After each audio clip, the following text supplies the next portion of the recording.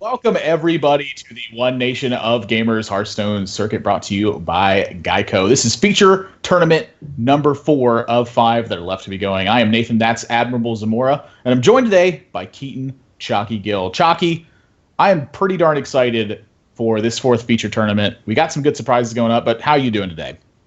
Well, I'm also pretty excited, getting near the tail end of the Onog circuit. I mean, I'm a big fan of playing and casting. Just an overall great circuit. $60,000 in prizes up for grabs across basically the entire year. And, we're coming to a close. Got to decide 2 more people to make it to that land final at PAX Prime. So just going to be great. Yeah, really looking forward to it. As you mentioned, $60,000 in total prizes being given away across the entire circuit, and it's not quite done just yet. If you guys are still looking to sign up for some of the opens that are taking place, there's 2 more left to go. The next open is going to be on August 3rd. It's a $1,000 prize pool, and that leads into feature number 5, which will be the 5th and final one of these events today with a $6,000 prize pool. If you manage to win there, you find yourself at that PAX Prime final with a $25,000 prize pool. You can also get to the features with Geico points as well, though.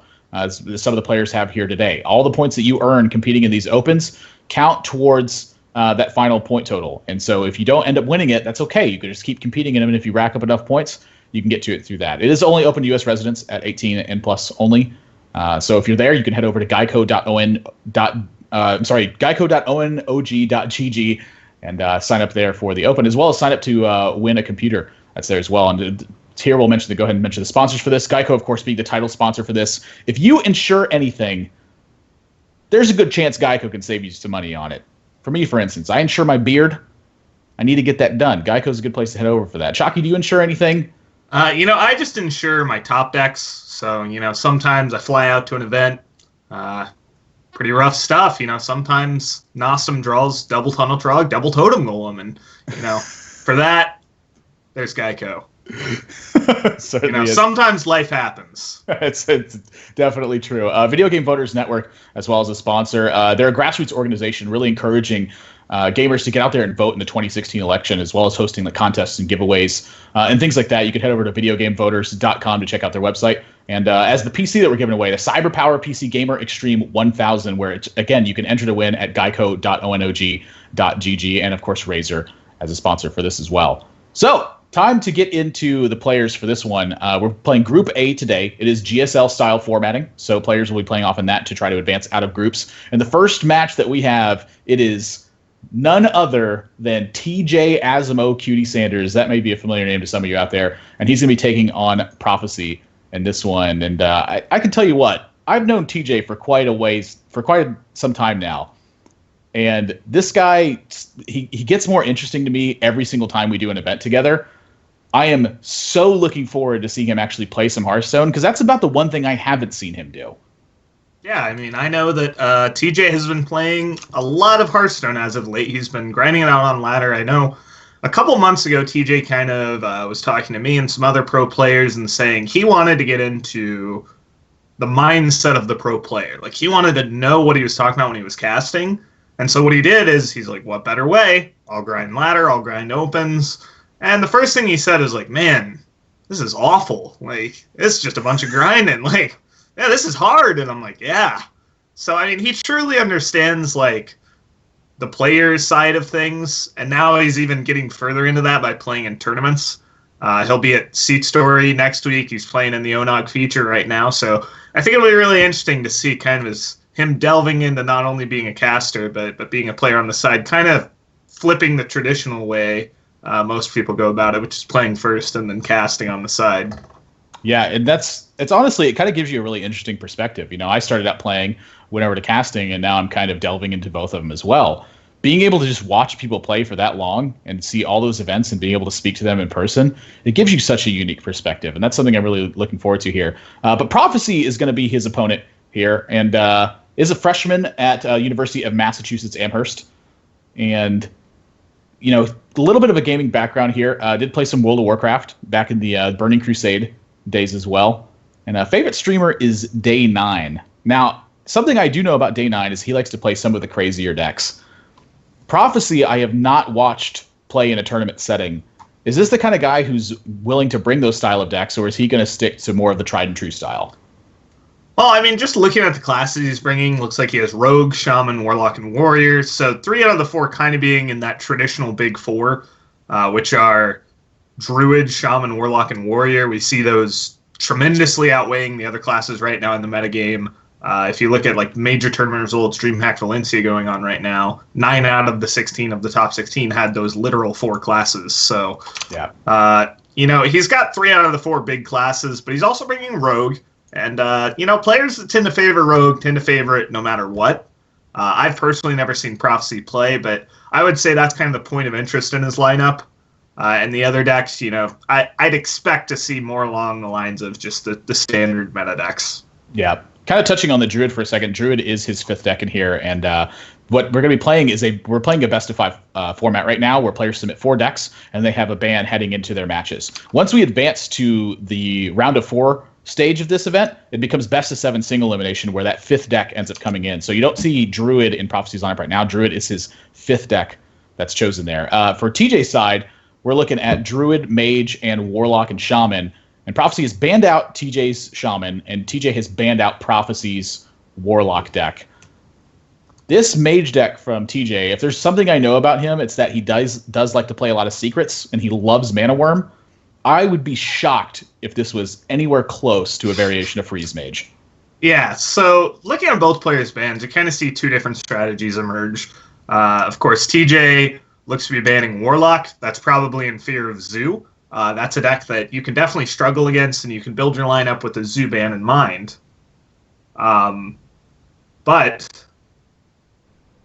Sorry, getting a message from our admins. But the other ban on the other side, Prophecy, has banned Shaman.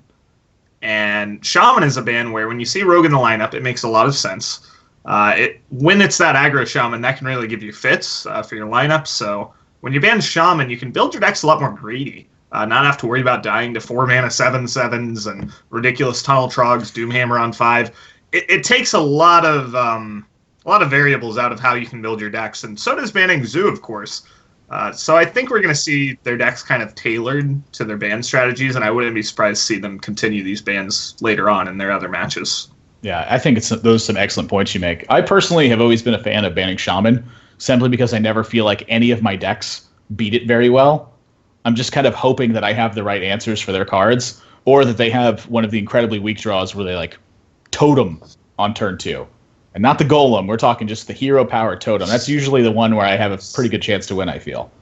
Yeah, I mean, banning right now seems kind of like a pick your poison style of thing. There are a lot of really strong classes, and so it's more of, I think, the bans are done in your deck building phase rather than in-game, where you can kind of vary your ban. It's more like, okay, do I want to ban Warlock and not have to run a bunch of Whirlwind effects to counter how their deck interacts? Am I really weak to things like Imp Gang Boss and just Zoo flooding the board? Or do I want to ban Shaman and not have to worry about just dying to burn spells? Or do I want to ban Warrior and not have to worry about Cthulhu Warrior gaining 40 armor and Dragon Warrior beating my face up? There's a lot of different styles of ban right now. I'd say those are the 3 main bans we're going to see, are Warlock, Shaman, and Warrior. But it's interesting. I think the big moment in tournaments like these are kind of, it comes down to that small stuff, like how you tech your decks with your ban in mind. And also, when it comes to that 4th and 5th deck slot, which are like Rogue and Mage for these players, those are kind of the weaker decks in your lineup pretty objectively, if you ask most pro players. So how did you build those decks? How are they going to fare? And can you get the wins on them in the first place? Sometimes those decks can be a real point of weakness and can go even 0-3. Yeah, I mean, in Conquest, you have to be able to put up a win with all of your decks. So making sure that your deck can perform just on an average basis, I think, is really important. I think a lot less kind of feast or famine strategies really end up making their way into some of the Conquest lineups, where in Last Hero Standing, those decks can shine, because if you lose one game with them, that deck becomes locked. If you win games with them, you can just chain those wins over and over again. So kind of interesting to see how the formats really influence the way that players build their deck. It's not just a matter of picking the 4 best decks like I always do. It's a matter of some actual strategy and thought being put into it. So really curious to see how this one's going to be panning out. Players are selecting decks at the moment, so when these guys are ready, we will jump into the game as quickly as we can. But Druid seems to be like a big talking point. You mentioned at DreamHack that 9 of the 16 players in the top 16 had Druid in their lineup. Was it a consistent style of Druid? Well, there's actually more than that. Right now, if I just look at this real quick, it looks to be 11 out of the 16 had Druid. 9 out of 16 players in that top 16 had the literal exact lineup of Druid, Shaman, Warlock, and Warrior. Gotcha. In some fashion, they had those 4 classes, which really strikes the question to me as, is this, Whispers of the Old Gods meta final destination? Is this where we're headed? Is anyone trying to innovate? Are they just on the wrong path? Because I feel like, 2 months in now, we're starting to see these emergent, very powerful decks, and it begs the question, is the meta stagnating? We did see some interesting decks still in the lineups, but as far as Druid, it kind of started out where, first of all, people thought Druid was kind of bad. And then some people made some aggressive Druid builds. I was on kind of the Beast Druid train around prelims time. It does very well against Rogue, but it kind of struggles against Zoo, Warrior, and those decks started emerging more. Then Cthulhu Druid sort of became a thing. We kind of used to laugh at the thought of Cthulhu Druid because it's such a basic deck. Play big guy, play big guy, play big guy, hope I draw one of my one-ofs. But still proving itself as a very strong deck. And now the new hotness is kind of Yogg Druid. And I feel like it took us so long to get to this point because so many players were dismissive of Yogg. Even with good results, we saw some number 1 legend pushes. We saw top legend finishes. We saw a little bit of tournament results from it. But it was a very skeptical point amongst the pro community. It's like, okay, yeah, somebody got lucky with their Yogg deck and got top 10. Boo-hoo, And that's a good way to be kind of cautious. But I think people have come around, and then, now you'll see on Twitter a lot of discussion from people. 6-0 recently won Star Ladder with Yogg Druid. He says it's his strongest stack. And he says he wants Yogg to be nerfed not because of the randomness, but because it's overpowered. He thinks the card's power level is just too high. And we're seeing other people kind of agree with that, where not only is it an annoying card to play against, but it's just really good. It's clearing the board, it's buffing up, it's giving you cards, it's doing really crazy stuff on average, and that's the main Druid build we're seeing in a lot of tournaments right now. Yeah, I'm kind of in the same camp that you just described. I mean, when this card was first spoiled, I really dismissed this. I was like, crazy things are going to happen to your board. This is not a card that you can play reliably. And kind of as I really rolled into experiencing Yogg, I was on the receiving end of it a lot. And in my head, kind of exactly like you mentioned, I was like, this is kind of annoying. I had the game 1, and then Yogg blew up my entire board and drew him 4 cards. So I started to play with the card myself. And I'm a firm believer in this card. It is incredibly powerful. The fact that a card can take you from an almost 100% chance to lose and put you in a position where you're almost 100% chance to win is an insane power level on a single card. So I'm a little bit in agreement with them. I've been playing this over the course of this week on stream, and the card has just done absolutely disgusting stuff against me. And then when I play with the card, so very often I find myself in positions where I just go, if I play Yogg-Saron, I'm favored, I think, just because more often than not, your opponent will have stuff on board that Yogg can target that ends up killing minions, ends up drawing your cards. Sometimes you get secrets. Occasionally you get minions from it, that spells get cast and summon stuff. A lot of things happen with that card, and I'm kind of in agreement with your conclusion as well. Are we starting to see sort of the final stage of the Whispers of the Old Gods meta, where these incredibly powerful decks are winning over and over again? And with Yogg Druid being thrown into this mix, what's going to stop these cards? Because at some point, it is a matter of statistical efficiency. Can you continue to combat Totem Golem and Tunnel Trog with new cards? Eventually, you just run out of options. Yeah, it's going to be really interesting to see where Blizzard kind of heads, because the next set of cards we're going to get is probably just going to be an adventure, maybe 30 to 45 cards. And it's going to be really interesting to see just how much that little of cards can shake things up. I do think that, the Explorers set did a really great job doing that with such few cards. I'd really like to see them go towards, the 45-card upper limit of adventures again. Thought that was great. But, it's definitely a point where a lot of players, and only 2 months into this new meta, are calling for, new cards, new meta, whatever. And it's a little worrying, but, Yogg is really a card that we're only seeing really powerful in that Druid deck, and also a little bit in the Tempo Mage deck, but not in a so dominating way as it is in the Druid list, because Druid just wants to run all those spells to begin with. I mean, when your deck runs Wild Growth Innervate, you can play Raven Idol to get even more spells. You can get up to ridiculous spell limits, and you usually have casted about 10 spells by turn 10. So it can be pretty ridiculous in that deck. I would definitely expect to see some Yogs tonight and in the coming days. It's at a point now where you kind of look at DreamHack Austin in the early days of the meta, and it was like, okay, there were like 2 people in the top 16 with Yogg, and it's like, all right, let them do their own crazy thing, whatever. Now it's at a point where more people in the top 16 have Yogg than do not in their lineup, which is crazy. So, I mean, that's just how competitive Hearthstone is right now. It's, hilarious for some people. For others, it's worrying. But, yeah, it's definitely an issue that I don't know if Blizzard considers it a huge issue, but it's very tough to address, without outright banning the card or something.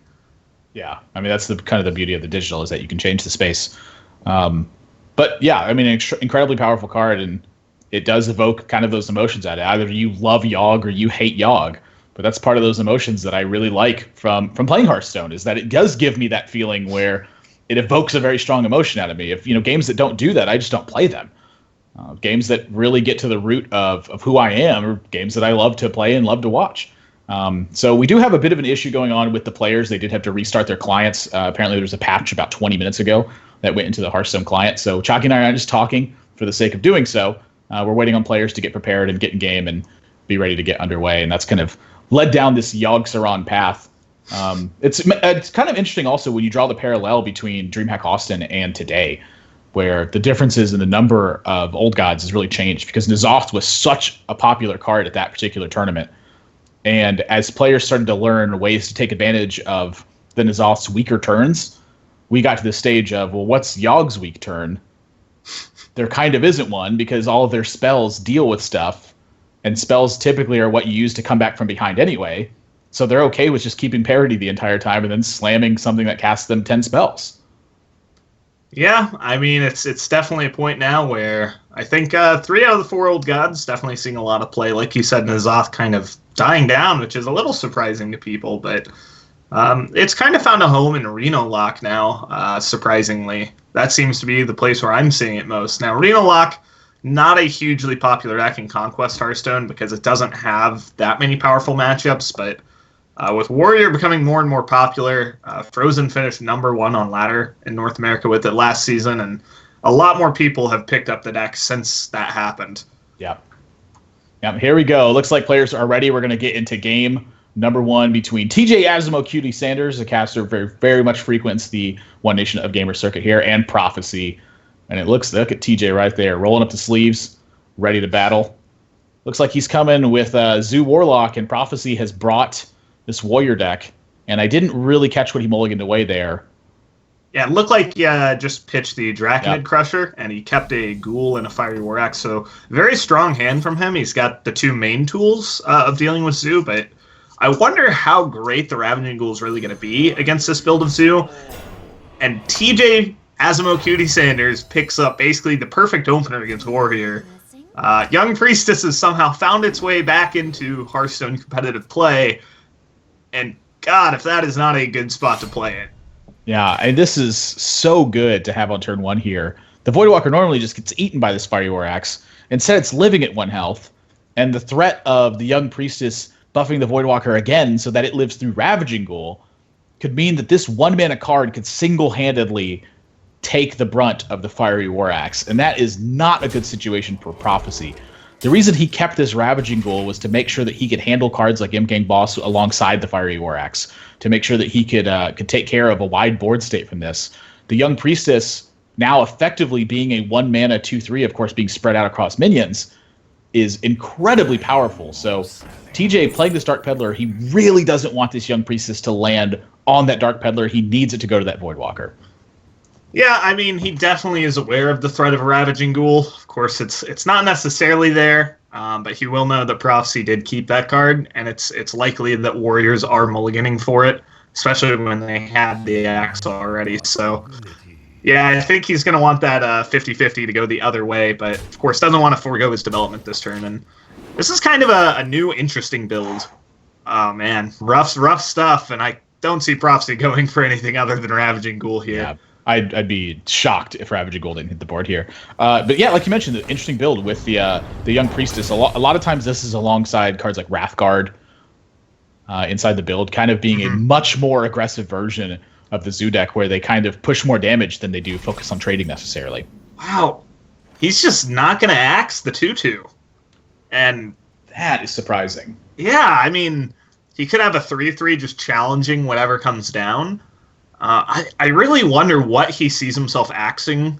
Maybe he's a little scared of like a Darkshire Councilman, but when you have a 3/3 on the board challenging that, it's not a huge concern, I don't think. And this is, going to make what would have been a really awkward, probably Soulfire out of Azamo. It's going to turn it into a probably just Abusive Sergeant and pick it off.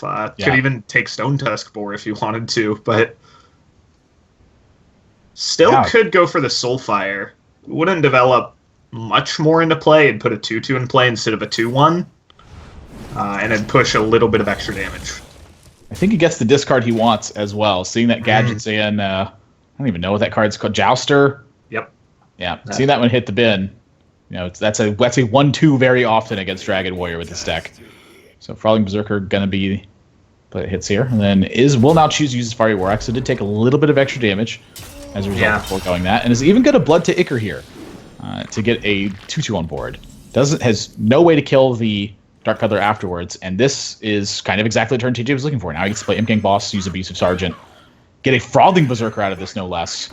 And Prophecy kind of relegated to some weaker-looking plays this turn. Yeah, I mean, he does have the Blackwing Corruptor to deal with like a very small threat from Asamo's board, but the Imp Gang Boss stays around to challenge the Slime and spawn even more, and basically that gives Azumo just all the initiative that he was really looking to get. He's just jamming away on his camera. Looks like he's having a good time. I wonder what he's listening to. What are you listening to, TJ? Hopefully we'll find that out. Blackwing Corruptor on the 2/1. And Argent Horse Rider gets picked up. Yeah, to me, it looks like a dump your hand turn. I mean, there is some value in getting your tap in every turn, but when you're ahead on board, I like to just go full pedal to the metal and just hit them. Yeah. This is kind of like it's almost like a parody board state, though. I mean, Imp Gang Boss is going to hit the 2/2. You can play some development alongside of this. It's a lot of 1/1s versus a 5/4. Like, kind of what's the difference in the board state? It does have the life lead, but, playing a lot of this match from both sides, I've always found it most difficult when my opponent is making sure to very much weave in taps almost every single turn. Well, I kind of look at it as, the 5/4 is only as strong as its one attack every turn. So when you have a board kind of spread out in power like this one, what's it really going to do? Not much. At worst, it's probably going to kill your Imp Gang Boss. So I kind of like TJ putting down the pressure here. He's got Doomguards in his deck, most likely. He's got another Soulfire, most likely. So getting those cards down while you can just improves those draws tremendously. Assuming that he's going with that kind of Zoo build that we saw, kind of came about a month ago. Not really a month ago, but a couple weeks ago, quite a few people on the European server finished top 100 with it.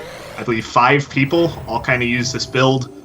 And Sixo adopted it and took it to Star Ladder Finals and actually won with it. And that's kind of when we really saw it emerge. Those are some weak draws. He's already drawn a lot of his 1-drops.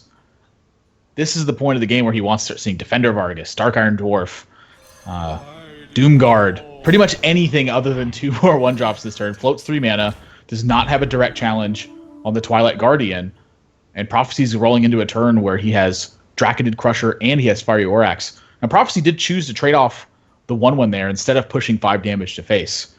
And I was a little bit surprised by that, because every point of damage that you deal to the Warlock side, not only is that potentially less life taps they get over the course of the game, but it also gets you closer to that Draconid Crusher range. Yeah, and it didn't really look like a spot where the 1/1 really made a huge difference as far as trading into this Twilight Guardian. There was only 5 points of damage on the board, so there's really no card in the Warlock builds that does 1 damage exactly. So taking them from 5 to 4 usually makes no difference. If they draw Direwolf, it still pushes. So they draw Abusive, it still pushes all the same. Now it could make a little more sense to be on the trade game. Maybe you can just restrict all the resources out of TJ's board and just go from there. Very healthy life total. It's very clearly his plan from the attack last turn. Oh, Doomguard gets picked up.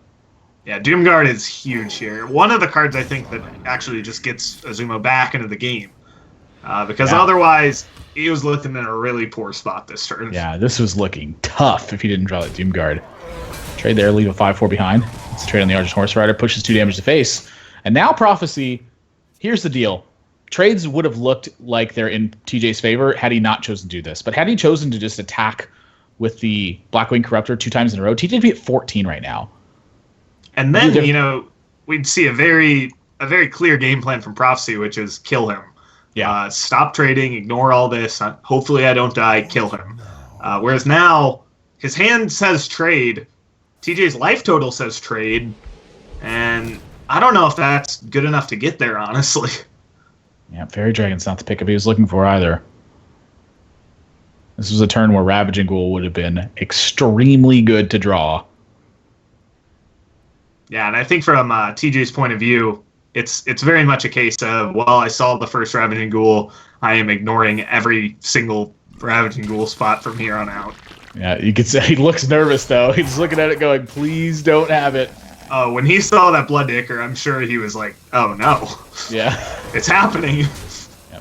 Prophecy's still on the trade game at this point. Like you mentioned, his board state and his life total said trade. And TJ picks up Soulfire here. Yeah, it's interesting. Prophecy decided to save health on his hero in exchange for health on the Draconid Crusher, which I feel like he was in a spot where he could kind of afford to take a little more damage. I think it worked out because a Soulfire on a 6/4 Draconid Crusher would have been devastating. Whereas now, it's kind of just a Soulfire on a 2/2. Not as big of a deal. That flame's not as painful as it would have been either. So great trades for TJ here. Pushes a point of damage. Prophecy playing off the top of the deck right now. Wow, interesting pickup. We don't really see Bloodhoof Brave in too many Dragon Warrior decks. And that's kind of where Dragon Warrior gets really weak, is the top decking phase, but that is a great pickup. Yeah, that might have been influencing his trades a little bit more, the fact that he's got just a little bit more defensive measure in the build. Yep, and TJ can't break through this turn, so I would expect probably just a pass from him. It's interesting where he positions all of this. I would kind of like to see him put the Direwolf next to the Young Priestess, since that's the second highest priority target. But of course, the Direwolf is almost very likely just going to die. Yeah. Now it would have a 1/3 chance to live should he play it this turn. Ooh, so yeah. the question is, should he play it this turn? I definitely think so. I mean, from here on out, one of Asmo's biggest win conditions is to just draw the second Doomguard, and he wants to have as much mana to play that and whatever he taps into. The interesting part here, I think, is do you go for that 1 and 3? Do you make an attack and enrage the Bloodhoof? It's very interesting here, because this is essentially sort of a solvable board state when both players have no hand. You know the potential draws for your opponent. You know your potential draws. You just have to think, of the math of every scenario and what's going to work out best. Yeah, that's actually a really interesting point that I want to talk about here for a second, too. When you see, gets the buff on the Direwolf, too. When you see players go into this thinking state, I think this is 9/9 here every time, by the way. I think deal 2 damage, play the 9/9. Now, that being said, you just mentioned kind of solvable board states and what that means. Oftentimes, when you see players with very few decisions in these style of spots, that's exactly what they're thinking about is the math. They're thinking about all the possibilities and figuring out the best way to play the board state as a result of that. Wow, what a pickup with that Bran. Yeah. Now, he's facing at a 9/9. Does he have time to kill Prophecy here? That's my question. Well, you definitely have to start going all face. Honestly, I would have liked the Lance Carrier on the Direwolf, I think. I would love that. Then you stick a 6/1, and you rep lethal no matter what. I believe now, Profs... Oh, wow. Well, it would have gotten really punished. But, wow. Second Ravaging Ghoul. That draw actually should wrap this game up, I believe. Well, he might still have to trade. 1, 3, 4, 5, 6. He's staring down 7 damage. And you've seen 2 Soulfires. So Doomguard, Leroy... That's about the only outs in the deck right now. Oh, the Brand's there, so I guess Abusive Sergeant and Lance Carrier are also outs. Yeah. And I think this deck runs an Argent Commander normally, just one, but no Leroy. So yeah, it's got to be a trade, and now this opens a spot for. Oh, wow, that is not a card you usually see in this list. Yeah, that's really interesting to see. And does TJ have the liberty of tapping here? And he's gonna tap. Yeah, I really like the aggressive play from TJ here. I think you need to just completely go for it. You can't play around worst case draws. You're going to lose to worst case draws. Well, sort of my situation was if you push 3 damage to face, you take him down to 7, and you fill up your board with Forbidden Ritual. You're dead. You buy yourself a. How? He was at 13. Oh, right. There's only 12. So do you buy yourself a life tap by being so aggressive? Right now, he definitely has to trade. Right. Like that's a really interesting board state where I think TJ should have taken a long time to think about that. Yeah, I definitely think you should have taken more time. I'll definitely agree with you on that. I think the Lance Carrier makes it so you could probably Lance Carrier just a Bran and trade that into the 9/6. Not die to any top decks, make a bunch of 1/1s. You know both Ravaging Ghouls are gone from your opponent. Small mistake. Yep. Yeah, that's just strictly a mistake here. He's going to miss 1 damage. Yep. Not only that, but he has an extra 1/1 instead of a 1/2. So not like a huge difference. Yeah, I don't think that's a huge deal at all. But the 1 damage is huge. I mean, that could be the difference between winning and losing. Prophecy drew the worst card in his deck right now, too. That's the only card in his deck that doesn't do anything. Prophecy certainly should go face here, by the way. There's zero reason to trade. I like that he thinks about it, but if your opponent doesn't have lethal, and they're going to draw a card, and they're probably going to want to play that card, so they're going to trade in a 1/1. So they're going to make that trade for you. I like his face decision. Wow. That might seal the game. TJ's draws are on fire right now. And honestly, he's already at 8 life, so the Ragnaros potential to hit is still there. Might as well throw in a life tap with this. A second Defender of Argus. Are you kidding me? Well, it's trade, defender, good luck. Yeah. I think TJ has just won the game. Oh, I definitely think he's won the game. I don't see really any reprieve here for Prophecy. What back-to-back draws. He gets to make 4 taunts, space them out perfectly. Only dead to a 1/7 Ragnaros off the top of the deck, nonetheless. And Mortal Strike would get there. I was like, this is where Prophecy draws Mortal Strike. No, Acolyte of Pain. TJ wraps this one up in game number 1. That was a really interesting game simply because of the number of different lines that players could have taken on the offense and defense side of things. If Prophecy had chosen to be more aggressive, he's vulnerable to a few more things, but would have been able to push 10 extra damage on a TJ. If TJ had chosen to be more aggressive in some certain situations, or rather more defensive in some situations, would he have been able to even have an opportunity to push that damage? Playing that Direwolf Alpha on the turn that he did gave him that 1 in 3 chance for it to live because of that Young Priestess. Had he not taken that risk, he would have been in much worse shape that entire game. Yeah, and I really love games like these. You can look back, see exact risks the players took. You can see lines that they could have gone down and see how, they would have panned out better. I think both players have things they can look back at and say, I would have done this differently or this differently. There were some literal just mistakes in there. TJ missed that damage. Both players, it's a great game when you can look back and both players have things to work on. There were a lot of decision trees and lines to be had. And there were a lot of interesting tech decisions I also wanted to highlight. We saw an Acolyte of Pain get drawn out of Dragon Warrior at the very end of that game. That leads me to think, is there any way that's Control Dragon Warrior? Possibly. We saw the Bloodhoof, and that's really kind of different. We also saw Fairy Dragon, though. Yeah, I know. We didn't see anything besides the Acolyte that would lead you to believe it's Control. No brawls. Maybe no Azure Drakes? Maybe Acolytes in place of the Azure Drakes? Yeah, I do like that Prophecy didn't, slam down the Acolyte and show TJ because he's going to have to win with that Dragon Warrior later. We'll probably come back to that. But for now, he's on Rogue. And we talked about Yogg earlier.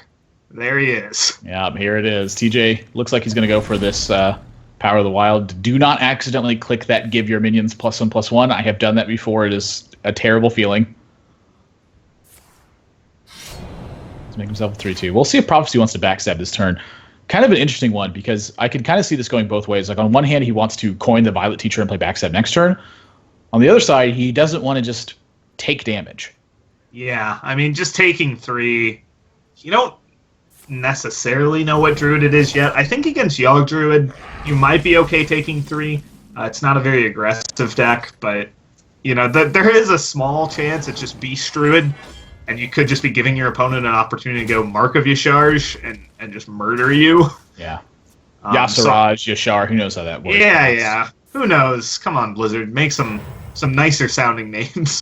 Thank you. Is going to be coin Tomb Pillager. Yeah, this is the other thing, is he has another option besides Teacher here, so I think I definitely like how he played it out.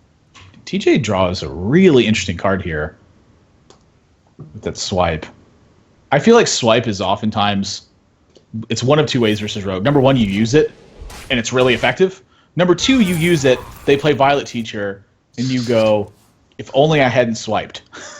Well, he's got Mulch, so, in the worst case, he can always just say, hey, oh god, I can't deal with that Teacher, get out of here and mulch it. That's a Conceal in Prophecy's hand, man. I'm looking at that Teacher Conceal. Yeah, I mean, I definitely think that Prophecy is thinking here with 2 Tomb Pillagers, that with those coins, if he picks up Gadgets and Auctioneer, then the Conceal gets infinitely better. Right. Ooh. Yeah, I'm looking at Wisp of the Old Gods. It does get Fana-knived in this matchup sometimes. Yeah, he's going to take it. Yep. I do like the take. He is rolling into an Emperor turn, and he does have Savage Roar, so it is at least some form of a win condition, potentially. We'll mop up this Tomb Pillager at the cost of 5 life. And Prophecy now looking like he's got some pretty decent turns in front of him. I have options for Zeraul or Violet Teacher this turn. And second Conceal, this tells me that Zeraul into Violet Teacher Conceal next turn is possibly the biggest push you can make. Maybe even just Violet Teacher Deadly Poison Coin Conceal this turn. Yeah, I definitely wouldn't mind that line. This is a turn where, as the Rogue player, you have to look at your hand and think, yeah, things would be excellent if I could just draw Gadgets in. But you also have to consider, odds are against you to draw Gadgets in. How am I going to win this game without it? What is my line with just these cards and some random miscellaneous top decks? And this is the line that you take when you want to win without Gadgets in, which I really like coming up from Prophecy here. He's going to make the most power he can on this board immediately, and he's going to start pushing. TJ picks up a second Wisp of the Old Gods there, so maybe regretting his choice. Well, Wisp and Wisp actually have a little bit of synergy. A little bit, yeah. Yeah, so with Emperor, he's got a 6-mana Wisp, and then he can also fit in Wisp and Savage Roar on the same turn. So there's definitely a win condition in this hand.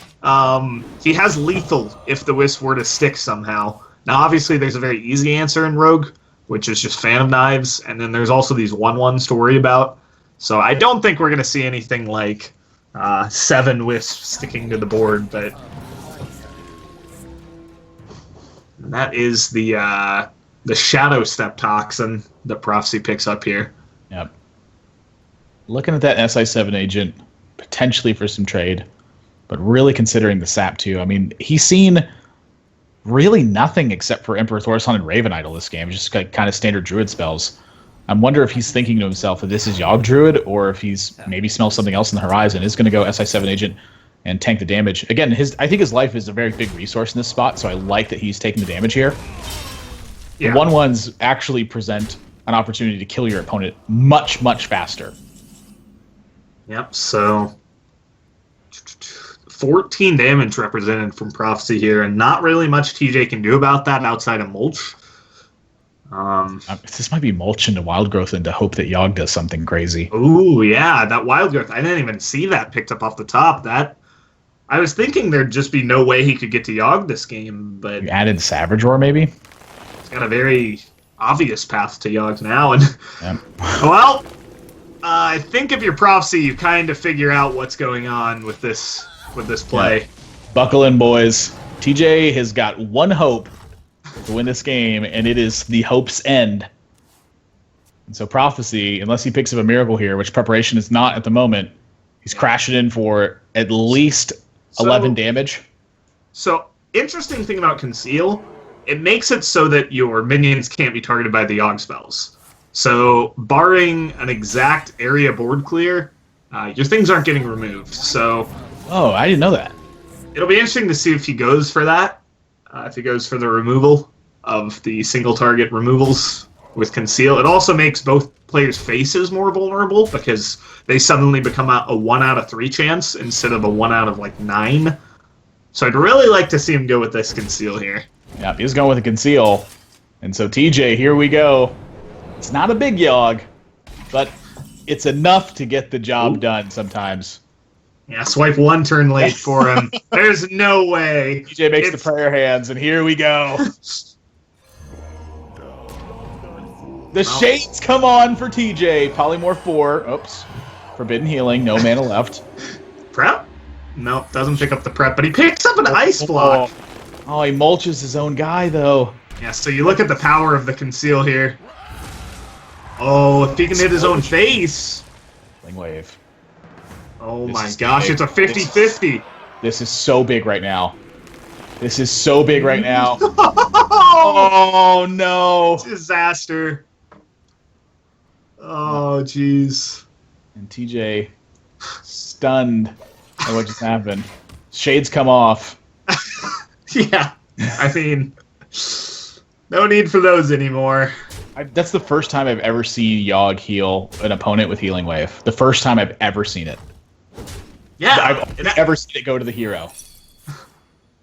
Yeah, my like it's popped. And unless TJ has somehow got a second Yogg Saron in this deck, he is dead. There's no way he can fend off this board pressure.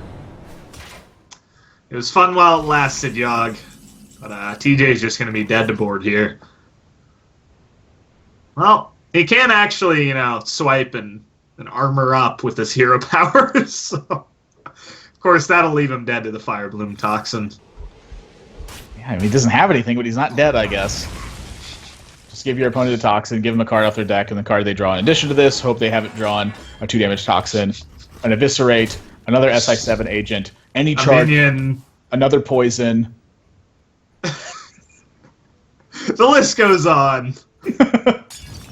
Toxin it is. TJ shrugs it off. 1 game apiece. Prophecy takes a very nice rogue game here. Spotting, this is kind of really illustrating the importance of Violet Teacher in this deck. Where Violet Teacher obviously is very good anytime you can combine it with spells. Prophecy ends up taking a risk that actually in the Asia Pacific Championship for Springs, we saw this kind of almost exact same game take place, where a player had an opportunity to play, I think it was Handsome Guy actually, had an opportunity to play Violet Teacher, backstab, and then prep a conceal alongside of it with 2 conceals in his hand, and chose not to go with that line, and instead ended up falling way behind on board and never recovering. In this side of it, Prophecy chose to just go ahead and use the conceal. Didn't really even have that much to couple with it, but it's enough board pressure that he can start pushing damage and really put TJ to the test. I mean, TJ played that Yogg Saron way before he wanted to. Yeah.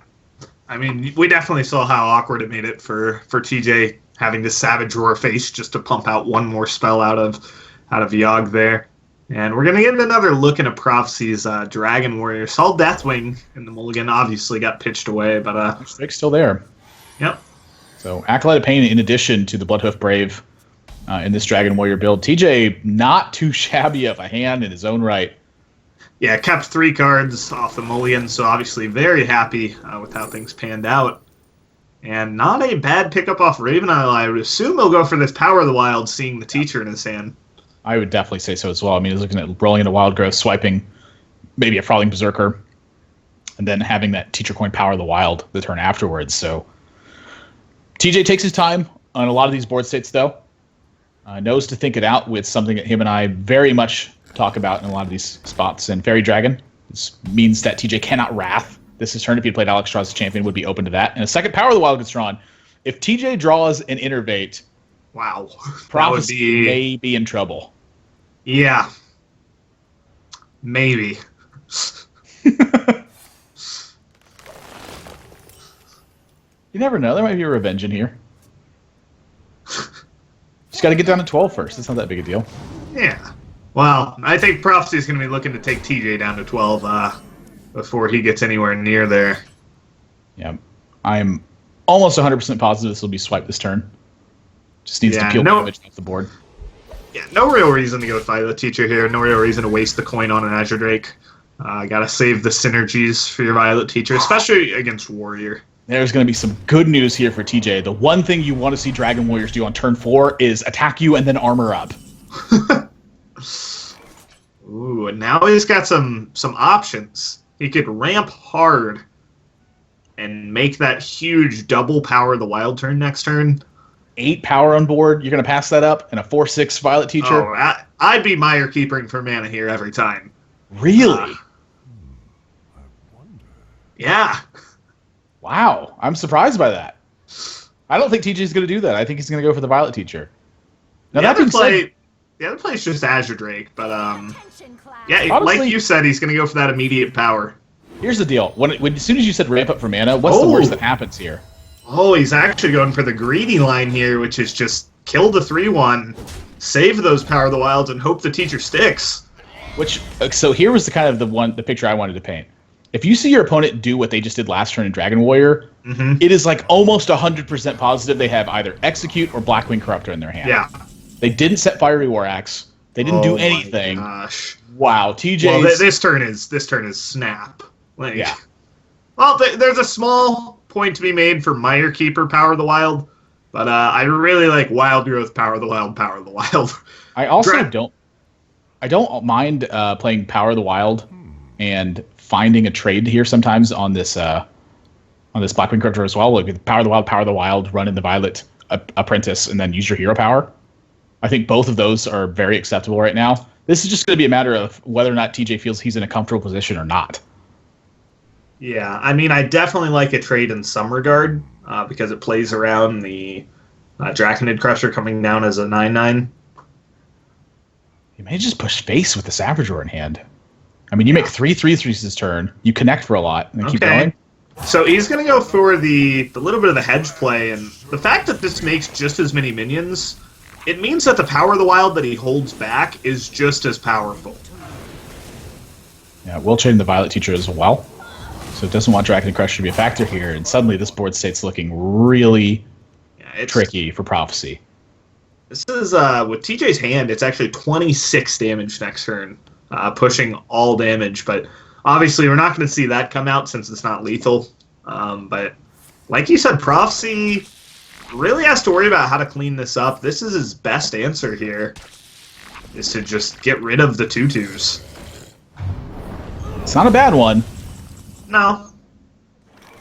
But not great. Yeah, we'll see what TJ ends up going with here. It looks. I'm looking at this Azure Drake, and it's just looking so good. Yeah, I mean, that's his best development this turn. Definitely think he's going to go with that. Now the question is kind of, is the Power of the Wild worth it? Do you want to hear Power down a 2/1? Are you ever wild growthing here? Probably not. But yeah, I think I'm eyeing the trades here. Yeah, I like just the hero power. 3/2 and a 3/3. Decide whether or not the 4/3 should take out the ooze or go face afterwards. Which I don't mind taking out the ooze because it means that Fiery War Axe is much worse against you after that. Yeah, it just makes it awkward. Having seen Ravening Eagle and 2 Bloodacres, the main ways the Dragon Warrior deals 1 damage, what's their answer to a 4/1? And we can see right now, Prophecy, I mean, Azure Drake's not very good, challenged by a 4/1 on board. Draconid Crusher is just a vanilla 6/6, which probably not that great. Yeah, TJ happens to have the right answer for it at the right time with that mulch. Well, we'll have to see if he goes for that. I mean, he does have Wrath as an option instead. Save the mulch for something bigger, like a Grom or a Ragnaros that could come out in the future, or even a Deathwing if we want to look long-term. This hand is getting more and more interesting. Yeah, I mean, I find myself with this Druid deck, it kind of struggles to close, but it's got so many lines you can take. And Onyxia is a great card to close. Oh my gosh, he's got Onyxia. Wrath gets picked up too, so he can innervate the Wrath out and connect for 8 if he wants. Well, the other thing he can do is just trade and next turn go Onyxia, innervate Power of the Wild. Yeah, that's pretty good. That's pretty real good. He is going to be facing down probably a damaged Gromish, though. So maybe he'll want to mulch that. Maybe. Maybe you want to handle I- that at 5. Oh, well. Sometimes your hand kind of spells out the play for you. Mulch Emperor looks pretty good here. I kind of like Mulch Power of the Wild. Just make a 3/2 hero power. You got to start weaving those in. It is Emperor Mulch for sure. Weaving those in. Now, here's the deal. If Prophecy gets something really big off this Mulch, maybe it's an opportunity to come back. That's about the worst he could have gotten was a 1/1 minion that does not affect basically anything. He's got to play it. I mean, it's probably Rag Timberwolf this turn. A very uncommon situation that you see in most Dragon Warrior builds. Ah, yes, the Rag Timberwolf. More than one man has been defeated by Now- Timberwolf alongside Ragnar. He's kind of a pet, right? From Prophecy's point of view, he could just go with the guaranteed clear with the Axe and the Alexstrasza champion, but I think in this spot, you're down on cards. You're not down on life, but you might as well be. And your opponent's got so much mana initiative from the Emperor Tick that you really have to go for the most aggressive line. I don't even think either of the results is bad here for him. Yeah. In fact, face might be better. If it just blasts face, he could just win next turn. Yeah, now from TJ's point of view, I think if it hit the Emperor, he has a pretty snap Onyxia Power of the Wild turn.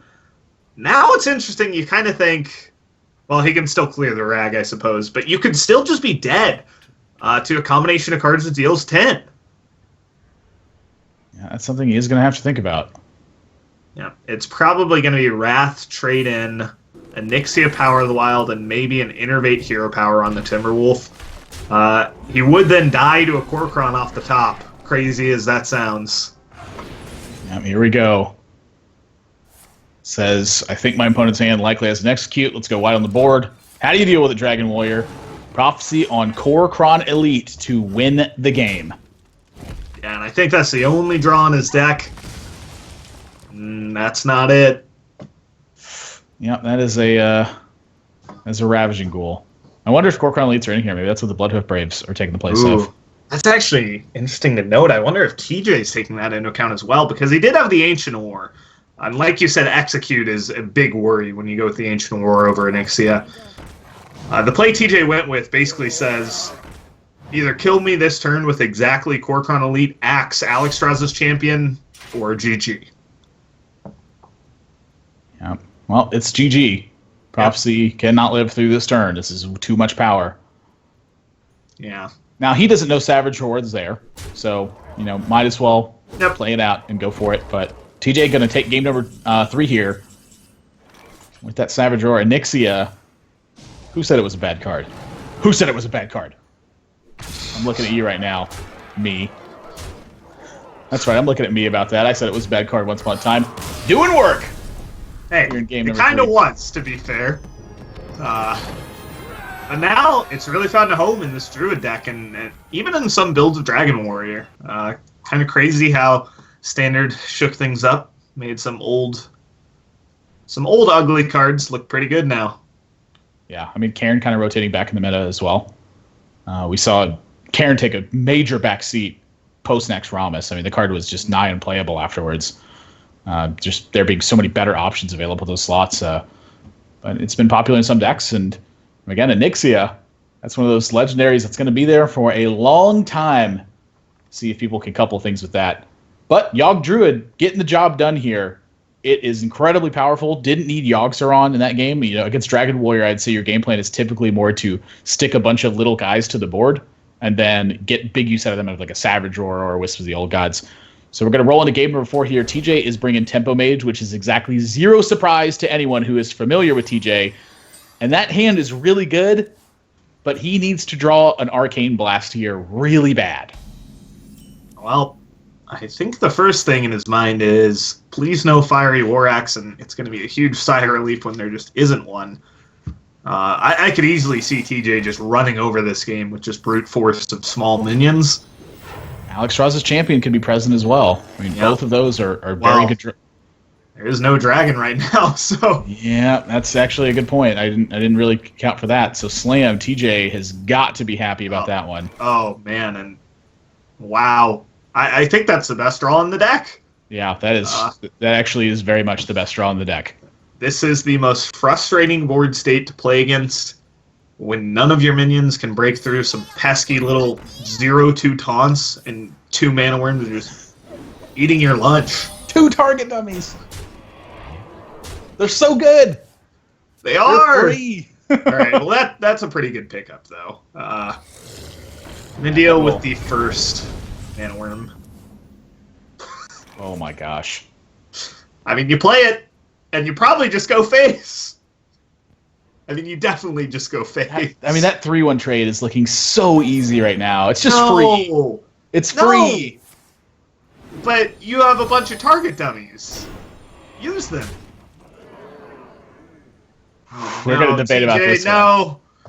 It's like I'm in the trade camp. I think he wins. No, stop. You don't win if you trade. Take that face damage. No, don't do it, TJ.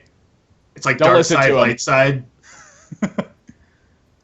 Think of the value. You're getting a 3/3 for free. No, you need to stop Trump. Okay, I know Trump's teaching would lead you to believe this is a good trade, but there we go, TJ, attaboy. Only punished by second Ravaging Ghoul here. TJ takes the risk, and it's going to pay off in spades. As that's going to push basically 6 extra damage if he wants. Now he's got to think from Prophecy's side, do you Blood to Ichor the 3/1 and pass up your 2/2, or do you go for long-term value? I'm killing that 3/1. Oh, I'd kill the 3/1 every time. Yeah. I'm not taking 9 next turn. Then you're just dead to burn. Well, hold the Blood to Ichor is not the play. That's the only thing I know is not correct, is to not play Blood to Ichor. I'm honestly not sure which one's better. I don't want to take 9 damage, but at the same time, you got to get through these taunts. You have to, or you're going to lose. Well, Flame Strike is the first blank TJ's going to draw. And now the trades are at least looking a little better. But I tell you what, if he goes all face, he wins barring a top deck from Prophecy. And that is a big thing to consider, just winning the game. Look, once he's committed to the face plan, you keep going. You don't slow down. Deviating that's where you get yourself in trouble, is when you decide, let me get fancy here. I'm gonna clear his board with Flame Strike and kill him with my 3/2s. I do think that the trade is a lot better this turn. And knowing both hands, it's still not correct because he can just win. But trading into a Frothing is a lot nicer sounding than trading into just a vanilla 3/3 when you have 4 taunts out on the board. But I'd still go face here, honestly. Like, push. You only lose to that second Ravaging Ghoul that you know is not in the hand.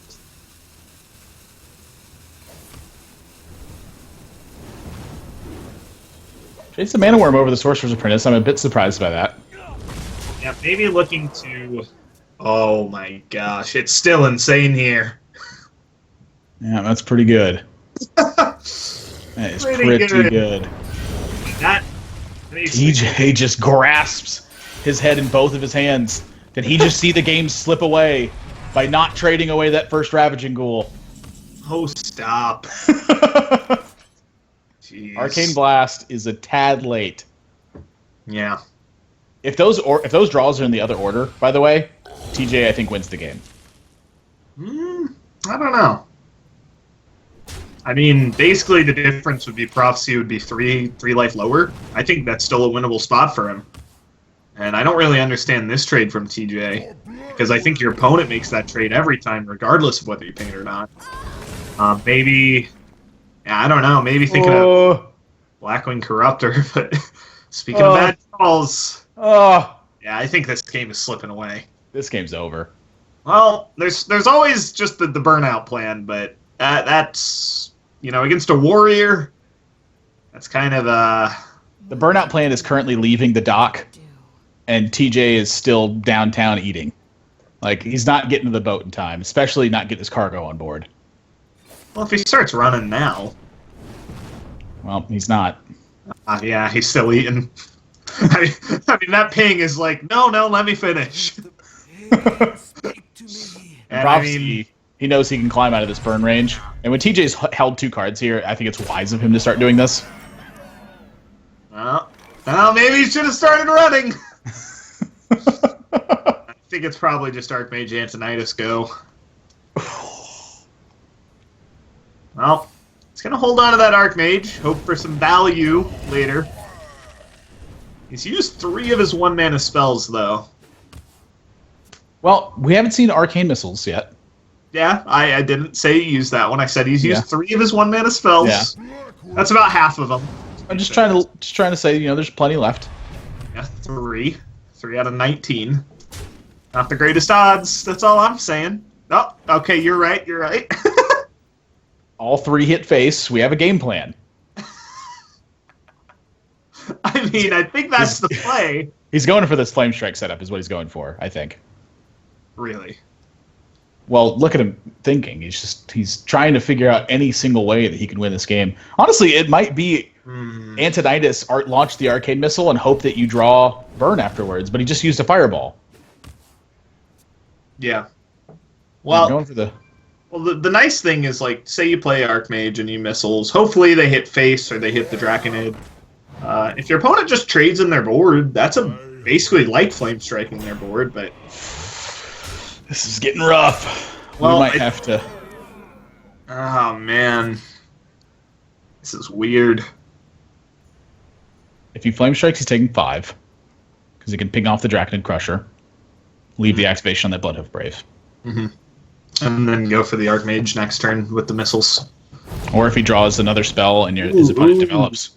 He might be going for... TJ's rolling the dice. I don't really like this. And he's going to get the worst outcome.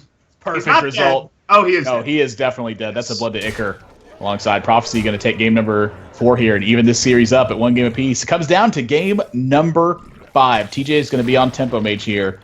Looking to close out a game with this one. Fantastic opening hand for him, but it ends up getting squelched by Prophecy and his pair of Ravaging Pools. Yep, I believe Prophecy is going to be on Shaman for this game 5, so kind of talking about that point I made a while ago about it's really going to come down to the 4th decks, kind of. For TJ, that's Mage, which he still has to find a win with. For Prophecy, that was Rogue, and he got the win with that one pretty easily. So, I feel like if you ask most players, just don't think about who's playing. Would you take Shaman or Mage in a horse race? A lot of people would be taking Shaman. Are we playing Wild? Does that change your decision? Yeah, I think Freeze Mage is solid and Wild still. You got Mad Scientist there. You got Mad Scientist, man. Shaman was still a favorite with Mad Scientist around. I can tell you that. You might be right. You got Crackle. You have Mad Scientist Tempo there. Mad Scientist Tempo Mage? Yeah, I think it was good. Shut up. That deck sucks. That's it. We're officially not friends for the next 15 seconds. We are frenemies starting now. Yeah. That's fine. Good opening hand for Prophecy here with the Tunnel Trog into lots of options on his turn 2. And TJ's hand, he can take out this Tunnel Trog, but where does that hand go on turn 3? Yeah, doesn't know anything about Prophecy's list here. Not aware of what he's running. We saw a Fire Elemental in the mulligan, though, so maybe more of a mid-range list, despite the Lightning Bolts. And for TJ, it'd be really greedy to just let this Trog live. Like, insanely greedy. Maybe he'll rip the Arcane Missile again like he did last game. That'd be objectively wrong, okay? TJ, I agree with you. Don't rip the Arcane Missile. He's cooking up something. I mean, he's leaned back as far as he can. He's looking at his hand and trying to figure something out. TJ, it is Frostbolt. Well, how bad it? Yeah, like, what are you really...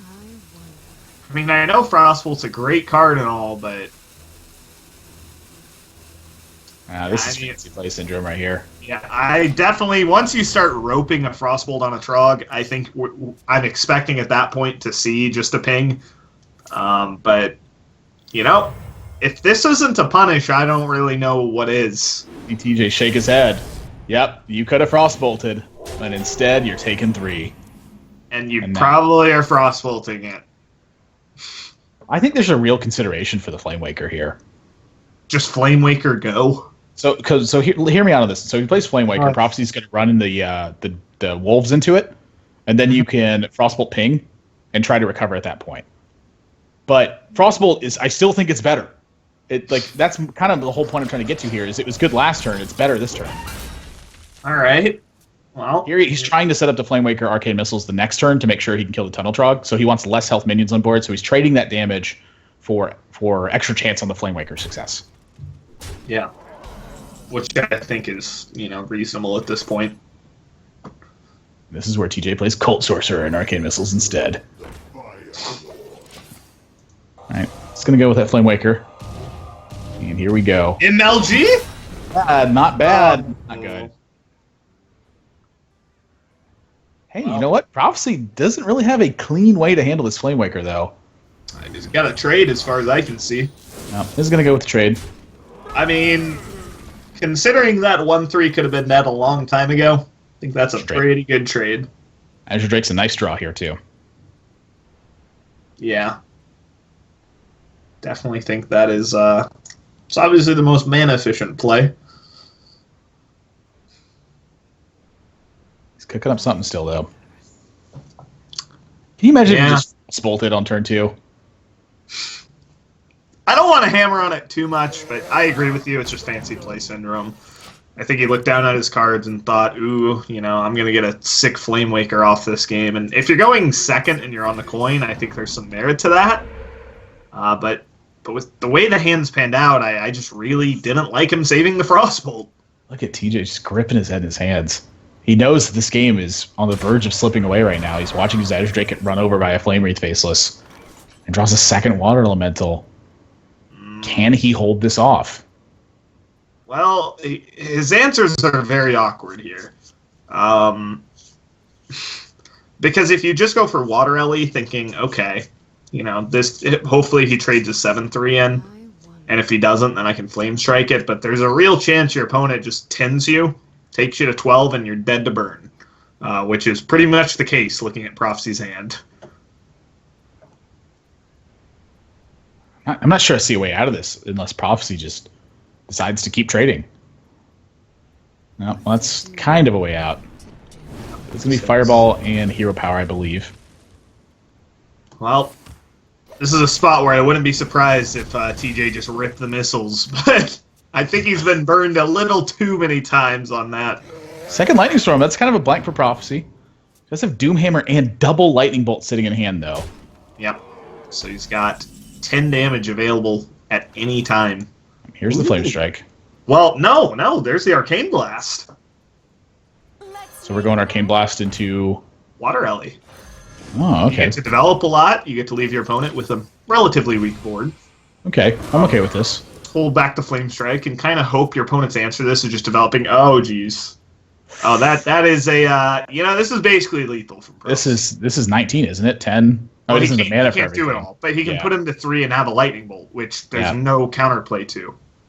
I mean, the counterplay is having a heal card in your deck, which just isn't in Asmo's deck.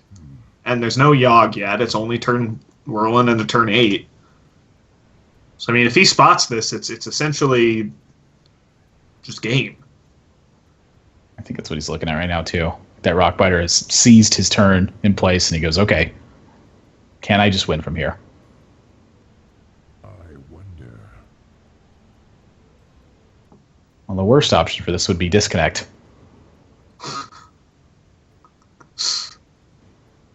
So we'll get wording on this as quickly as we can, exactly what the situation is. He is not making a move. He has not hovered over any cards. This would be a really bad time to disconnect. And that being said, I think it is very apparent that Prophecy is going to be the winner of this game. TJ has no way to lethal him. Prophecy does have a way to lethal him. We can see that. But we'll get the word on exactly what's going on in this game. It looks like Prophecy has disconnected. It's funny is that TJ actually can't even win the game in the next couple turns. So it could take him a while to end up winning it. Well, he can freeze the hero, though, so that's a big deal. That is a big deal. We'll get an official wording on this as quickly as we possibly can. And it was unfortunate to see disconnects, but as we know, technology is sort of the vehicle of competitive online gaming, and when that vehicle stalls, you're gonna have some problems. Yeah, not much more to add. Wise man told me that. A wise man. That man was tasteless.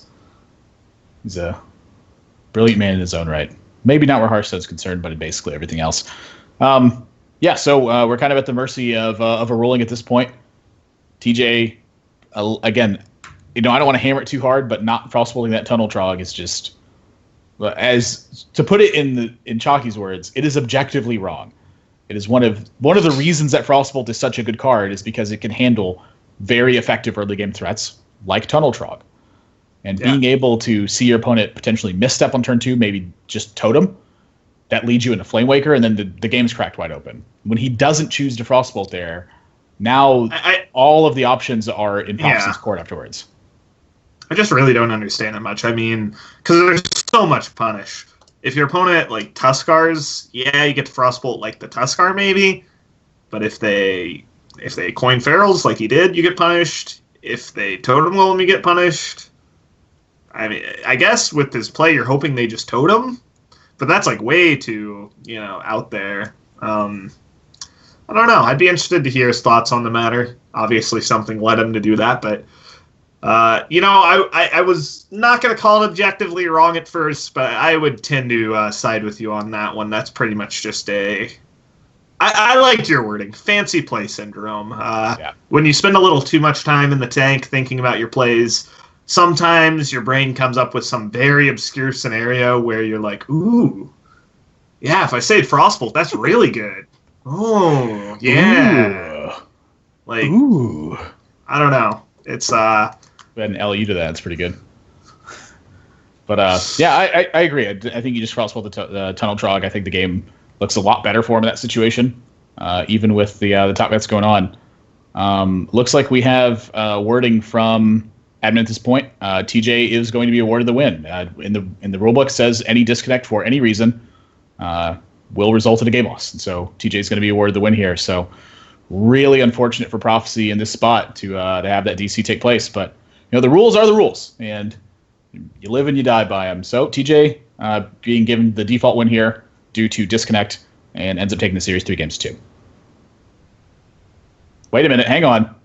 TJ, we have more updates coming in. This is like hot off the presses. CNN breaking news over here. TJ wants a rematch if it's allowed. So at this point, I would say it's up to the players. Yeah, I mean, obviously Prophecy's going to take whatever he can get. That's certainly where you're at in this scenario. From experience of myself, disconnects happen, and if it's a death loss, there's not much you can really say about it. That's usually the ruling. But yeah, so that's a very common tournament rule. Yeah, I mean, it really just avoids issues where if there's any kind of non-clarity as far as a rematch or whatever, then you run into issues with players intentionally disconnecting for an advantage. So this kind of just stops that from ever happening. Yeah. Final ruling is going to be a game loss. So TJ is going to be taking the series 3-2. Again, the rules are the rules. If they're in place, that's what ends up happening. Again, it's a very common tournament ruling to if a player disconnects, it is a default loss for that player. TJ seems to be demanding. TJ Asimov Cutie Sanders is demanding a rematch. Again, we will get a final ruling on this, but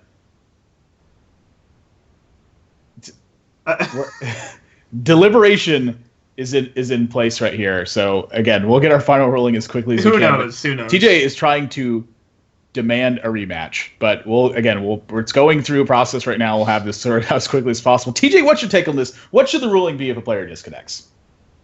Me? Or TJ? Period. What should the rule be?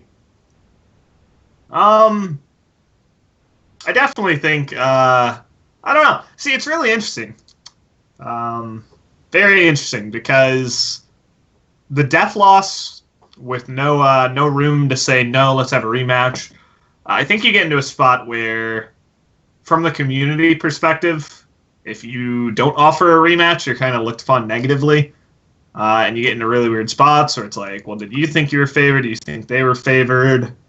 I don't know. It's, I kind of like the hard and fast, especially when I'm in online cups. I definitely just like, if you don't win the literal match, if you disconnect and the game gives me the win, that's a win, you know. And it's kind of your responsibility to have your internet connection where it should be. And even then, it can still happen where you disconnect. But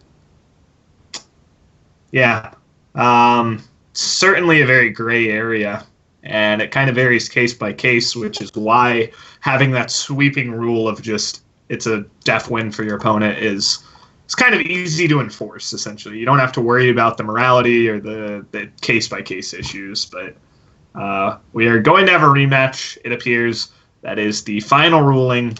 And it'll be the same decks, Game 5, winner takes all. TJ's demands have been met. Negotiations have been gone through.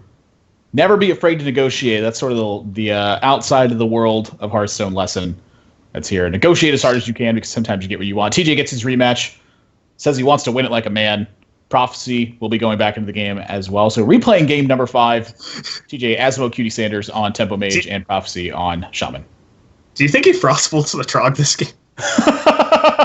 That's the real question I have. Do you think he's demanding the rematch because he learned from his wrongs and he's going to right them this game? Well, he's got to draw the frostbolt first. I'm curious if he ever feels like he's keeping this Arcane Missile in his hand. Nope, pitching the whole thing back. Wow, yeah, that's I like it. Oh, that's not a good hand. Well, I really want him to draw a frostbolt. The deck says, fine, you're not going to use me on turn 2? Fine, here's this Yogg. Here's this Yogg. Yogg's not bad. Okay, it's pretty bad. It's honestly not too bad here because Prophecy's hand is just a little bit weak. Like he's opening kind of exactly how TJ wants him to open with Tunnel Trog into hero power. Oh! Stop distinguishing! TJ has had enough. He says, you know what? God, I was love bad. Hearthstone. And Prophecy's draw is looking so ugly. Still no real plays. I mean, he does have that thing from below on turn 4, but he is about to get a very rude awakening here. Yeah, TJ has the option to just slam a Flame Waker only if he wants, but I mean, coining up the mirror image is going to deny almost all counterplay from Prophecy's end.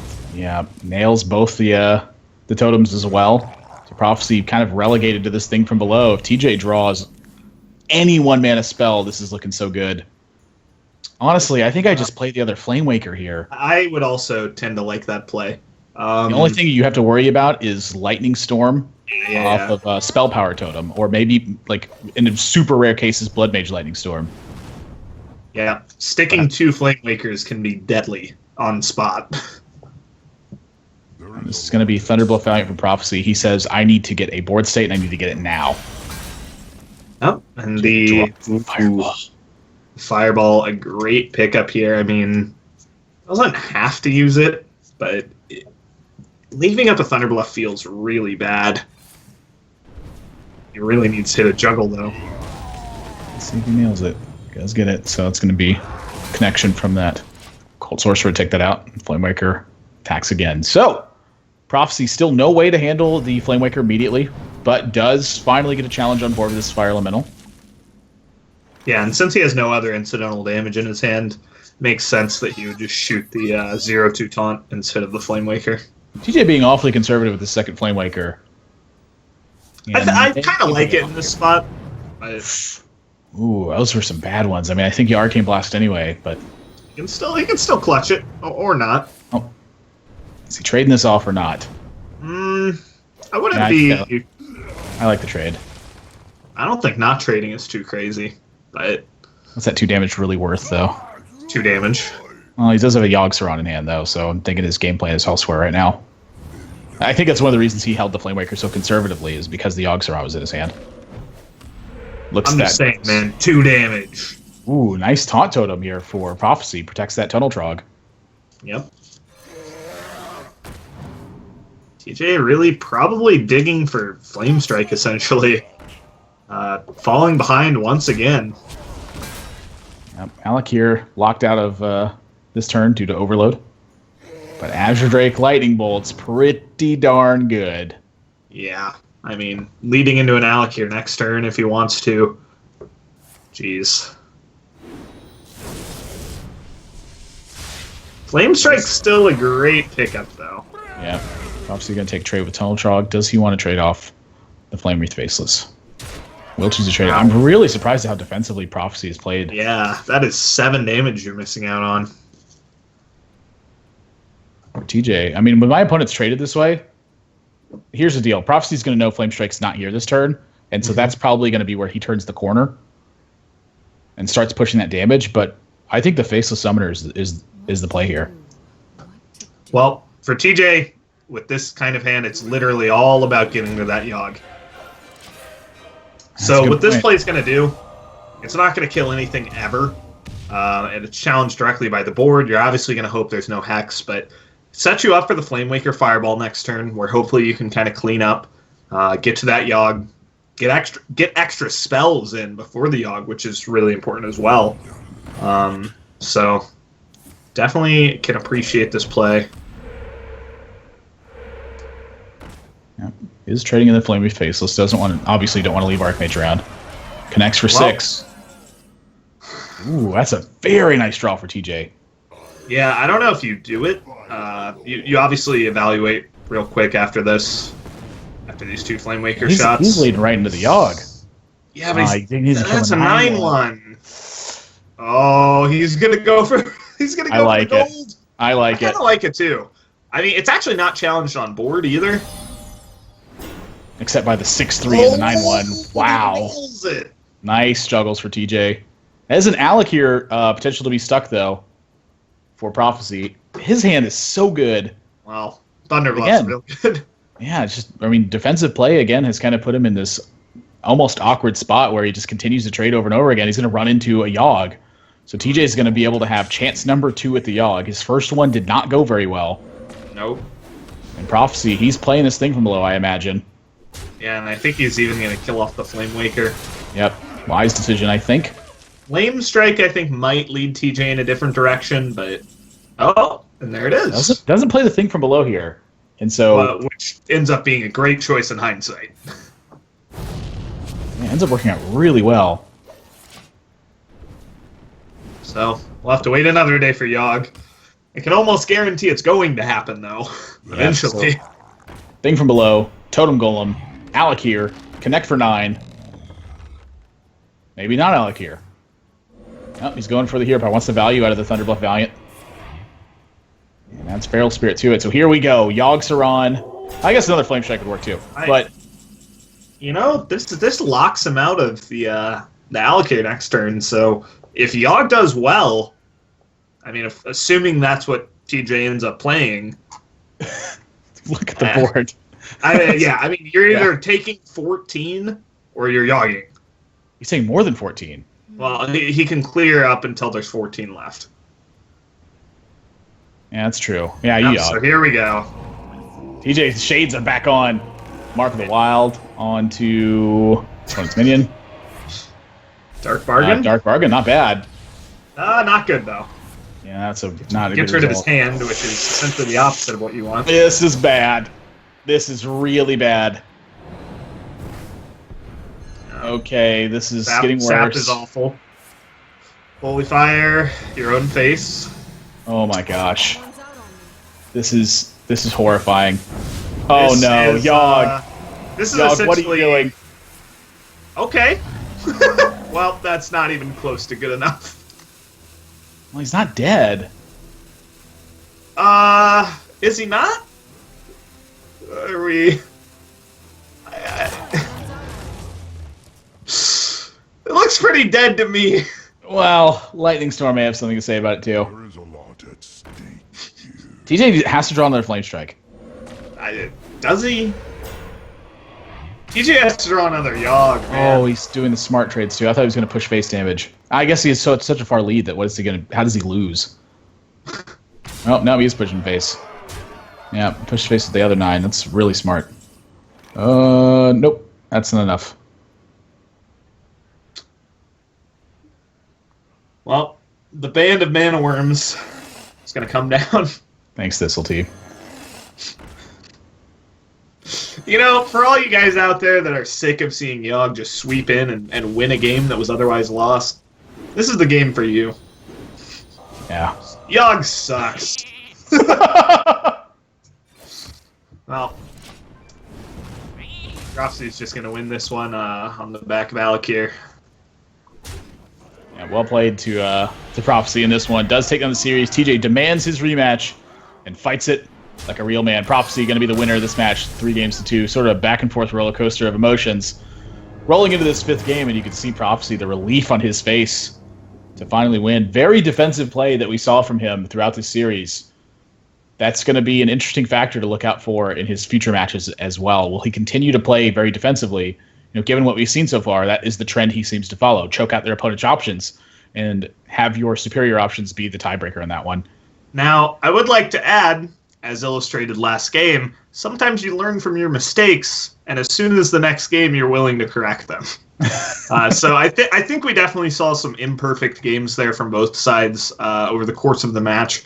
Definitely a couple things that could have been fixed up. It is the first game of the tournament. I'd expect to see maybe some better stuff coming out next match from Prophecy and Asmo. Both still in the tournament. Asmo is going to drop down to the loser bracket, but still has a chance to head on to the top four later today. Yeah, so we're going to see it. Like I said, it's GSL bracket playoffs right now. So not out of it just yet. Effectively double elimination, but if a player goes 2-0, they're definitely advancing out of their bracket. So we'll see where it goes from there. TJ drops down, Prophecy victorious, 3 games to do. We have a quick break that we're going to go to, but when we come back, we have more Hearthstone coming up. So don't go anywhere, guys. You're watching the Onog feature number 4 brought to you by Geico Gaming. We'll be right back after this.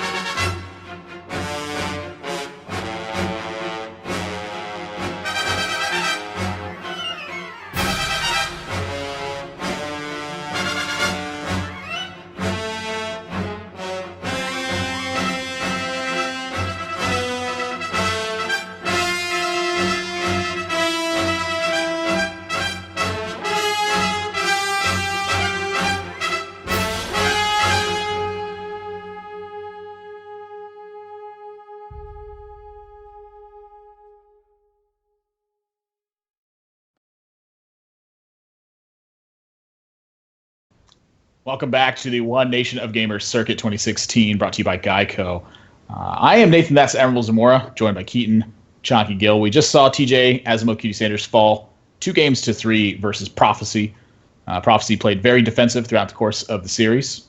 Looking forward to see how he takes on the rest of his matches. But a familiar face returning to the Hearthstone fray right now with Rosty, who got second place at America's Spring Championships. And he's going to be taking on Failfellow, who I believe qualified for this one on points.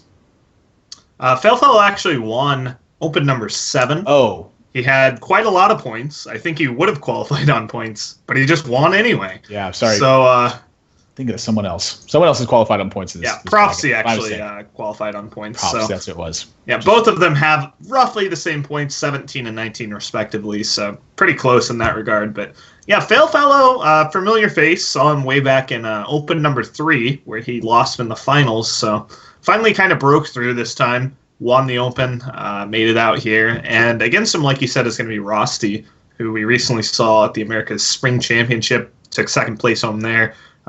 Awesome result, honestly. Can't always win, but a $15,000 check and a bunch of HCT points is pretty close to that. Yeah. So, two guys that not huge names in the scene, but the Odong circuit goes a long way to kind of highlight some of the great players that you're not seeing at every event. Rossi actually says this is his first ever invited tournament, so kind of just getting into the scene where had that huge breakout in the Spring Championship, and now you might be seeing more of them. Yeah, I mean, the single performance is sort of the first step that goes into it. You have to break through at some point. What better way to do it than at the biggest Open event that happens in the Americas region for it? Second place, that one is a major deal. Honestly, I think anyone who even top 8s that event it's a pretty esteemed accomplishment considering how many players there are competing in the Americas region for that. A little bit about Rosty. He's in pretty darn good shape in case you haven't seen him on camera just yet. This guy has run marathons before, and that's like a big thing to his accomplishment. Does have a history of background of playing cards as well. And he says he loves to play Freeze Mage and is also a coach on Gamer Sensei, if you guys were looking to check that out there. The 5 decks that he has chosen for this event: Mage, Shaman, Warlock, Warrior, and then his 5th deck choice is Druid. And going up against Failfellow, who says, I'm a Shaman, Warrior, Warlock expert? ? And he's bringing alongside of him Druid, Shaman, Warlock, Warrior, and Mage as his 5th deck as well. Looks like Failfellow has had his Warrior banned away, as well as Rosty having his Warrior banned away. So we're looking at Druid, Shaman, and Warlock for Failfellow versus Mage, Shaman, and Warlock for Rosty. So once again, split on 2 of these decks. Warlock and Shaman will find their way into play in this one, but that Mage and the Druid, very big difference. And Rosty says that Freeze Mage is his favorite deck. But is he bringing Freeze Mage to this event? I mean, he's banned out the Warrior here. I think so. I mean, it's, tournaments aren't really, this is a small tournament, only 8 people, but are you really going to come into this tournament and be like, all right, Rosty's in the pool, it's time to hard counter Freeze Mage? Probably not. So, Freeze Mage, I've heard a lot of mixed opinions on. It's a deck where overall it's consistently a pretty weak deck on ladder and in tournament play. The results are not good for this deck. And so the people that defend this deck are essentially saying, look, a lot of people are playing this and they're not playing it that well. They brought it in the wrong meta, whatever. And that's what's bringing down the numbers for it. But right now I've heard from certain people, I know The Rat and Laughing think it's a great time to be playing Freeze Mage. Despite all this Warrior, in tournaments you can ban that out, so that gets rid of one variable. But, I mean, Zoo is a great matchup for it, looking at the big 4 decks and the matchups against that. You got a great matchup against Zoo, a terrible one against Warrior, which you can ban out. It's a pretty bad matchup against Aggro Shaman, which we see pretty frequently. And, the Druid matchup is kind of up in the air. I haven't seen enough of that one to really lean one way or the other. I think the Feral Rage edition can really help the Druid's game plan there, and who knows what Yogg-Saron's going to do in that matchup. But, Freeze Mage is a huge point of contention in the pro scene, essentially. And the people out there to defend the deck, they defend it pretty aggressively. Yeah, it's kind of sits in, like, the Freeze Mage players are very similar camp, I feel, to the Rogue players, where even when Rogue is not necessarily a good spot in the metagame, they kind of say the same thing. They go, well, there's people that don't play Rogue as well as should be piloted. I think I'm a better pilot than that. I have a ton of experience. Those guys can do what they want to do, but I'm going to show people how to really play Rogue. And that's always an interesting thing to note about somebody is when their style and their practice will influence their deck choices more than necessarily their practice results will at times. Now, that's not to say that I know anything about Rosty's results in his practice with Freeze Mage, but as you just mentioned, against a couple of the big decks in a format, it's not lining up very well. And I agree with you that the Druid matchup is way up in the air. I think prior, when Force of Nature Savage Roar was the damage output that Druids had, and you combined that with Ancient of Lore and that heal potential, that was really where they got their edge from. Now, unless they're running Feral Rage, they really have no way to gain life outside of maybe Raven Idol into a Feral Rage. And they don't have that extreme damage output from hand that has to be set up instead. So that gives the Freeze Mage time to actually respond to it with Frost Novas, sometimes with Blizzard when they get in those circumstances. But we're rolling into game number 1. It's Rosty and his Freeze Mage versus Fail Fellow and his Shaman deck. Have yet to see if this is going to be a more aggressive build or sort of a mid-range build. Yep, and this is one of those matchups where I think even the Freeze Mage players agree they are not favored.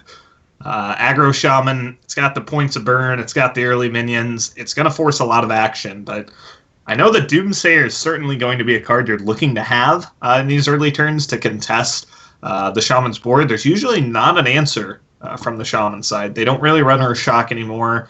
They're pretty much certainly not running Crazed Alchemist, so unless they're willing to sink 2 points of burn into it, two spells of burn even, then it's going to stick. It's going to clear the Totem Golem, which is something not a lot of classes can do early. Yeah, speaking a lot from the experience on the Shaman side, one of the main ways that I end up losing the game is when they have Doomsayer and I cannot actually kill it. Yep. And that is going to be the case this game, I'm almost certain. So for Fail Fellow, he's got a choice to make, and now that choice got a little bit easier. Coin Totem Golem was awkward with the way his hand was, but picking up the Tunnel Trog really gives him a clear curve pan out, and it makes him less susceptible to Doomsayer. Losing just a single point of mana to Doomsayer is a lot better than losing 4 points of mana to it if you coin out the Totem Golem. Yeah. You do have your turns delayed, though, and that is Right. also a big issue. He actually loses 2 mana of development here when this Doomsayer doesn't get cleared. So his only option to clear it is quite literally coin Lava Burst, No. which I think that losing the Tunnel Trog is way worth keeping Lava Burst in your hand. I think it's just going to be Totem go face. Of course, using the hero power is going to let that thing from below we saw in the Mulligan get cheaper later in the game, which is a nice thing to consider. By taking your time, you at least kind of represent the fact that you could clear it. Of course, I don't know if he's actually thinking about clearing it, but I think once you consider the merits of coin Lava Burst and realize you'd be spending 8 points of damage and 6 points of mana on saving a 3/3, it's really not that worth it. Yep, I totally agree with you. A clear board into potentially Acolyte of Pain here. Yeah, great pickup off the top there from Rusty. That does go with the Acolyte. And no immediate way for Fail Fellow to take care of this either. Because once again, he wants to Lava Burst the Acolyte, which he doesn't want to. So it's going to be double Totem Golem this turn, and stick himself on 2 mana the following, which will relegate him to either Hero Power or Flame Tongue. At the moment, Rossi, with that Blood Mage Frostbolt, likely, I think, to take that option. Yeah, I mean, there is some merit to drawing extra cards with your hero power right now before the Acolyte kind of just gets crushed next turn and only gets you 1 draw, but you also have to consider just kind of taking the heat off your face, clearing the minions as efficiently as possible. He's cooking up something. He's going to go with the kind of not really conservative approach. I don't even really know what to call it, but kind of the approach I talked about, which is get More the extra value card. approach. Yeah, definitely value. He's going to end up taking 3 extra points of damage, essentially, because now he made the trade for his opponent. Could be 5 if the Flame Tongue comes down, and I'm not sure if it should or not. I mean, I was thinking it should at first, because, first of all, if it eats a torch, you're probably happy. But knowing that you have the Argent Horse Riders, I wouldn't have minded him just toteming and going with the Flame Tongue next turn for potentially 6 points of damage out of it. Yep. I think I like both ways, honestly. Would be really curious to see which one ends up panning out better. This does also set up the Blood Mage Forgotten Torch turn from Rossi, so very early on seeing some deviation from the obvious plays from Rossi and going more towards the 2-turn setups and sometimes 3-turn setups that you would expect to see. So this is something I would definitely expect from a Freeze Mage player, is to be able to navigate these lines well. I've been in these situations multiple times and understand how the turns are unfolding. Given the hands, this actually leaves them with, I think, a stronger board state too, where the Blood Mage is actually staying on board and threatening more value. Yep, it's threatening not only that one attack, but the spell power, which means you saw Failfellow kind of hesitate on the Flame Read, knowing it dies to Fireball, it dies to, if he can top deck that Roaring Torch.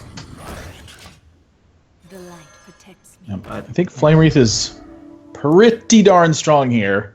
It's one of those plays where Rossi has to have an answer to this, and has some pretty strong delay in his hand. Now 2 Ice Blocks join it, a Loot Hoarder with the Blood Mage on board, and those Frost Novas in hand.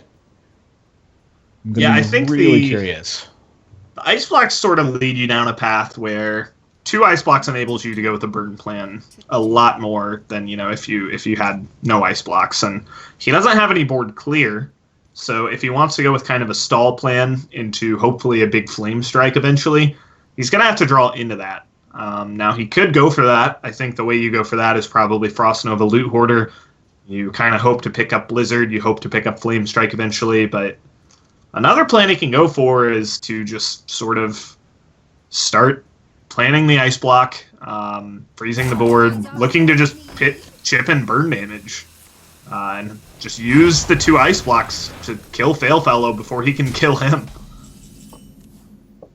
Yeah, like the Ice Block plan. Agree with all of the analysis there as well. A second Ice Block gives you so much more time.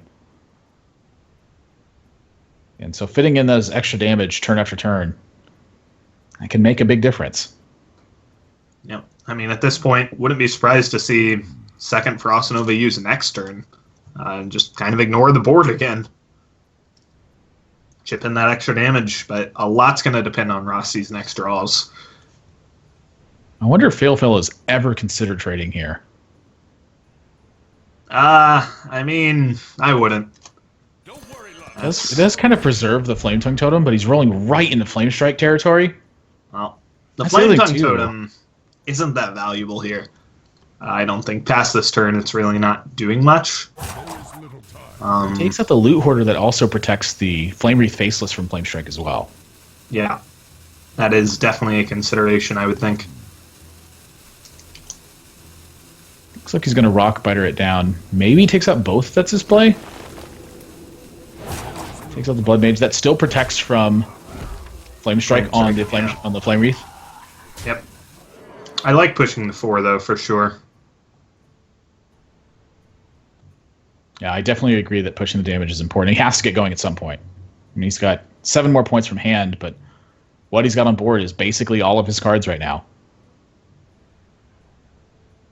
Yeah, I think the biggest draw for Failfellow is just Doomhammer. An external source of damage that really can't be board cleared, or for the most part it can't be frozen, but there are still 3 freeze effects in Rossi's deck, but those are more temporary solutions than anything. So from Rossi's point of view, you can't really nail Failfellow's range here. He only had 4 mana last turn to play with, so even if there was a Doomhammer, you couldn't have seen it come down.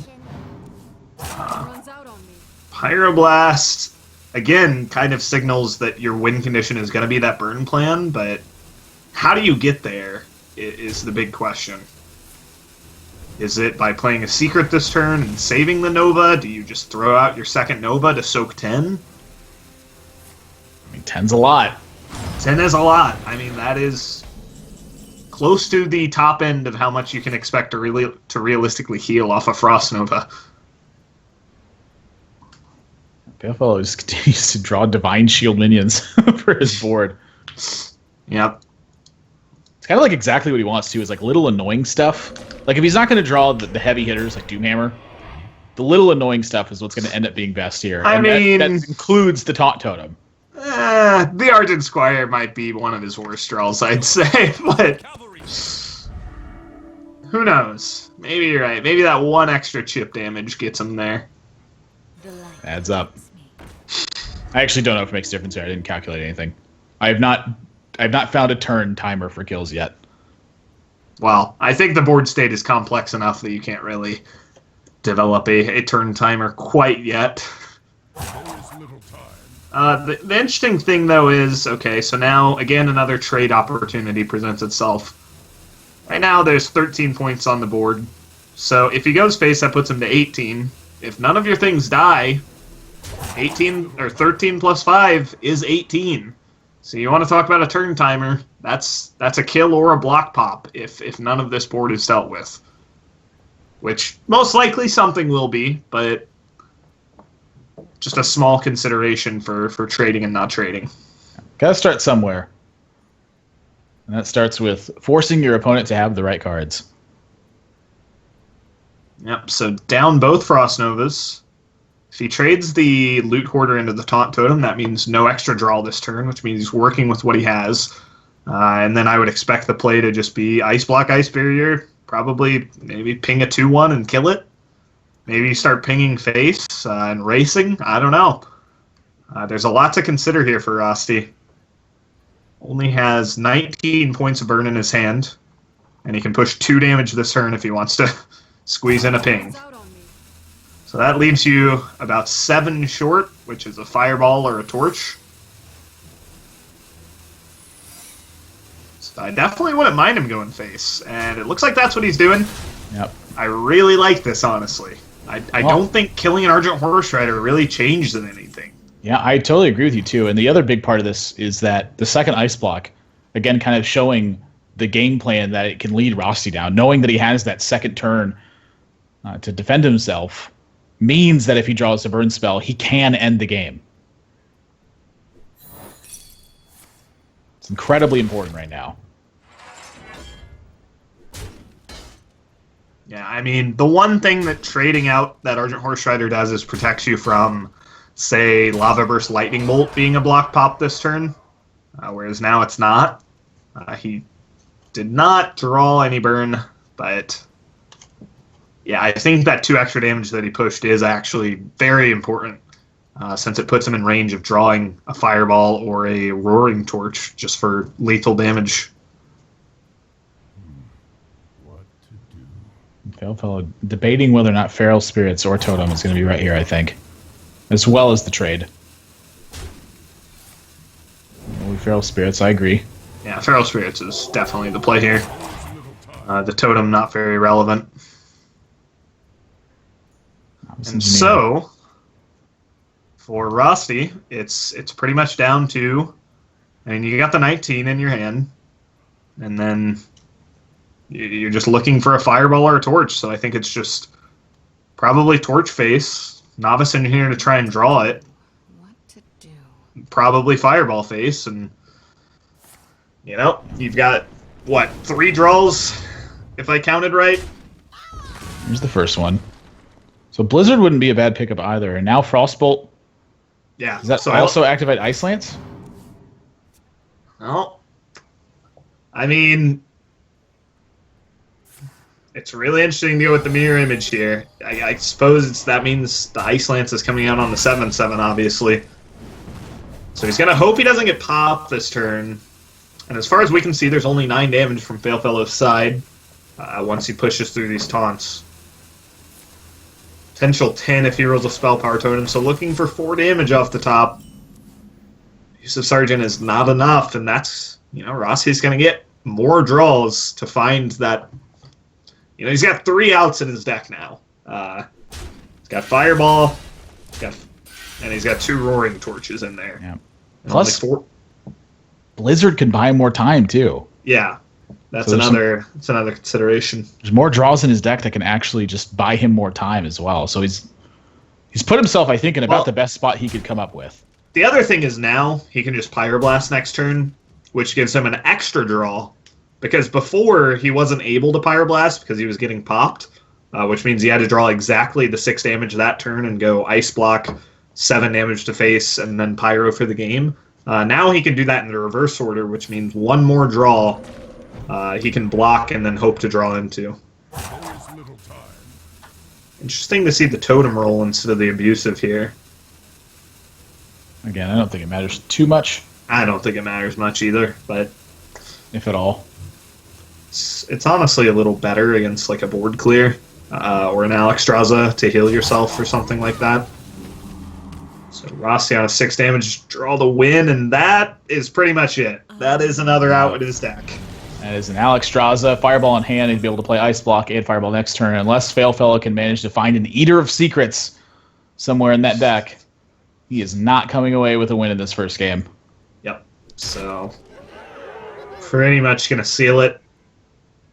Ice Block, Fireball face next turn, and finish him off with the old Pyroblast. Sometimes just 10 mana, 10 damage is good enough. It's not often you see Pyroblast actually get played, but Freeze Mage is the one matchup where that potential is real. Okay, he actually even has to clear off the Alexstrasza here too, due to the threat of it just being able to push that damage. So not really, again, not much of a consequence here for Failfellow. It all just boiled down to whether or not Rosti could find that damage over the next couple turns. Yeah. Always little time. The lack of Doomhammer really in this game making, I think, the biggest difference so far. Always little time. Oh yeah, I mean definitely. If the Doomhammer was there, the block would have gotten popped probably a turn or two sooner.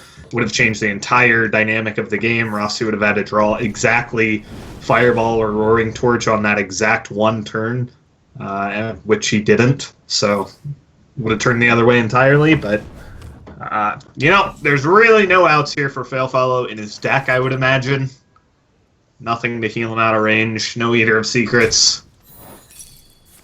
And why would you play those cards? They're bad. Rosti. Game 1 goes to him and his Freeze Mage play. Again, really well navigated, I think, in this one. Giving himself the best possible chance to win. We did not... I don't think we counted Alexstrasza. I did not at the time, but it was four out of 14 outs. Even if you miss at that turn, you get to go Pyro Face and get another turn at it, which is then 3 out of 13 at that point. Yeah. So, a lot of ways for him to win that game at the end there. I think he put himself in a great spot to win. And managed to pick up the right cards. Yep. So game 1 again locks away that Freeze Mage deck. This is Conquest format, so player wins. That deck is tucked away and has to find wins with the other two. So Shaman Warlock versus the Shaman Warlock from Failfellow with that Druid still left behind. And Yogg Druid seems to be sort of the talk lately. Again, like you mentioned, with DreamHack coming into play and just the fact that Yogg-Saron just being so powerful. Even 6-0 mentioning that his problem wasn't the randomness, but rather the power level of Yogg-Saron, is how big of an effect it has. I can agree with him on that one. Yogg-Saron is really good when it goes favorable, and it goes favorable very often. Yeah. And Rosti is one of his things he said about himself. He thinks cards like Yogg are the worst cards for the game. So who knows if that says anything about whether or not he's going to have Yogg in one of his decks. I don't think we're going to see it from him in this series, seeing that Druid is his 5th deck and not part of the 4 that he's playing right now. But we might see it from Failfellow and his Druid. Well, even if it is Rossi's 5th deck, if you can't beat him, you might as well join him on that front. I mean, the cards are that good. You do need to heavily consider playing them in tournament formats. So it looks like game number 2 is getting underway right now. We'll roll into it as soon as this game is set. Here we go. It is Zoo versus Zoo. And I feel like I have quite a bit of experience with this mirror match. Yeah. One huge thing is the player going first is pretty much at like a 10% advantage. That's a really huge deal to have attacker's advantage here. But, you still have to pick up the right buff cards. Still have to pick up, the right board interactions, but getting ahead on board in the Zoo mirror can be deadly. Yeah, I mean, taking the lead means that you get access to your abusive sergeants. It means that you are typically the first one to unlock your Defender of Argus potential. Everything kind of goes your way when you're in that situation. And Flame Imp is kind of the one play that doesn't have any opposite weakness. Failfellow ends up going face here with his Flame Imp rather than trading it off. That... I don't think I've ever seen someone do that. He just fed a Voidwalker to this Flame Imp. So he's trading the Voidwalker and the Divine Shield for the Flame Imp and more damage to face. Yeah. I mean, it could be the case where he's playing one of those more aggressive style zoos, but the Darkstar Councilman doesn't seem to indicate that. I mean, I gotta say, I straight up just don't like that play. You're basically saying I want 6 damage to face over better board control. I don't think it went as poorly for him as it could have, but certainly, I mean, that Flame Imp is probably just going to die this turn. Yeah, that Corruption's looking like an awfully good pick right now, too. Yeah, just throw that on the Darkstar Councilman, trade over that Flame Imp. Yeah, and now suddenly Failfellow is behind. Sea Giant's one off, so it's going to be a really weak Defender of Argus this turn, I guess. Because essentially, its Defender of Argus is only hitting 1 minion, since the Corruption's going to deal with the Councilman. So many possibilities. Yeah, I'm not sure about that. He's even thinking about tapping instead of playing it. But I feel like if you tap, you almost relegate yourself to losing. You're so far behind on board. A huge way Failfellow can come back in this game is maybe Rosti going for a Forbidden Ritual and Failfellow slamming down a Sea Giant, but I feel like from Rosti's point of view, you want to do everything you can to avoid that and save Forbidden Ritual. Yeah, Sea Giant will eventually make its way to the board this turn, bearing this turn. Or rather barring like an incredible draw. Oh my gosh, it's on 6. Why did I think it was on 5? Yeah. Oh my, So- this is really bad news. And the draws are getting a little clunky here for Failfellow. He's got one of those lists where it's kind of... It's got the cards that are better in control matchups. It's got the Leroy, but not great in Zumir. He didn't push as much face damage as possible, so... Yeah, maybe he just follows through on that. So many No. possibilities. I mean, I don't really understand the first trade. I think that the Flame Imp's worth a lot less than the 1/3 and the Divine Shield. Yeah, I think so too. I mean, when you're playing against Zoo, a lot of your opponent's minions have 1 health, and Voidwalker contests those really well. So he gets to have a nice little interaction here with Crazed Alchemist to gain 1 health thanks to the Direwolf buff. And yep, the Sea Giant's going to get to come down this turn finally. Is that enough, though? It's pretty good, but the Defender of Argus might be enough to just kind of make it awkward and lock it up from attacking into anything relevant. You like the life tap here over the 2/1/1s? No. You have the Direwolf Alpha in play too. I feel like Right. They're very relevant when you only have 1 card on the right side of the Direwolf, and in fact, you look at the damage on board right now. 2/1/1s put you within 2 damage off lethal. I definitely think that was a bit of a long-term play. I don't really see much downside to just making extra 1/1s while you can, because Rosti is very much in the lead here and could easily seal it out within the next turn. There's no Unleash the Hounds in the Zumir. There's only Knife Juggler and Forbidden Ritual. Yeah. Sea Giant, his time is occupied. See, I mean, if you make the 2/1/1s, your opponent just can't even tap. He would just die. There is the Voidwalker, though, so...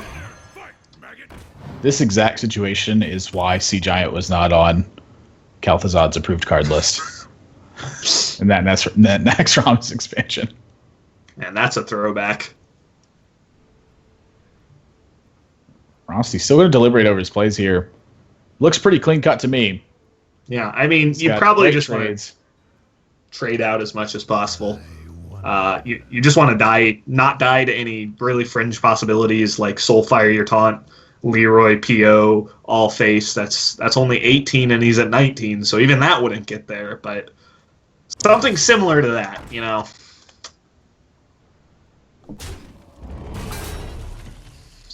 So it looks like he's even just going to trade out for the Sea Giant. Not sure I'm as big of a fan of this, but it should still be well enough to lock up the game. Yeah, I don't see Fail Fellow. Whoa, hey, whoa. I'm thinking of a draw. Tap into Forbidden Ritual. I'm thinking of a draw. Not it. Would only give him 4 juggles anyway, so not the biggest. Ooh. Little bit of a missequence there. Not attacking first, but dead anyway, so pretty moot point. Rossi's going to call it out, though. Says, hey, do that first, buddy. I'm not going to worry this time for Fail Fellow. Rossi takes that 2-0 lead. Seeming to value extra cards in that game versus the board state. And Fail Fellow valuing the damage over the board state instead. I mean, trading tends to be very powerful in the Zoo Mirror. You need to have a very good reason for going face, and on turn 2, I don't think you can have an educated enough read to say, yeah, this is what I need to do. And it was pretty absurd to me. Did not work out for him, that's for sure. Yeah, rolling into game number 3 here, Rosti's bringing his Shaman in here and Fail Fellow. He's running back that Zoo. This matchup, I know, tends to be Zoo favored. I have struggled a lot on the Shaman side versus the aggressive Warlock builds. Give me the rundown on this one. Why is Shaman not beating this deck? Well, one of the traditional reasons it's not is because it has no way to clear the board, but more and more players have been teching in Lightning Storm in aggro Shaman, seeing how the meta is right now, with all of the aggressive kind of board-centric decks. And we see it copying Rossi's hand, but in general, a huge reason why this is so Warlock favored are the interactions that are happening right now, which is Zoo is a deck with tons of attack buffs. And their attack buffs and health buffs and all of that are so good at getting the board. And Shaman has more situational cards, like Flame Tongue Totem, which we see 2 copies of in Rossi's hand, which, if Fail Fellow shuts those down for the entirety of the game, they're just really dead. And honestly, normally Lightning Storm is going to do a great job of getting you back in the game, but when your opponent's draw is double Darkshire Councilman, traditionally, that's usually strong enough to just fight through that. Yeah, I mean, this is one of the reasons I think Darkshire Councilman is so powerful is its ability to stave off the board sweep spells and just continue delivering damage afterwards. It is kind of like Zoo's sticky minion, so to speak. Yeah. And with a Voidwalker backed up behind this, I'm liking Councilman Voidwalker. Yeah, I like that a lot too, but Forbidden Ritual certainly puts you at risk for Lightning Storm, and Fail Fellow isn't even sure if this is...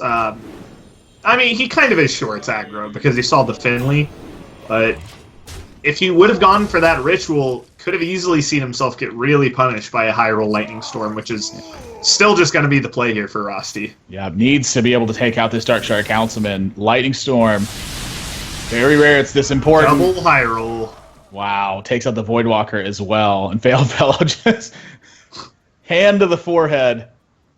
Oh, well. I mean, Fail Fellow does have 2 cards that are very good at recovering from this spot, though.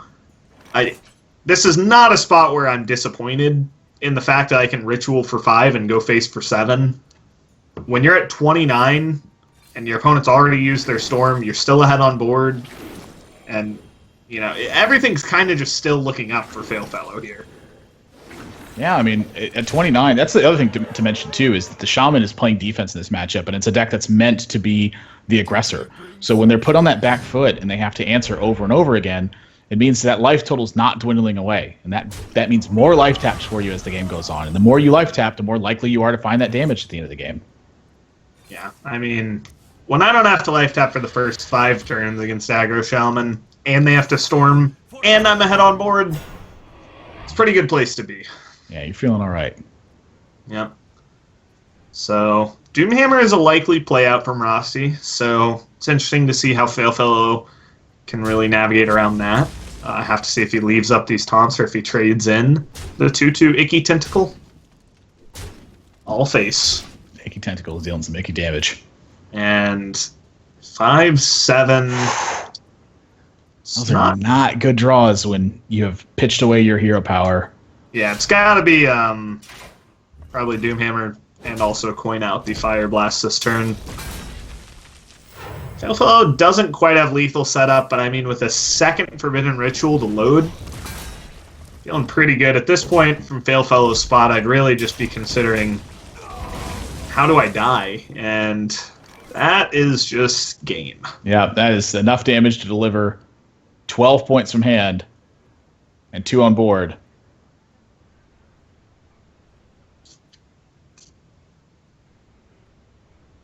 Well, he's counting it up now. Almost life tapped there. He's touching the cards. Yep. Almost life tapped instantly at the start of his turn. It was hovering over that hero power. And then something went, wait a minute. Something doesn't seem right.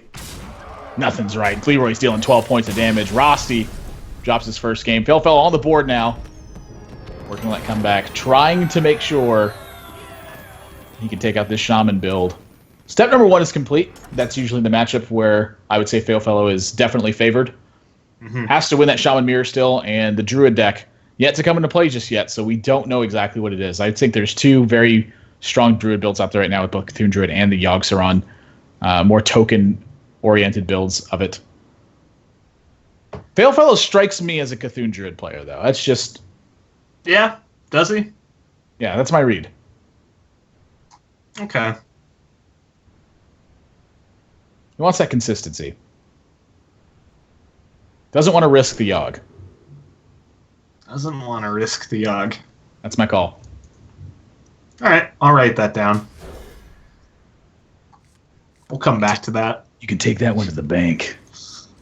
Well, he's going to keep that Druid deck concealed, which is something I like. I mean, in these tournament situations where, even if you lose, you're still in the tournament, and information is a battle in and of itself. If you were to lose here, that Druid deck would be hidden for future matches. Yeah, that's a good point to make. Argent Squire for Rosti, Tunnel Trog for Failfellow, Totem Golem picked up right off the top rope, and that is a problematic one if you're Failfellow. Yeah.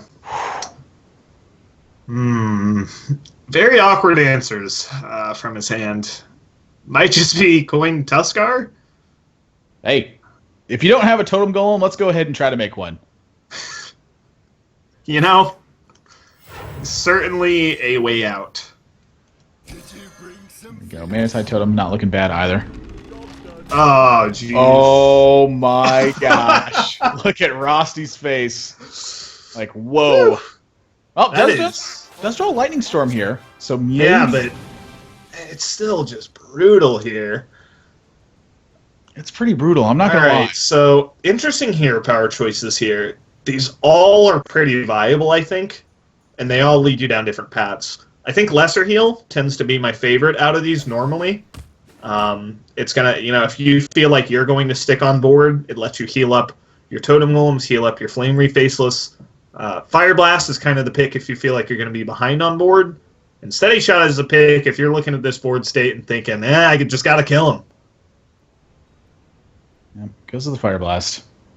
Think we're going to see the Tunnel Trog held back on this turn. Yeah, I think Tunnel Trog for the Lightning Storm next turn is significantly better. I mean, at this point, you would just be feeding the Tunnel Trog to one of the minions. Yeah, now the trades are really interesting here. Or the non-trades. But that is definitely something I was thinking about, is knowing you're going to Storm next turn, how concerned are you with trading at all? Yeah, I'm curious if Failfellow picks up on this at all either. Well, He knows that Lightning Storm's in the build right now. yeah. From his point of view, I think you definitely want to do what you can to play around it. But I wonder what he can even really do. Honesty kind of recoils at the Flame Tongue Totem. It's like, yeah, that's kind of a bad one. We'll add the Finley to the board as well. Yeah, something I think could have happened this turn was Lightning Bolt, the 1/3, and trade the Trog into the Totem Golem, keeping your Totem Golem at full life so that it always survives a Lightning Storm. Definitely a consideration I was thinking of, since Finley doesn't seem that powerful here.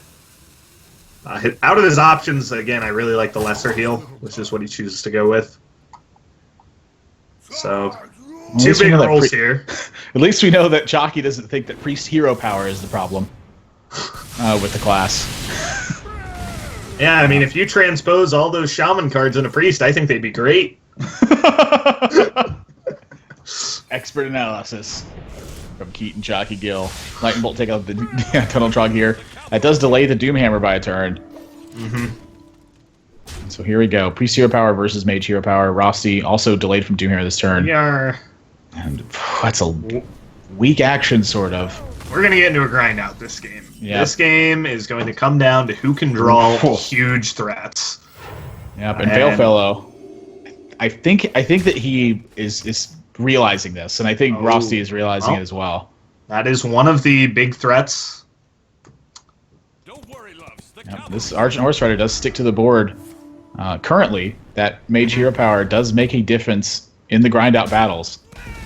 Right. Oh my gosh. Well, maybe not as much of a grind out as we thought. Wow. You smack face for 4. It's not quite a lethal setup next turn, so I'd like to see him hit into the minion. Play a little conservatively. You can still play conservatively with this hand and just kill your opponent suddenly one turn. You don't have to put everything to This is- face. This is 19 potential damage in one turn. I'd like to see him hold the Rock Biter at least. Yeah, Yeah. There's no real reason to ship all the damage face. Like, what if Rossi eventually plays 2 Thing from Belows? You know, you're going to want to have those Rock Biters. Yep. I imagine we're likely to see the first one here. Yep, and that's going to prompt the first Rock Biter for sure.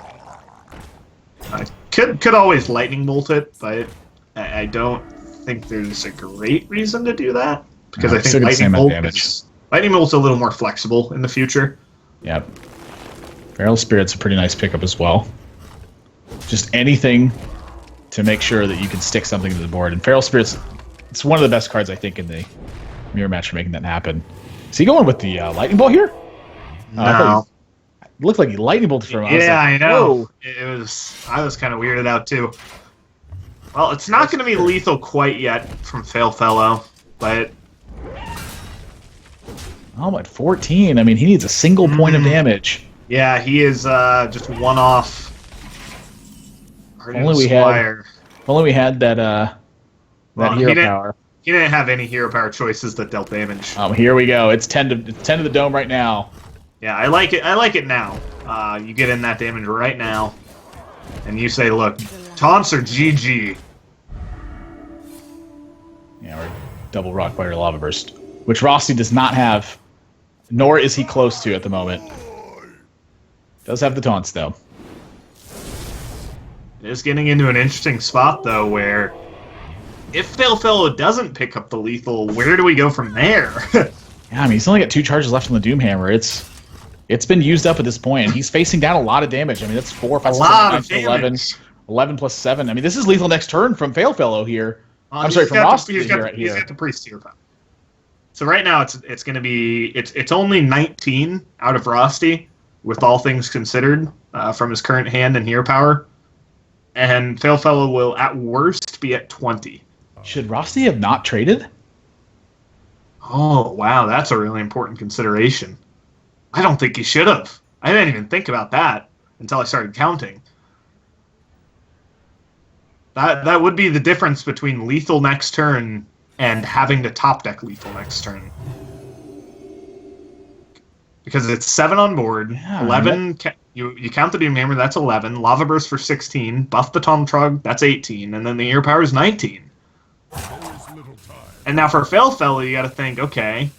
So he's doing the math. He's thinking, I'm not dead to just Lava Burst. I am dead to, or no, he's not dead to Rock Biter either because it doesn't buff the Tunnel Trog.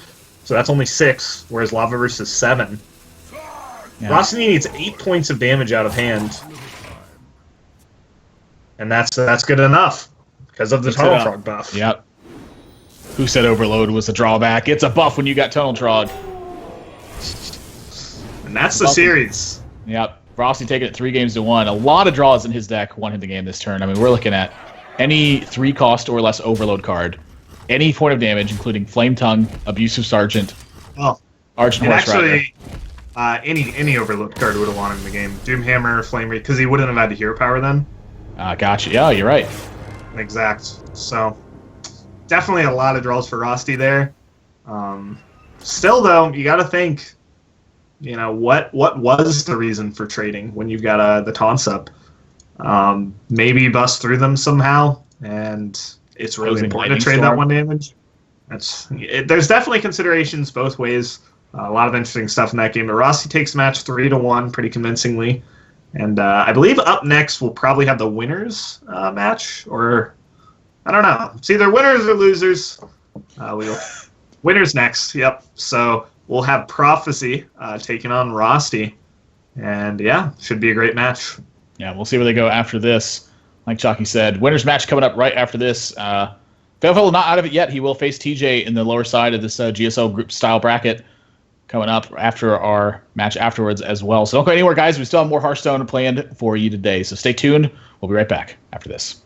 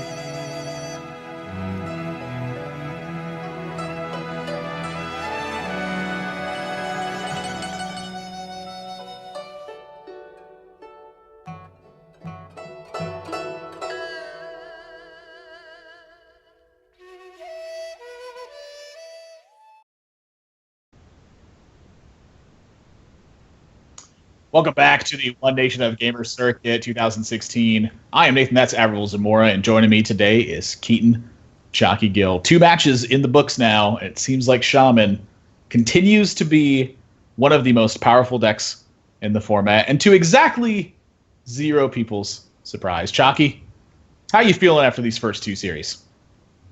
I'm feeling good. Good old Shaman games.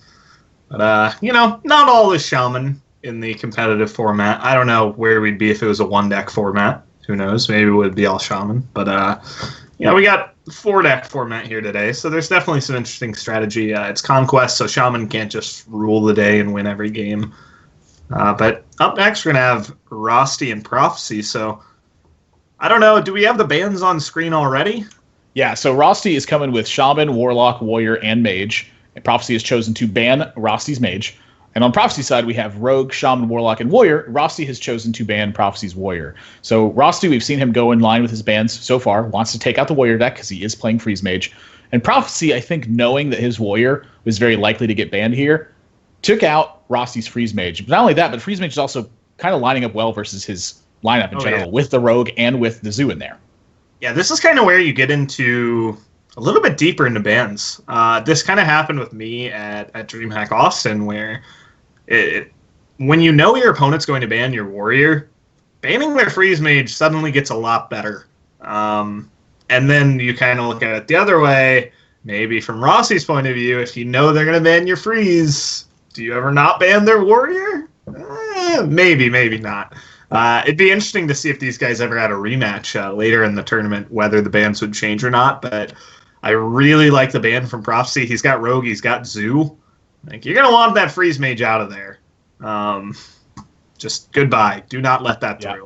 So, not going to see that. Rosti definitely, basically the biggest reward you can have for bringing a deck is having it banned outright. So, Rosti is going to have his 3 mainstay classes, which are Shaman, Warlock, and Warrior, 3 of the strongest classes in the game right now, whereas Prophecy does have to win with that Rogue, which we saw a little bit of earlier. But, definitely going to be an interesting point of contention to see if that can sneak a win in. Yeah, he did get a matchup against Azamo playing Druid, and I think if there's a matchup where Rogue can really thrive, that Druid is one of them, where they're not necessarily putting you under a ton of pressure, so you have time to build to certain kinds of board states. But I look at Rosti's lineup here, where he gets through the Shaman, the Warlock, and the Warrior. I posted a poll on Twitter, and the poll asked, which is the best class in Standard right now? The 3 options I listed were Shaman, Warlock, and Warrior, and then Other was one of the options. Now, I think you're a little biased in that. But for Druid, yeah. Well, I think when you list 3 options and then Other, people are very likely to select one of the 3 options. I think it'd be interesting to see if you replaced one of the 3 options with, Druid. I think Other would still be around the same percentage. I'll try that tomorrow. Well, no, I was actually going to try that and see how my followers reacted. But, polls can be a little misleading. But, yeah, I think everyone would agree those 3 are 3 of the strongest classes, with Druid thrown in the mix, too. I think there's definitely a divide amongst Druid, Warlock, Shaman, and Warrior, and the rest of the classes. I'd say there's 2 main divides. There's the top 4, and then there's kind of the middle 3, middle 4, and obviously, as everyone kind of knows, Priest is hanging at the bottom. Since the early days of the Whispers of the Old Gods meta, where people were on the N'Zoth hype train and Priest was really good, since then it's gotten a lot worse. So, not a great deck. We haven't seen that in competitive play in over a month now. Yeah, Priest is sort of at its best when everyone else is playing really slow decks. It's got such strong tools to fight those long, grindy battles. The thing that Priest doesn't really have any tools for is, A, finishing the game very easily so that your opponents don't have time to put together combo damage, or B, fending off combo damage. That's really kind of where that weakness for that class sits. Maybe a little bit of insight, Blizzard, if you're listening, on where to design Priest is either ways to close the game or ways to fend off closing the game from their opponents. Wait, hint. Can't you just add a 4-mana 7/7? Can't you what? Just add a 4-mana. Just add a 4-mana 7/7 to Priest. They'll be fine. Well, see, sort of the nature of Priest cards is they all cost 2 more than they're supposed to. So I think if we make it a 6-mana 7/7, we're perfectly in line with where it's supposed to be. I don't know. Give them a 2-mana 3/4 while you're at it. They'd probably be happy. Again, that's got to be a 4-mana 3/4. That's the Priest theme. The only cards that feel like aren't overcosted that deck are like Shadow Word Pain and Shadow Word Death and Northshire Cleric. Those are the effective cards. Those aren't very good cards. I think those Still. are pretty good cards. I think the problem is they don't have any surroundings with them. Sure. Like, what do you Crazy. do after you Shadow Word Pain a Totem Golem? You're like, oh. Can Now, you guys- imagine a world like I can't after playing Hearthstone for over 3 years? I can't imagine Priest being the dominant class. It just like oppresses everyone and destroys. It'd be a weird feeling. Yeah, Like- it's never happened. Now, unless they Ever. can close, if they can close the game very easily, that's different. Because one of my problems personally, just let's ignore competitive aspects for a moment and put yourself purely from an enjoyment of the game aspect. Losing to Priest takes a long time. In fact, when I feel like I'm going to lose to Priest, I normally just concede. The problem is I usually have outs to kill the Priest because they're not fending off the burst very well. I usually just have something I can draw. But Priest, it kills your guy and then it heals their guy. And that's like kind of its win condition is get ahead on board and then you keep it for almost the rest of the game and hope your opponent doesn't kill you from hand. I like how we just kind of like segued from like talk about the match and their decks, and we're like, yeah, these are really good decks. Let's talk about the worst class in the game. Woo! It's exciting, isn't it? Let's talk about the only class you won't be seeing this weekend in Onog feature number 4. Yeah, that sounds like a great point of discussion. But Show hands, who loves Priest. you know, somewhere out there, like 3 people are raising their hands. Priest is popular. Priest is one of the most popular classes. Is it? Yeah, it is. Really? Yeah, just not in competitive play. Mm, We're making a poll tonight.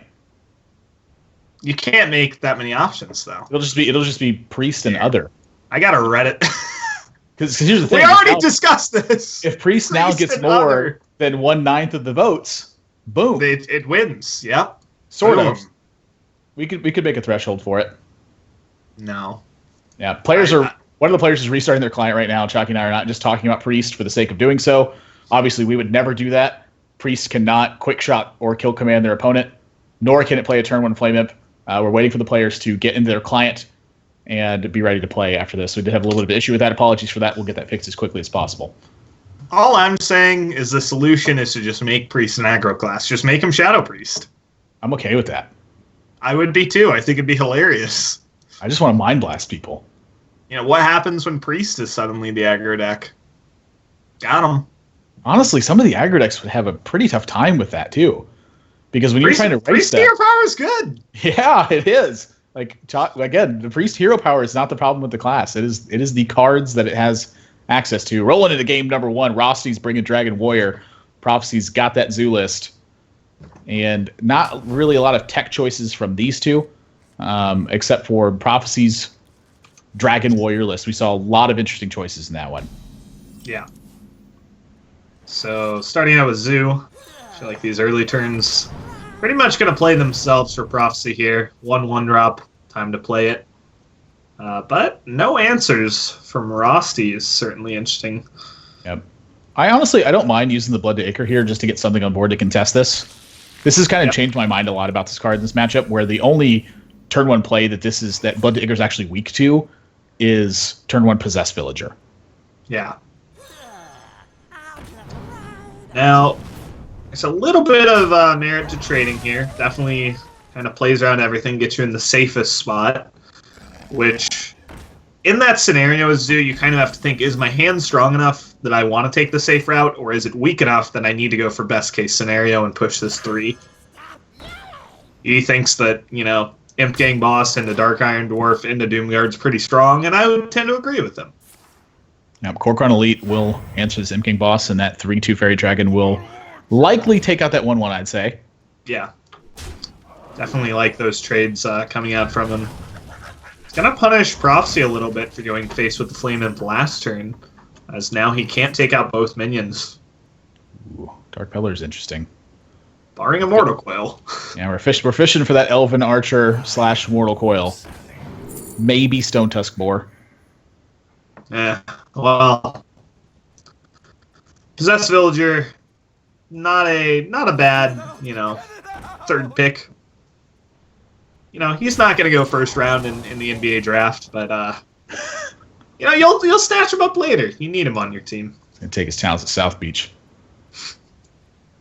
This is a really awkward turn for Rossi. I mean, thankfully thankfully for him, he picks up something to do here. God, can you imagine if it was just armor pass? That's what we saw. That's what we saw in one of the games from Dragon Warrior so far. It is the most delightful thing you can see. And Prophecy, he's going to roll the dice. Says 33% chance to keep Doomguard. That's good enough for me. Doesn't get it.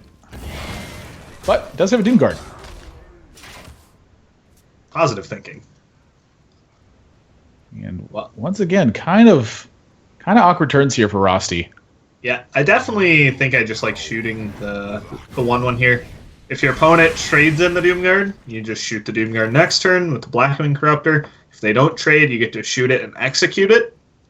So, pretty good stuff coming up on Rossi's turns. And from his perspective, if he can just live to this Deathwing, he's probably in good shape to win. Yeah, I mean the Deathwing this was not really in the first variations of Dragon Warrior, and since this deck has picked up in popularity, this sort of seems to be the trump card in the matchup, so to speak, where you both trade your resources back and forth. You both have to use your executes for tempo very often, and you end up with 10 mana and 1 or 2 cards in hand. And if one of those cards is Deathwing, and you're behind, it massively swings the game back in your favor. I wield the power. Prophecy does go for face here with Dark Iron Dwarf Frost. He's going to answer this with Execute, and looks like he's pushing back face on his own. Yeah, That's a I lot definitely of don't damage. mind that. He's basically repping lethal on board, but he does have lethal with the Kor'kron. This sets up the Draconid to become a 9/9, and really more than that, it just puts the initiative on your opponent to make that trade for you, which means you just push 5 free damage, and that's exactly what happened. Yeah, good spot here from Rosti to recognize the way that board state was going, and now Prophecy faced with a bit of a decision on how he wants to use the rest of these draws. It's looking like he hopes that Knife Juggler stays alive somehow. Yeah, I mean, I don't mind that. At worst, it at least takes some heat off your own face. Yeah, I mean, he's at 12. He's got to do something to try to stall this out. Rossi's going face again, says. Yeah, and from Rossi here, I think, certainly going to take care of the Knife Juggler. But other than that, I mean, this is lethal no matter how you want to slice it. Mortal Coil could change that. We're looking at drawing a Knife Juggler here and then getting some good juggles. I actually like that plan, yeah. Whoa! There's the Okay. Knife Juggler. Here's the Forbidden Ritual. Needs to be on point here. Needs to kill one of these 2 minions. All right. Hit. Oh, Second hit. Knife Juggler, why? Prophecy, look at his face. He's like, what could I do?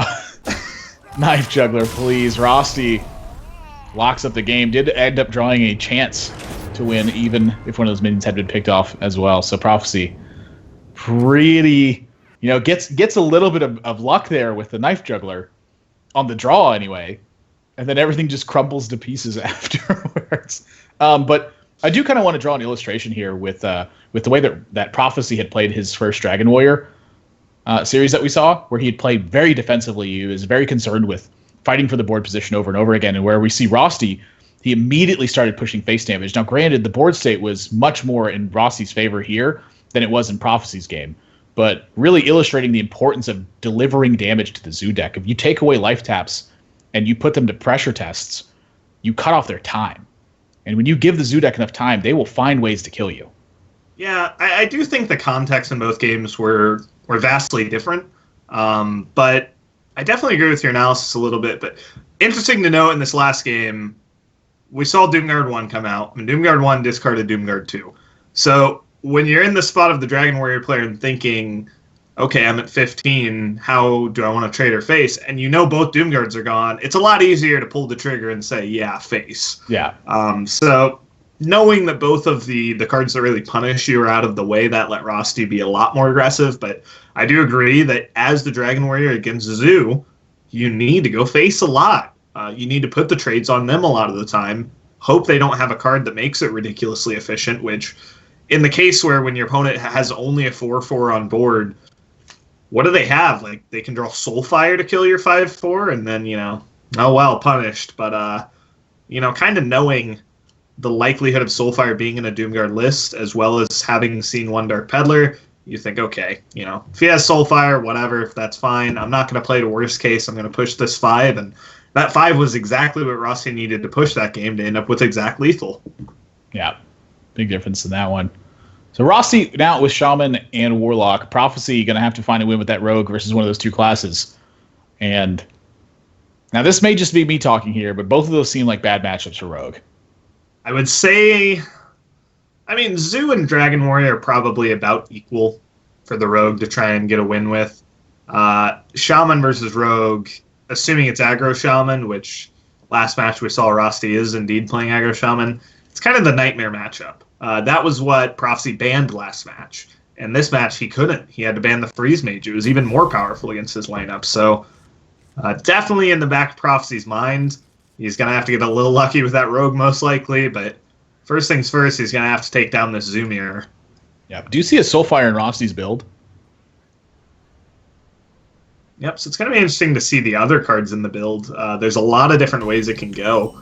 Doomguards, Leroy, Sea Giants, even the more aggressive build we see nowadays coming into popularity. We're going to have to see how both players choose to sequence these early turns, because last match kind of shocked me in how the early turns were sequenced. Yeah. We saw non-trades coming out, whereas I think essentially you want to, as long as you value your spot in the game as winnable, with reasonable draws, I think you want to put yourself in the safe spots. You want to be trading. You want to make sure your opponent can't blow you out until you get a good feel of what you think is in their hand. And then you can start playing around that. So this is the exact spot we saw, essentially. It's a little different because Prophecy's playing different minions here.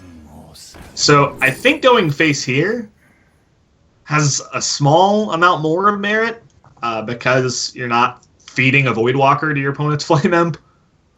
I think this is like a vastly different scenario where I think pushing face here is almost superior. I would tend to agree. Unless you're considering cards like Shattered Sun Cleric, there's really not much that punishes you here. Going Shattered Sun Cleric. Just good old 2013 Hearthstone. You just get wrecked. Yeah, so I do like to see him go face in this spot, and presented with another interesting spot here. Traditional play here I think is probably Abusive, trade and get down the Voidwalker. Maybe you play the second Abusive just to get the 2-1 on board. But the other play is also just Imp Gang and go face. You give your opponent kind of the initiative as far as what they want to do, and that's a very risky proposition. But can end up working out better. And now we're going to kind of see the tendency of Prophecy, whether he wants to play that safe style or the aggressive, has a better potential, but also gets blown out by certain things. Yep. I would venture to say that he's going to end up saving this Abusive Sergeant. Seems like the Prophecy way of life here. Yeah. It does help you challenge a second Imp Gang boss tremendously, which is something on your mind, I would say. But this is kind of the first awkward turn we've had in the game where Rossi does not have a clean way to kill this board. And if he doesn't kill it, he essentially passes back into Prophecy being able to make some huge trades. Prophecy's got potentially a great Defender Vargas coming down, and this might start to open up the game. Yeah, this is game-breaking. Defender Vargas good. Now, the Councilman does offer some real interesting options, though. Councilman, Abusive Sergeant, trade the Voidwalker into the Voidwalker to take it out, and then the 2-1 runs into the Dark Peddler. That Councilman actually changed the way this play was going to go out. Because originally this was Defender of Argus, I think. Yeah, I agree. Now, looking at it, I wonder how much better Councilman is than Imp Gang Boss. I feel like Imp Gang Boss challenges all the Zoo things really well, and it also you get to start spawning those 1/1s, buffing the Councilman even more the next turn. You can even Argus your Councilman. So, of course, the Young Priestess buff off of the Dark Peddler probably makes the councilman a little better here. Now, I'm even looking at Forbidden Ritual now. I mean, all these plays are good. That's like kind of the one situation you rarely find in the Zoo versus Zoo matchup is when one player has 3 cards and all 3 of them are good options. Yeah. I think my likely plays here would either be Imp Gang Ritual or Ritual. I don't think I'd ever find myself tapping here. Yeah. But that's going to be what he chooses to go with. So he's forgoing a couple extra 1/1s here in favor of more cards later in the game. And it certainly works good against Sea Giant. That he can't play the Sea Giant even with some weird trades into the Imp Gang. Whereas if you make those extra 2 1/1s, suddenly 5-mana Sea Giant is enabled. Yep. And the Imp Gang boss now going to get some tremendous value out of this board state. But suddenly, Prophecy is slightly behind as far as minions on board. He only has 1. It's going to go up to 2, so he still has the initiative. But Sea Giant can do a lot to break open that scenario. Yeah, the second Defender of Argus, I think, is doing a lot of work here to help prevent that scenario. Now to your Ritual for 2 afterward. See, yeah, I feel like this is basically the spot he could have done last turn, and it would have enabled really nice trades. Obviously, there's the Sea Giant possibility, but you end up giving your opponent that Sea Giant anyway, and you kind of relegate to saying, yeah, I probably should have done this last turn. And that's kind of where I was looking at, where now Rosti has a great swing turn. He can go Possessed Villager, Defender of Argus, Sea Giant, trade. Whoa. It's gonna decide not to. And now I'm just like confused. He picks up basically the perfect card to still be able to trade though. I mean, that is actually the perfect card because now the Defender of Argus can actually hit that Sea Giant next turn. That was the best draw in the deck, was that Direwolf Alpha. But it was still like, I gotta wonder, like, it's just a weird tap still. Yeah, I'm not going to disagree with that one. That is a very interesting choice. So, okay. Prophecy, I think the play here, I mean, the Doomguard's really not accomplishing much, I think. Especially when you throw away Defender of Argus, which I think is one of your most powerful cards against a Sea Giant. I'd like to see him Defender up 1/1s and just trade out the board, isolate the Sea Giant, leave up a bunch of taunts. And it looks like that's exactly what he's doing. So, really like this line from him, at least. Yeah, I mean, I think you do the Sea still Giant. tap. Isolating the Sea Giant with a lot of taunt minions left on board is kind of the way to handle the card. So not tapping here. First of all, you kind of play your hand face up. You say, look, my last card's Doomguard. I'm not stupid. I'm not going to not tap. Maybe he's a little fearful of chat being like, tap last, lol. But, I don't think that's influencing him. No? Okay. Yeah. Well, the Argus on the Sea Giant goes a long way towards making this a bit better of a spot for Rosti. Soulfire is clearly not an option here with Doomguard as the last card here. He's going to go Dragon Egg trade into Doomguard. Yep. It's a lot of trading to do, though. It sure is. Do you think that the wider position on board is more valuable than the Doomguard body?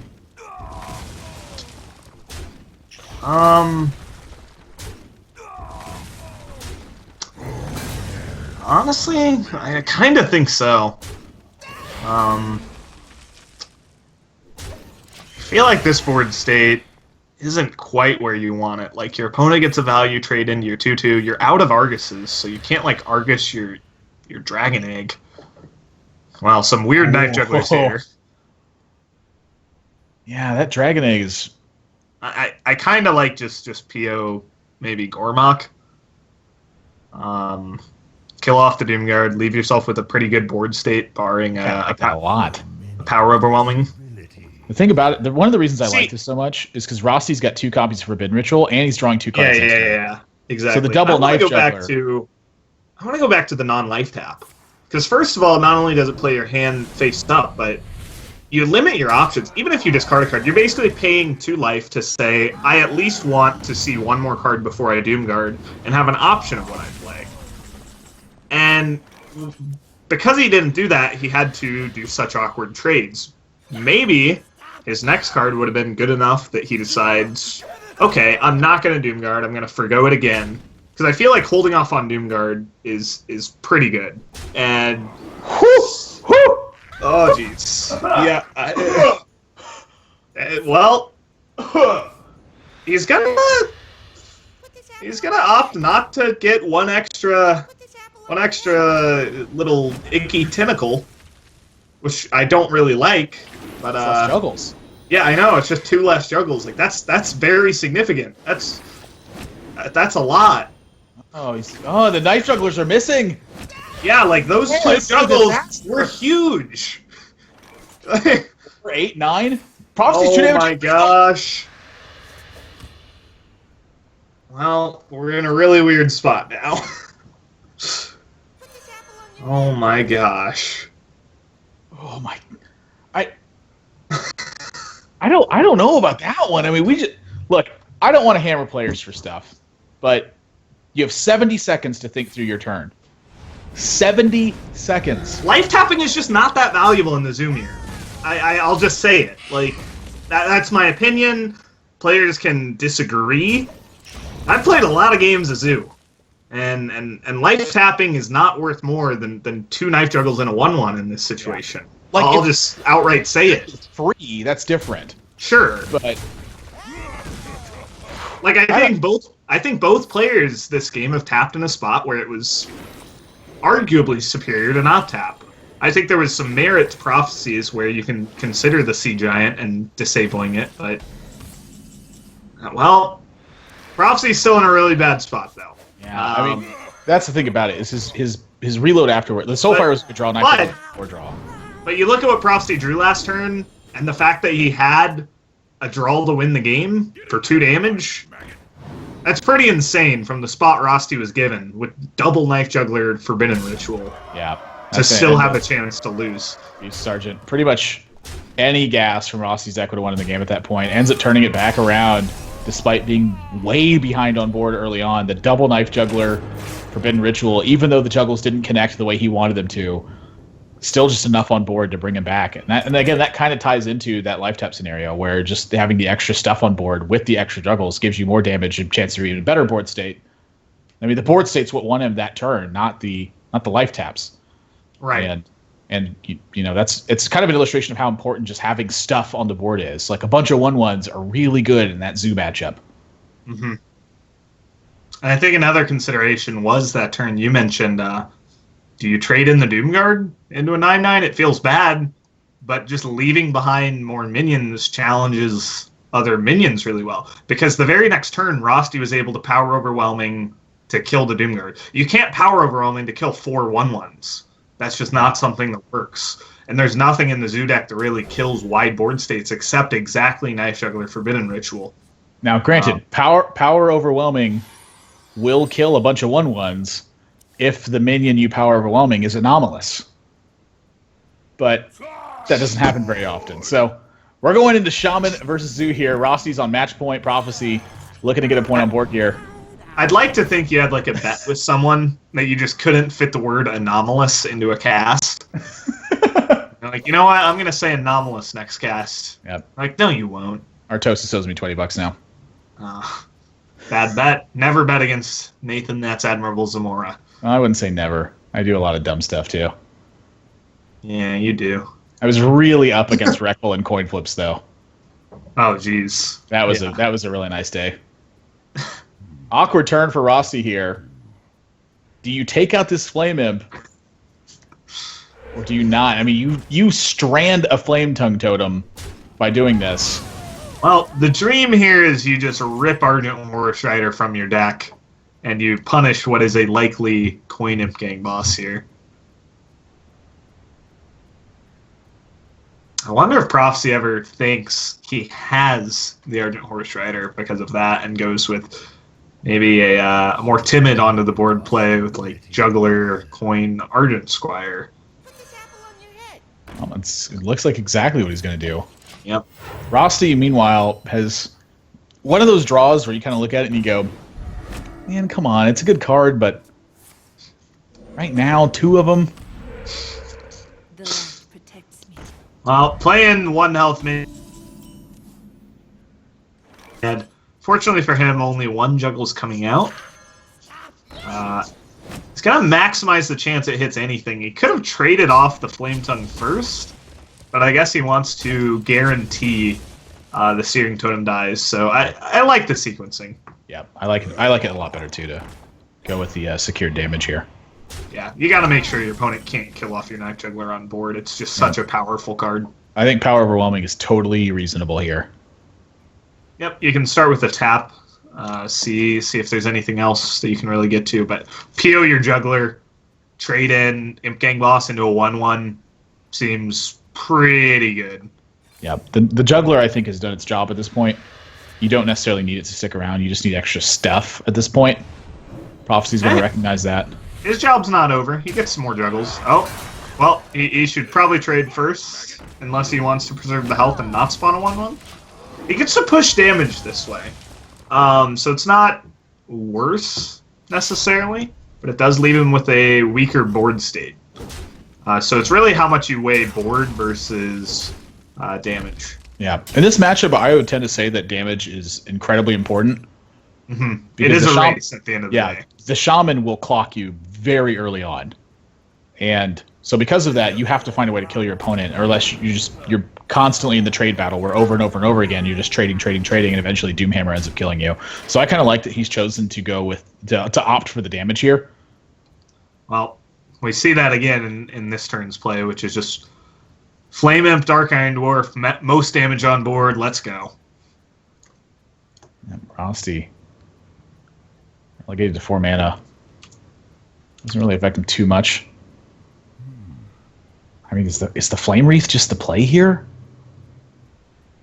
Your opponent just pushed a lot. I mean, you're taking 9 on board next turn. Leroy Power is the only way you actually die to a 2-card combination.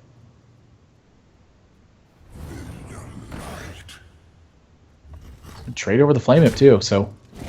Yeah, it's certainly interesting. You set yourself up to win on a Rockbiter draw going straight face, of course, barring any taunts, but... You know, letting the 7/7 die on board is a little sad. Yeah, well, 7/7's not dying this turn, that's for sure. Yeah, pretty straight up play. It is 8 damage. Rosty. And the Rockbiter will not clear off this board state. I think Rosty's done for in this spot. Well, it's not done for next turn. Taunts are protecting him for now. And the 7/2 threatens to trade into the Doomguard that's left, so there's a chance, honestly. Yeah, but I mean, a Rockbiter, if your opponent doesn't trade, or they can't trade, he can't trade, yeah. Yeah, so, I mean, a Rockbiter could end this. Rockbiter to win. Otherwise, it's Lava Burst also does it. Wow. Yeah, wow. Honestly, wow, that's I counted him out a little bit early. Oh my gosh, he drew Lava Burst. I counted out Rosty early. I was like, yeah, these taunts, he's done so. There's no way. It's little chump Feral Spirits. But, yep. Unreal 3-0 here. Honestly, a couple of good draws in that last game, but I'd say overall really solid play from Rosty in this series. Coupled with, just going into the series, the fact that he had Freeze Mage put him at an advantage. I mean, it had to be banned, which left that Shaman deck up, and I think the Shaman deck was very likely to win sometime in that series. But, yeah, great stuff from Rosty. Going to move on to Sunday's finals. Pretty convincing matches from him, going 6-1 overall. Yep, locks him up to that top 4 spot, competing for that extra money in that prize pool. I mean, really the only thing I think that we could do is nitpick over the life tap versus the extra 1/1s and juggle in that spot. Yeah. I mean, these Zoomirs we've seen today, I think there's a lot to nitpick over. Maybe a matchup that players should be practicing, honestly. It's kind of a spot where I feel like everyone thinks they've done it all. They know the Zoomir, but it changed a lot after Whispers of the Old Gods. Forbidden Ritual is a big X factor now. We saw it in that last match where Rossi picked up Juggler, Forbidden Ritual, and that swung everything. So certainly a lot to consider with, there's just a lot of random effects, a lot of buff effects. there's a lot of math, a lot of little math to do. Yeah. And like you mentioned, the fact that players aren't utilizing their entire 70-second turn limit to do that math is kind of just an error. You know, it's like you need to take your time, figure out everything, at least be confident in what you're doing. Yeah, I totally agree with you. Prophecy not out of it just yet, is dropping down to the losers bracket at this point. Well, he'll face the winner of TJ Asimo QD Sanders versus Fail Fella. More Hearthstone still to come. 2 more matches left in the day, and then tomorrow we'll be playing out part of our second group of the day to finalize our top 4. So don't go anywhere, guys. 2 more matches left over today. We'll be right back after this.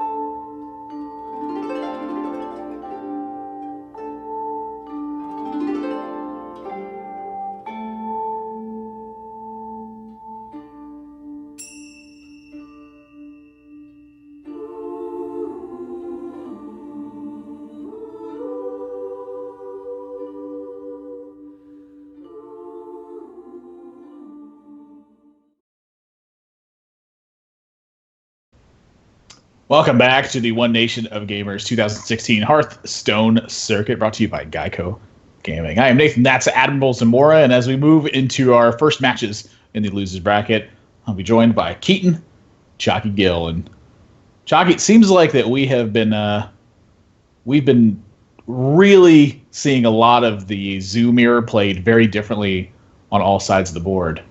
Curious if we're going to see anything change here now that we haven't a Zoo Mirror in this matchup. I'm looking forward to a lot of different decks fighting against each other because we have 5 different classes in this series, and that is something that I have not seen in quite a while, it feels like. Yeah, seems good. Looking forward to the Shaman play here. TJ Asimo, QT Sanders has had his Shaman banned away while he has taken away Failfellow's Warlock in this matchup. So Failfellow is going to have Druid, Shaman, and Warrior versus Druid, Mage, and Warlock from Asimo here. And that Mage is a Tempo Mage. So 2 different Mage builds being represented in this so far. And we've also seen 2 different Shaman builds too. We've seen a mid-range Shaman, and we've also seen the more aggressive builds. Now, I know that you have kind of played on both sides of that. Of those builds, which one would you tend to favor, and which one do you think overall ends up having a better matchup in the metagame? I think just kind of looking at tournaments, objectively, Aggro Shaman has more finishes. Now, some of that is in part to Aggro Shaman being the more popular choice, but you also have to consider, when more people are picking Aggro Shaman and it's winning more, and, it kind of gets to a point where it's like, okay, maybe it's just better. Mid Shaman definitely has some matchups it does better in. I would say it does a little better against Zoo. It does a little better against Warrior builds. And that's really kind of where you want to find yourself if you want to bring that deck. Mid Shaman does a lot worse against Rogue. It does a lot worse against Druid builds, I would say. It does worse against kind of the Mage builds. So, it's really where you see the metagame trending towards. Kind of on paper, sometimes it seems like Mid Shaman's better, but Aggro Shaman's also just a deck where even in the matchups it's bad against, like Zoo, it's still okay. I don't think any of Aggro Shaman's matchups are really under 40%. It's just doing well on all fronts no matter what. I believe you're muted. Yep, it is. We're rolling into game number 1 here with Failfellow and his Warrior build versus TJ and his Tempo Mage. Broadcasting 101. If I'm muted, take over. Boom. Hey man, what was I gonna say?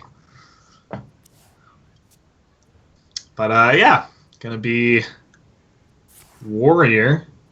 It's that Dragon Warrior build with a couple.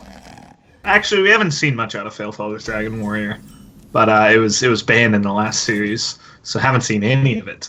But it does have Inner Rage, which is an interesting inclusion.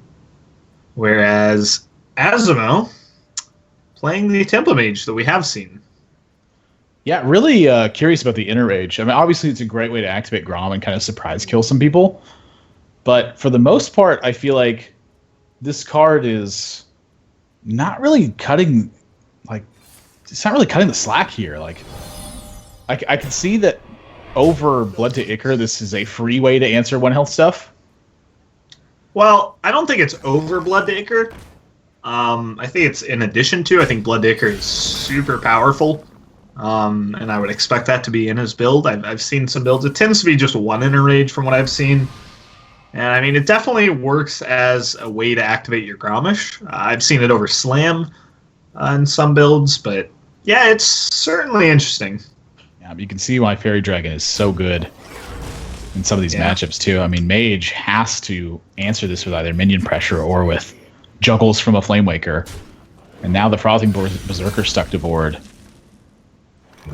Well, I do like that Asimo respected Frothing and traded before Failfellow could trade and then get the damage buffs on his Frothing. Of course, wouldn't matter much if he's just going to Frostbolt it anyway, but... Yeah, but I think just respecting the overall potential damage output from Dragon Warrior, I think he kind of understands his game plan is to get to a safe spot, and that can be a daunting task against the Dragon Warrior builds. And honestly, he's kind of on the verge of stabilizing here. He does have the opportunity to Flamewaker here and Frostbolt. It picks up the Arcane Missiles as well. I'm So curious. if he wants highest chance clearing the board is just Sorcerer's Apprentice, Frostbolt, and then missiles. But of course, that's pretty much just a straight 50-50 of killing a fairy dragon. Otherwise, I mean, I'd like to see him save up for a big Flame Waker turn. Yeah, how much more damage can you afford to take? Is sort of my question here. The big threshold is 15. And right now you're looking to go down to 16 if he goes all face. But once you go down to 15, you enable the 9/9 Draconid Crusher, and you're in a world more of hurt than you would be if you were at 16. So, not sure how much that's playing into his thought process, but I think I really am okay with him going for kind of a risky turn. I don't even know if you can call it risky, but being okay taking some damage this turn. Yeah, that's a pretty nice pickup. Well, he doesn't have a dragon. Fellow. Oh, he doesn't have a dragon. Oh, I always forget about that. I always just... Like, when I'm playing the game, I never forget about it. And when I'm watching the game, I'm always like, yeah, Blackwing Corruptor, 3 more damage. All right, so this is the big turn. Asimo's going to go onto the board. He's going to cast 2 spells. Has to decide if he wants to trade first or not, or whether he trusts the missiles. Honestly, I wouldn't mind trusting the missile. I think I like the trade first. I think I want that Fairy Dragon to die really badly. Yep, so he's got a 25% chance to kill it outright. No, misses that. Oh, and 2 go face. 3, 4. Oh, jeez. Oh my gosh. He missed 7 missiles. Oh, he missed 6. Come on. 6 missiles. And Felfel does pick up a dragon. He either missed 6 missiles or he missed 1 missile. Like, that extra 1 could have gone face. It's one of those two. There's no in between on that one. He either missed 6 or he missed 1. So he missed 6. What now?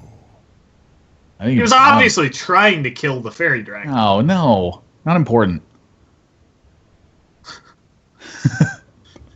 I mean, this kind of, punishes him a little for trading first. He could have foregone a little extra face damage and gotten the safety net of having a higher chance to kill all of the targets.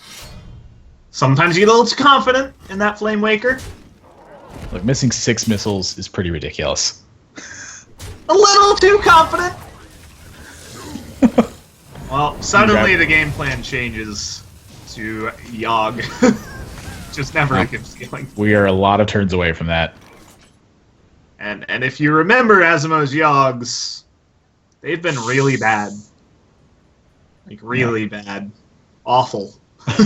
Just watching TJ play the game when he has next to 0 decisions to make is my favorite TJ. So this is what it comes down to. Playing the green cards. And I think this is a pretty good Bloodacre spot, honestly. Get that 2 damage on the board. Would that threaten lethal? I suppose not. You'd be one-off threatening lethal with it. Well, I think anything to extend the game is a welcome draw for TJ right now. I mean, he's literally just hoping to get to 10 mana. What a great deck, am I right? Honestly, it's so weird because I love watching it. I really do. I was going to Blood to Ichor. And looks like Azure Drake. Don't think you're Blood to Ichoring again. Especially now when you pick up the Acolyte. TJ needs Flame Strike. 4, 5, 6, 7, 8, 9, 10, 11, 12. Yep, threatening lethal on board if nothing happens. Well, there's always the ping. He needs to ping. So he has to ping. Yep. Again, another turn with 0 decision-making from TJ Asimo Sanders. Maybe he Arcane Intellects and tries to pick up Arcane Blast to get extra Yogg spells. That's true. Yeah. Chill Maw in Felfellow's deck. That is I have never seen that. Does that indicate dragon control? Yeah, well, it's closer. I think he wants more control elements. Kind of to give you perspective, if you weren't here earlier, Bloodhoof Brave, in addition to Acolyte, No, that wasn't Felfellow's. Was that Prophecies? Yeah, that was Prophecy. Oh, it's Prophecies build. Yeah, so we're seeing Dragon Warrior all over the place for some players here. Now, it could just be attack and still be that aggressive Dragon Warrior, but it's kind of hard to differentiate them until you literally see the card Brawl, though. Like, that is, like, the big, like, okay, it's control. But, I mean, we did see Maverick take down the Hearthstone Festival over in France with a Dragon Control Warrior. What do you think of the Chill Maw here? I think the Chill Maw is really good here because it plays around Flame Strike. Like, you just threaten lethal with just the Chill Maw. Wow, TJ does Flame Strike. Is there a real consideration for digging for Flame Strike? I don't know how many spells he's cast, but the odds on Flame Strike are not high. TJ says there's no chance of it, so here we go. Shield Slam. This seems to be the way that TJ's Yogs start out. Well, this isn't very good either. Oh no. TJ shook his head like, no, that's not good. Oh my gosh, it hits his face twice and the Acolyte twice. Doesn't even kill anything! Yog, you gotta pick it up! Yog, what are you doing? Innervate? Didn't choose Innervate. Yog, what are you doing? Yog, please! I'm just like comparing. I'm just thinking in my mind of like great moments in esports, and then just like putting them back to back with like the TJ's Yogs. The International 2015. It's a disaster! Show one of TJ's Yogs take place. Spreading madness. Boop, boop, boop. Another spell that does nothing. Another spell that does nothing. Yeah, TJ's Yogs have not been on point today. Hey, he says the hope's end. He doesn't specify to whom the hope is. Let me get some TJ quotes. This is quotes from TJ Asimo Cutie Sanders. Here's another quote for you. I suck, Yog sucks, and everything sucks. I'm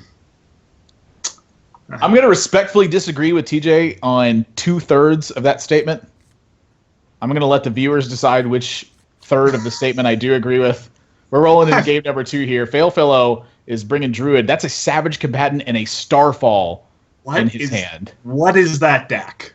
I don't know. I've never seen these two cards in the same deck. Me neither. And then he just draws the most normal-looking hand right after. Oh, well.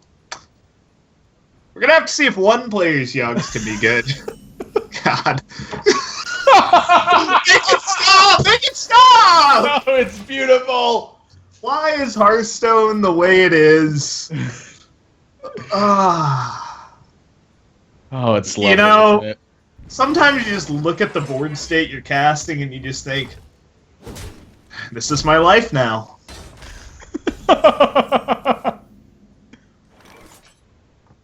Didn't realize he actually had main deck Polymorph. I mean, I know he'd played it earlier. It didn't really occur to me till now. That was in there. TJ relegated to just hero power on his turn 2. Well, 2 Innervates. Turn 6 Yog. Just plays it for 2. Sweet. Just cast 2 pyros at TJ's face.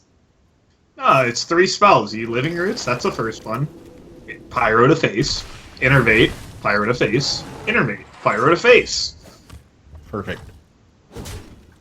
I hope someone wins the World Championships this year that way. Honestly, that's the only reason I like Yog is because someday that's going to happen. And it's going to be glorious. God, can you imagine if the guy that does that just isn't recording it? No, I swear! Yeah, right. Chip, that didn't happen. He screenshots it, everyone's like, that's photoshopped. A really good Photoshop. Wrath draw for Failfillo. He chooses to draw a card here and take a few points of damage, effectively turning that into life tap for the turn. A little bit more of a costly, perhaps the way life tap should be life tap. What? 3 damage for the card draw. Oh, it's 3 damage, okay. Yeah. Fair enough. Well, there's Mark of Yasharaj. Somehow that is the correct pronunciation, but And he's got a pretty good target for it. yeah, Mounted Raptors, not too shabby. Making a 6/8 taunt isn't either, unless you're considering it exactly polymorph. I think he's thinking about charging this, but even if that's the case, I still think I like the Mounted Raptor better. Where shall I I think if you're going to do this, you taunt it because of Fireball. I want that 4 damage. 6 damage. Yeah, I wouldn't have innovated the mark here. No, I'm okay with this. I mean, I'm not considering. No, I'm saying if I charged it is what. Yeah. Oh yeah, fair enough. 6/8. I mean, this is still a problem. This is if TJ chooses to clear this with Fireball and Arcane Blast. That is 2 cards for effectively 1 card. Failfellow had. Or I guess he used the Innervate too, so it is 2 cards for 2 cards. I just like the polymorph here. I think.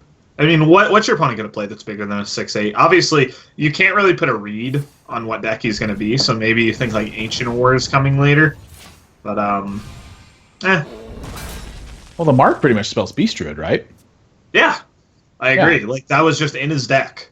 Like that was not the card he Raven idled or anything.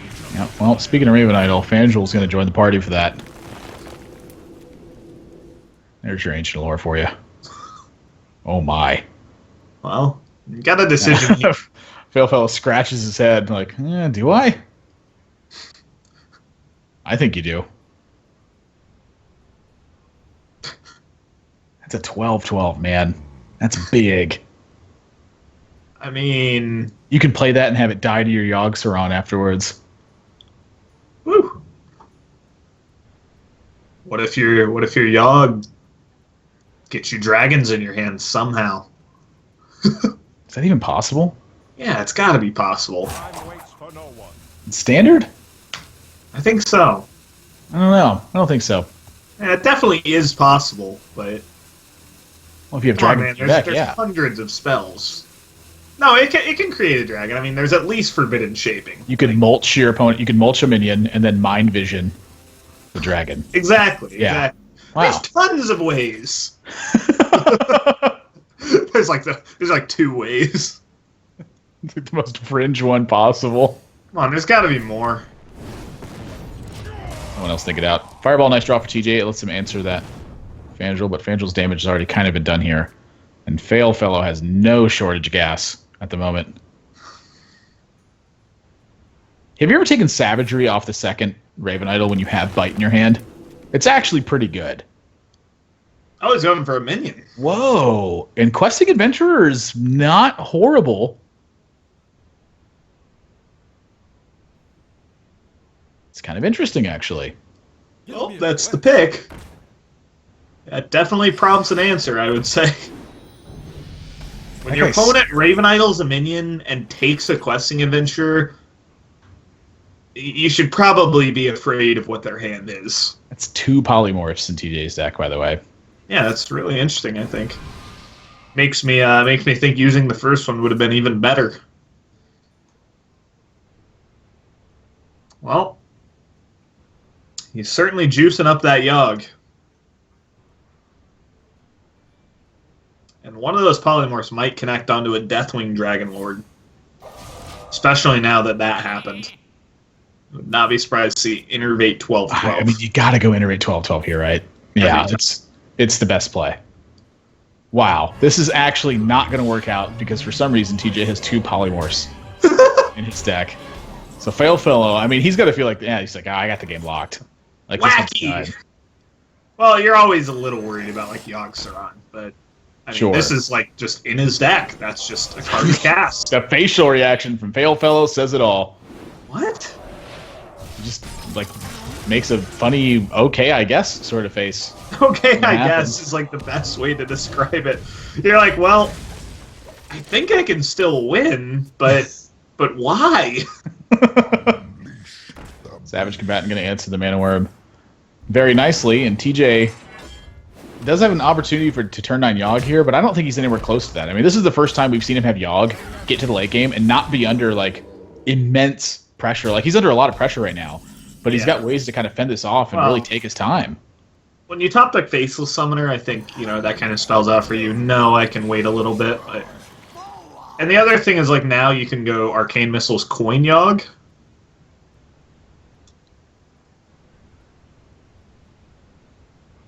I'd probably just go Mirror Image Ping here. Yeah, I think I like the Mirror Image Ping as well. Mirror Image does a pretty good job of just trying to fend off the board state a little bit more. Yeah, I mean, this game is, once again, on Yogg's back. I mean, this time, like you said, he's not asking as much of it. He just basically needs it to draw And cards. this time it's serious. Gosh. It'd be a great movie, wouldn't it? Yogg-Saron. He's back with a vengeance. He's been back. And his name is Yogg-Saron! I mean, TJ's got to have a good Yogg eventually. No, he doesn't. I mean, in theory, he could never have one. That's something that could happen. That is a spicy draw. With that swipe. Spicy. All right, here we go. I don't know. Maybe it's not time. He just drew the Arcane Intellect. He's used a lot of defensive stuff, though. I mean, we're talking both Fireball or both Polymorphs are gone. One of his Fireballs is gone. Yeah, I mean, I like Yogging here. I'd probably go Missiles Coin Yogg because you're not asking much of it. You know, kill 2 minions and draw me cards. Come on, Yogg, one time. And don't And if Pyroblast me a lot. If it sticks around and draws you some cards, like, then you've got the Arcane Int to follow up. You've got some more gas. If you try and draw, best case you draw Flame Strike and you're in a great spot, but you're still crutched on Yogg to win. All right, here we go. Arcane Missiles. First stop, coin. Yogg-Saron. The Hope's End. TJ just looks like he expects it to go bad at this point. Oh! Okay! Okay! We didn't start out... What if we just cast all sprints? Oh, that I cast 3 sprints earlier. Uh-oh. With the Yogg. Oh, why did I say it? Oh, okay. My gosh. Rope is burning down, too. This is actually bad for TJ because if he gets chargers, he can't make his any end turn decisions. is green, so... Okay, so he can't make any decisions. Yeah. Supposed Okay. to not bad. Lock and You load. know, unless it buffs Trap. this, No Murlocs, no weapons. No healing, please. Primal Fusion does nothing. that was a good Yogg! We did it! Woo! It wasn't the worst possible thing. And Yogg even cast the traps in the right order. I know, right? That's what I was thinking. I was like, wow, Yogg, great job. You didn't kill me. Wow, Yogg, great moves. Proud of you. Keep TJ's it up. body language has changed quite a bit prior and post Yogg. Do you ever buff your Azure Drake with Mark of Yasharash? I definitely think so here. I mean, the likelihood You're out of beast. Like, the likelihood that it's explosive trap is pretty high. I think there's Knows it's not snipe now. are there 6 or 7? There's 7 Hundreds. with dart trap, Yeah, right? now so there's Dart, Bear, and then I think there were 5 original set ones. There was Misdirection, Explosive, Freezing, Snake, and Snipe. Yeah, so that's 7. For no one. Yep, like the mark. So he knows it's not Snipe, like you said. Oh, That's really interesting. so he's not attacking. I would venture not after seeing that. So he knows it's not Dart. He knows it's not Snipe. Yeah, but I think seeing it that it wasn't dart was what changed the decision here. Oh, it did play around Flame Strike, though. To do that too. He is going Right. to start getting some fireballs. And now, on the flip side of the table, for Fail Fellow, it's Yager Bus, basically. I Did you think just he's do it gotta now? go for the Yogg. I think he has to. Yeah, I mean, you attack with the 1/1, get that frozen, perfect. And I would just Yogg, personally. I wouldn't have even hit in first. I would have just hoped my teacher survives and gets buffed. Oh, Yogg got charged. Yeah. Didn't see the secret. Lightning Storm comes out. Yogg can attack for 9. Only Nova. Worthless. Couple worthless imps. imps. Which is Illidan just joins his hand. Oh, my- Uh-oh. Oh, Oh no. my god. No way. No, this is not happening. Okay, he's not dead. He is dead, Chalky. Look what just happened. Oh my god, he's just dead. Oh TJ. my gosh. Even when his Yogg goes right, his opponent's Yogg is just better! This isn't fair! That's Hearthstone. Do-do-do-do-do. That was easy. Yoxeron connected for 11 damage. That was just lethal, by the way, if he didn't attack the 0-2 first, but, you know. It's lethal anyway. It just, Oh, yeah, Oh, didn't play around, Yogg's into Lightning Storm, into Charge, into Cold Blood. Idiot. wow. Aggressive. Like, come on, man. You just... make it stop. Oh, jeez. TJ going to drop game number 2 here. Fail fellow. He's going to bite Asimo Cutie back with that Yoxeron. Oh, a little. Oh, even added in the BM. Zero style on him. Just fireworks going off for Fail fellow as he takes game 2. Oh, jeez. All right, how's TJ's posture now? He's he's looking pre-Yogg at this point again. The pre-Yogg, the post-Yogg, and the post-Yogg. It's a rough way to be down 0-2 in this one. But hey, you live by the Yogg, you die by the Yogg. That's sort of the way that card's going to go. Is it Aggro Shaman for Fail fellow at this point? I believe so. Yeah. Prophecy was playing the more mid-rangey version. Yeah, somebody was on mid shaman. I forget who. Prophecy was on the mid-rangey version. TJ needs back-to-back wins here, or his run in the Onog feature number 4 is coming to an end. Players are getting set for game number 3 right now. TJ's running it back with Tempo Mage. It's his favorite deck. At least go out. His favorite deck. His favorite deck. Is it? Yeah, he said Tempo Mage in standard anyway. He said Tempo Mage is his favorite deck out of them. Okay. He likes Mana Worm a lot. Here's a great quote from TJ. I'm the best, and everyone else is trash. I figured the best time to bring this up when he was 0-2 down on the brink of elimination. We're gonna find out if that's true or not. Asmo once told me that the key to unlocking the door to Mage Paradise was Mana Worm. Yeah. I don't disagree. Well, I tell you what, the door that shuts that is turn 1 Totem Golem. Hey, wait a minute. It's got some good ways of dealing with it. Now, TJ Asmo Cutie Sanders has missed 6 out of 7 missiles previously tonight, so it's not unheard of that he just misses every single missile here and gets blown out.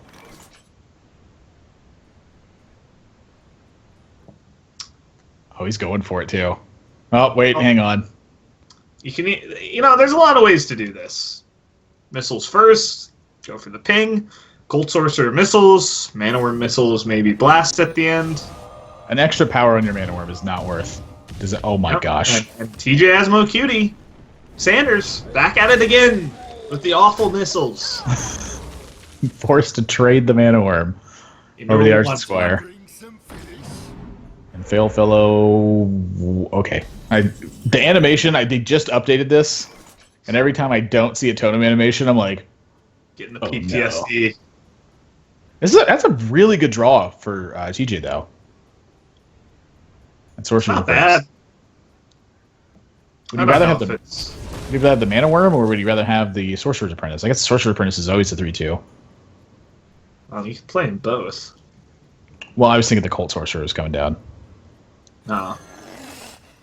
Yeah. Definitely wouldn't have minded that. Yep, so he's going to go with the 2-3. Save the Sorcerer's Apprentice. Makes sense. And he is ahead on board. So, Fail Fellow has to find a way out. Now, one thing I've noticed about Fail Fellow, he runs 1 golden and 1 non-golden of a lot of cards. It's kind of triggering me. Well, here we go. The army of 3/2s versus the Flame Wreath Faceless. Do you just go face here? That's what I... Do you think no, you trade here? You turn a Oh. 7/7 into a taunt. Hey, Let's go. TJ is on tilt, man. You never know what this guy's gonna do. Tilt players go face. I've experienced this firsthand. Sometimes tilt makes you trade. You're like, man, he's had it every time. He probably has Storm. Wow. Yeah, but trading is just incorrect. Yeah, trading here would be miserable. And Failfellow is going to try to fight back on board as best he can, it looks like. So Fireball ends things. Frostbolt might as well. Faceless Summoner might as well. It's getting hot in here. I Worst think draw for TJ would just be like Yogg. There's no way Failfellow's going face, right? No. Okay. He played the juggler first, and I was like, I don't know about that. All right, so now trades are looking a little more appealing. A lot more appealing, actually. Yep. But do you want to trade everything down? I feel like you're okay leaving the Flame Juggler. I think so, too. The other ones you have great trades into. Like a 3/2 and a 1/3 is insane. Oh, actually, yeah. Yeah, I like this a lot. Yeah, this is basically perfect trades. So Do you think trading off the Cult Sorcerer is better than trading off one of the Sorcerer's Apprentices? I mean, Shaman doesn't have a lot of ways to deal 1 damage. yeah, I just don't know how relevant the spell damage is compared to like if he rips Arcane Intellect. Yeah, fair enough. Yeah, Either way, Failfellow is in a rough spot right now. He needs a lot of help to get back into this. TJ didn't set up lethal with this play, but I mean, still very far ahead on board.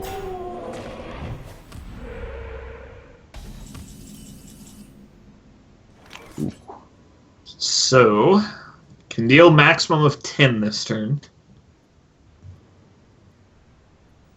Probably not worth just going all face. Yep, we'll go ahead and polymorph. Easy trade for the Water Elemental. Trades off the Mana Worm as well. Yep, now is kind of where I'm interested. That I think it might have been a little better to set up lethal here and ignore things. But just going to respect fully everything. It does play on Flame Tongue, which was picked up. 30-0. I'm sorry, 30-11 right now. TJ's looking great. And this is a card that might as well seal it, I think. Oh my. He's gonna wait in Yogg-Saron. No, he's not. Do you think TJ trusts Yogg-Saron at all after tonight? He's waiting Yogg-Saron. I bet if you asked TJ right now if you'd rather have Yogg in hand or no cards in hand, he'd say no cards. I will take your bet. Wait, you have to Lava Burst here. Yeah, you have to Lava Burst the 3/2. Or else you are just dead. Yeah, not a very good feeling. And I mean, Feral Spirits, and he might have to Yogg. I wonder if just pinging 3 times is a higher success rate than Yogg. I think it is. Taunt Totem! No!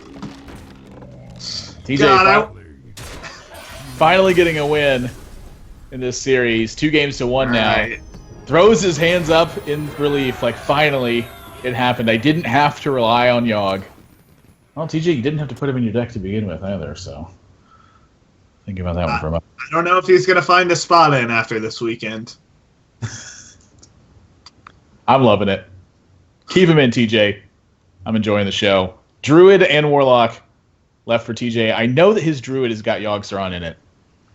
But here's another little tidbit for you. Last month, TJ was grinding ladder with Yogg-Zu. He's not playing Yogg. In the Zoo build? He got top 25 last season. He was not playing Yogg. He was playing Sure. a real list. That's true, but he did play. He played it and subsequently cut it. I wonder if it's in the Shaman deck. No! It might be. No. Bring No, it Admiral. down. No. He's bringing me down. Pretty strong opening hand for Failfellow here. Wealth of 1 drops, would like to have a way to buff him. TJ on the other side. Still pretty strong as well. Yeah, TJ's got some great stuff here. I mean, 1.1, you got the buffs to follow up. Pretty good stuff. The light protects me. And Lance Carrier retains the buff, even after, the turn it's played, so a little weaker than Abusive mana cost-wise, but that buff's going to stick around.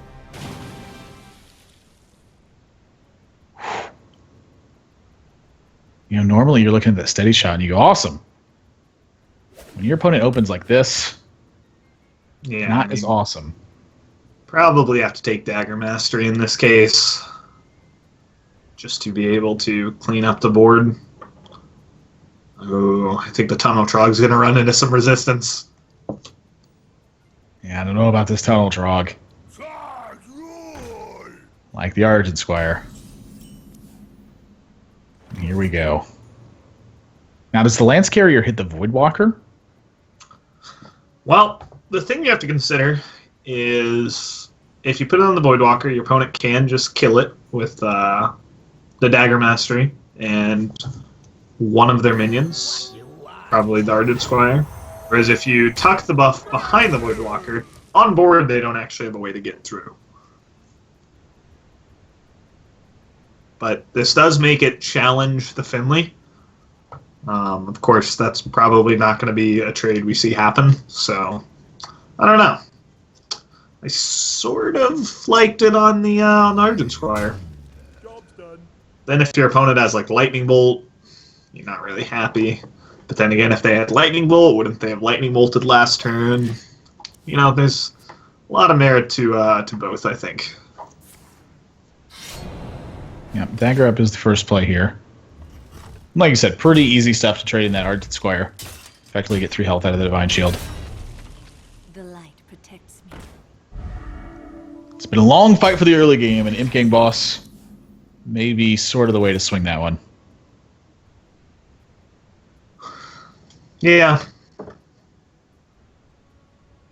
Definitely liking that when it's opposing a bunch of 1-power minions. Do you trade over the Finley here ever? It's looking like it.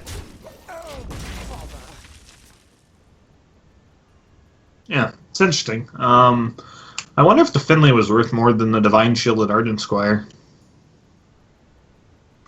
That's sort of the same question I was thinking. You're basically like evaluating the Divine Shield at only 1 health, which usually it's going to be worth more than that, I think. Like if your opponent Rockfires it into your Imp Gang, then it soaked 2 points of health. Ooh, nice draw for TJ right here.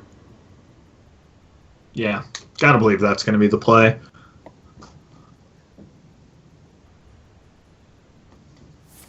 Now this is going to be met really well from Failfellow's side. He does have that Flame Juggler. Hey man, 20% it misses. That's a big deal. Ooh, picks up Thing from Below. Every time 5/5. Every time the totems get replaced, I feel like that's like when people start drawing Thing from Below the most. Called it. Oh no. Failfellow just smiles like, yeah, I did get a pretty good Yogg. There can't be luck without unluck. That's just math. Nice draw for TJ here. That's just math. Will regret this. Let's see if he chooses to position this correctly. You got to think about positioning here for sure. Considering what your opponent's potential plays could be. Wonder if he's thinking of 6 mana Thing from Below within that range. Get in there and fight, maggot. I always really just forget about Thing from Below. Like every single time it happens, I go, oh, I forgot about that one. I think it's just going to be Horse Rider Dagger, though. Yeah, Flame Tongue not looking so good here. I think this is like the turning point for TJ. I think he's almost got full control. All right. Is he going to top deck a 1-drop? Don't worry, loves. The cavalry. I think so. No way. This is Wow. TJ we're talking about. So aggressive.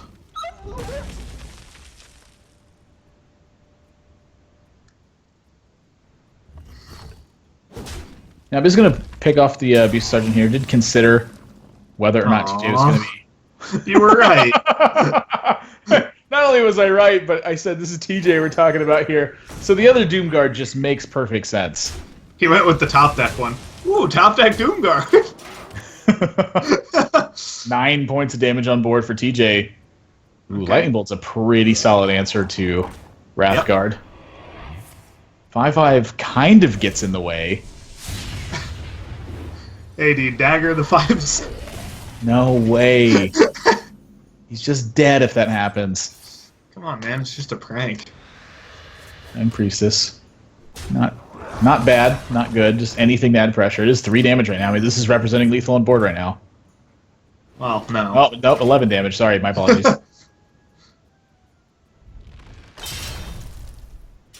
Doomhammer. It's not really the draw that Failfellow needed. I'm not sure there's anything that could really get him out of the situation, honestly. Please attack the Flame Tongue, says Failfellow. Honestly, with the way TJ's games have gone, wouldn't even surprise me that much. If he lost, it would surprise me. No, I would say if you attack the Flame Tongue, he's like somehow this card's gonna kill me. Well, Goes down to 1. yeah, Failfellow's just gonna give it up here. Taps out. Yep. Not really any reasonable way to fend this off. TJ getting a second point on the board. Is this the Asimo Cutie Sanders that we're going to see? Bring it back 2 games and have Yogg as his final chance to take off the Aggro Shaman from Failfellow here. All right. While we're waiting on this climactic 5th game, more TJ quotes. Sometimes I walk around my house and RP as Garrosh before I ladder with Control Warrior. Now you might be asking, how does he do that? Quote, I tape a Tupperware lid on a paper towel roll and act like it's Gorehowl. Just walking around hitting little stuffed animals around the house. Whoa! Whoa! Damn, Fandral!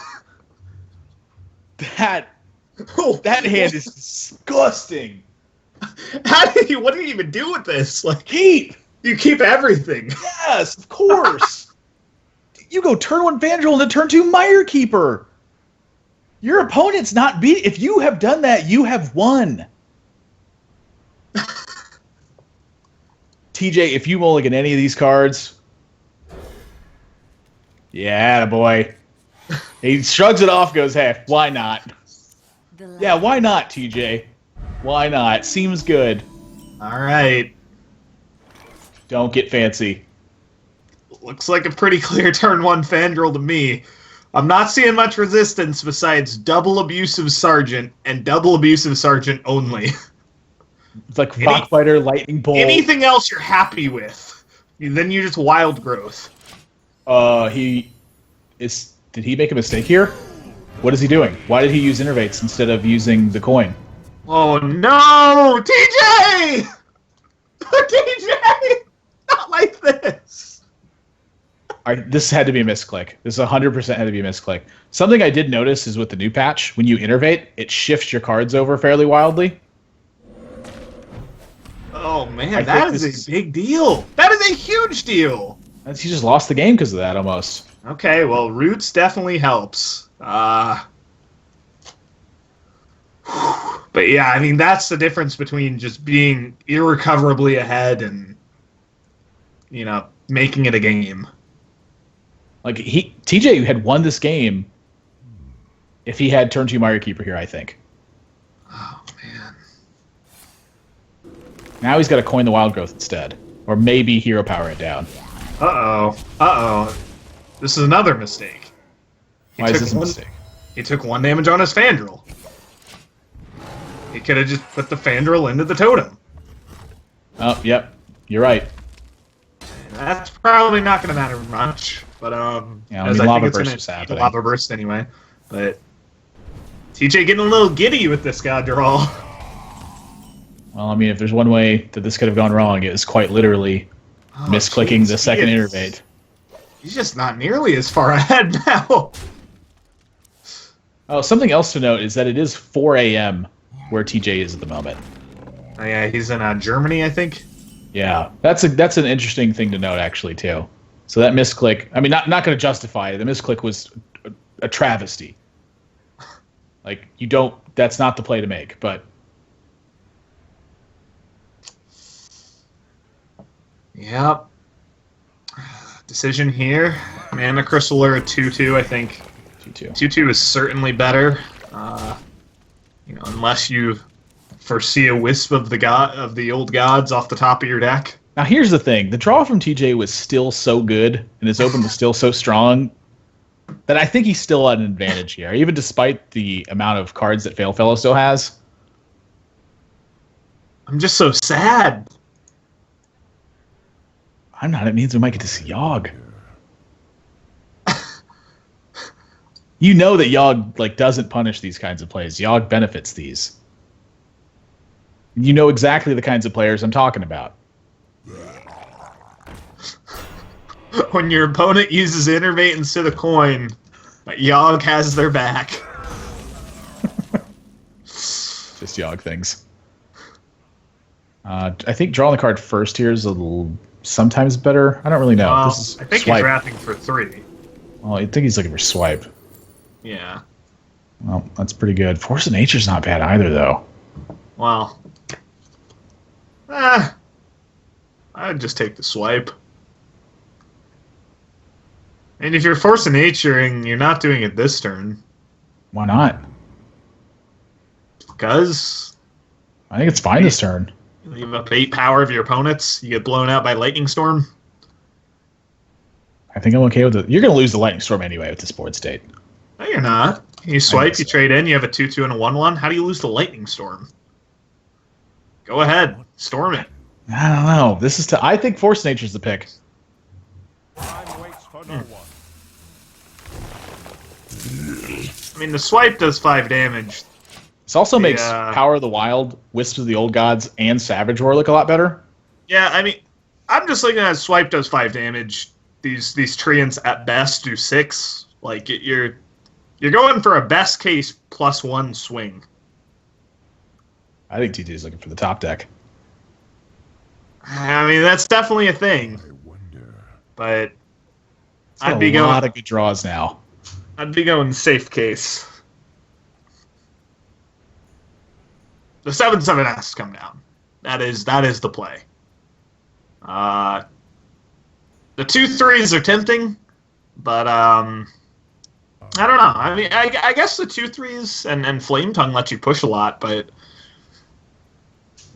Flame Wreath Faceless is hard to pass up against a Druid. They do not have ways to kill that.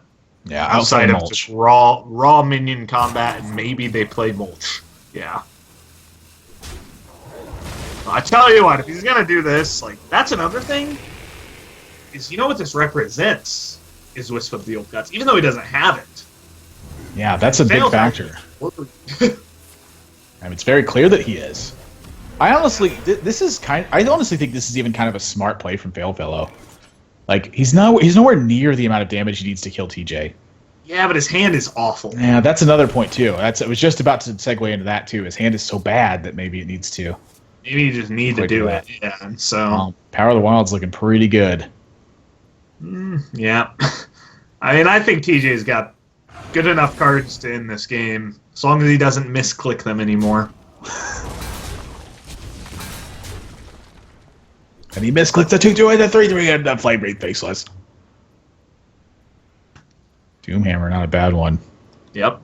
Pretty good one. Interesting to see if he'll swing face with the Flame Wreath. I mean, I don't think you win a long, drawn-out board battle against Yogg Druid. Yeah, I don't think so Their deck either. is full of Nourishes, Wisp of the Old Gods, Wrath Cycles. You gotta go. Well, It's pretty awkward from TJ's point of view. I yeah. mean, the play I like here is probably starting with Wrathing the Cycle. Yep. And then if you don't draw any action, I'd probably go Roots for minions and just buff and face.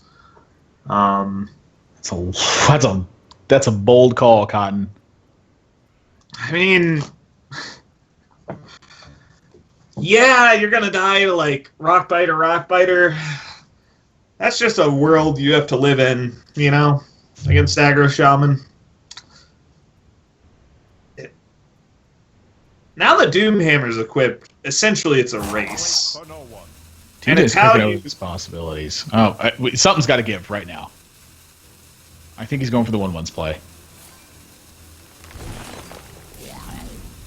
TJ is making the bold call here. Is he gaining 8 though? Yeah, he's gaining 8. So he is going to hedge a little bit against the burnout and say, look, I'm taking him to 12. I'm probably going to win off y'all. All right. hoping for Would it. you have Uh-oh. died? I think you would have died. So, good call. Flame Tongue, Abusive Rockbiter would have been enough. That's 23 right now. Does TJ even get past this turn alive? Like, can he live next turn? Oh, man. I think so. Because I think Failfell is going to do some trading? I don't know, man. This is scary. This There's is no innervates really left. scary. He could Raven Idol into Innervate. Palefellow actually just killed himself to double swipe too. TJ doesn't happen to have that, but the Well- play that he just made, Yeah. I guess never represents that because he had the Barrel Rage. Almost. Really good. That keeps him alive, doesn't it? 4, 5, 6, 7, 8, 9, 10. Yeah. So this is okay. So he mulches the 7/7. He wraths the right side. You're at the Uh, Flame worth- Tongue. I think. You're at the Flame Tongue. Yeah. The Flame Tongue is worth just as much damage as the Yeah, Wolf. you're right. And That it allows him saves to your trade board. as well. Yeah, that's way Yeah. better. Hmm. This game might come down to Yogg. Sarad. Wow, that is interesting. He can do Sarad Hero Power next turn. Oh, he's drawing! That's greedy. That's really greedy. He's gonna live. I don't think it matters that much. It's 4 damage on board either way. Oh, it draws him a card. I don't. Maybe he wants less minions on his side of the board. It's gonna come down to Yogg. Inexplicably, TJ Asimo Cutie Sanders finds a way to bring his fate in the tournament down to Yogg Saron Hope's End. Which has been nothing but fantastic Oh, it's been awful. for all of TJ's opponents so far. I mean, I'm looking at Sarad Hero Power. What is Tuskar really doing better? I think maybe he's thinking about Yogg, and he's like, post Yeah, Yogg. but it's still Sarad is Yeah, I agree. It's Sarad's play. I wonder. okay. So it's a random spell. Is it a Rockbiter one? Deadly Poison would be nice. Counter spell's not bad. TJ's down to DJ has to Yogg.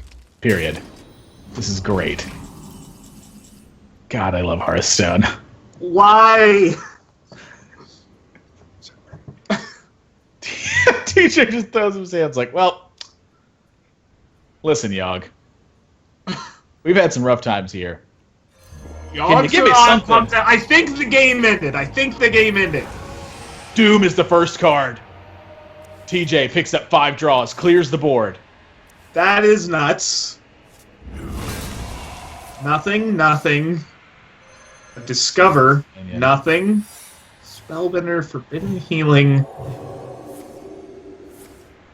Alright, Hellfire gets us started. Thistlety, oh my gosh. Did TJ deliver the final blow here? Shadow Power, no good. Silence, nothing. Dark Bargain, Mortal no Strike good. would be lethal! Mortal Strike ends the game! TJ's gonna take it with Yogg Saron at the very end. Unreal. TJ's blown away. He can't believe it.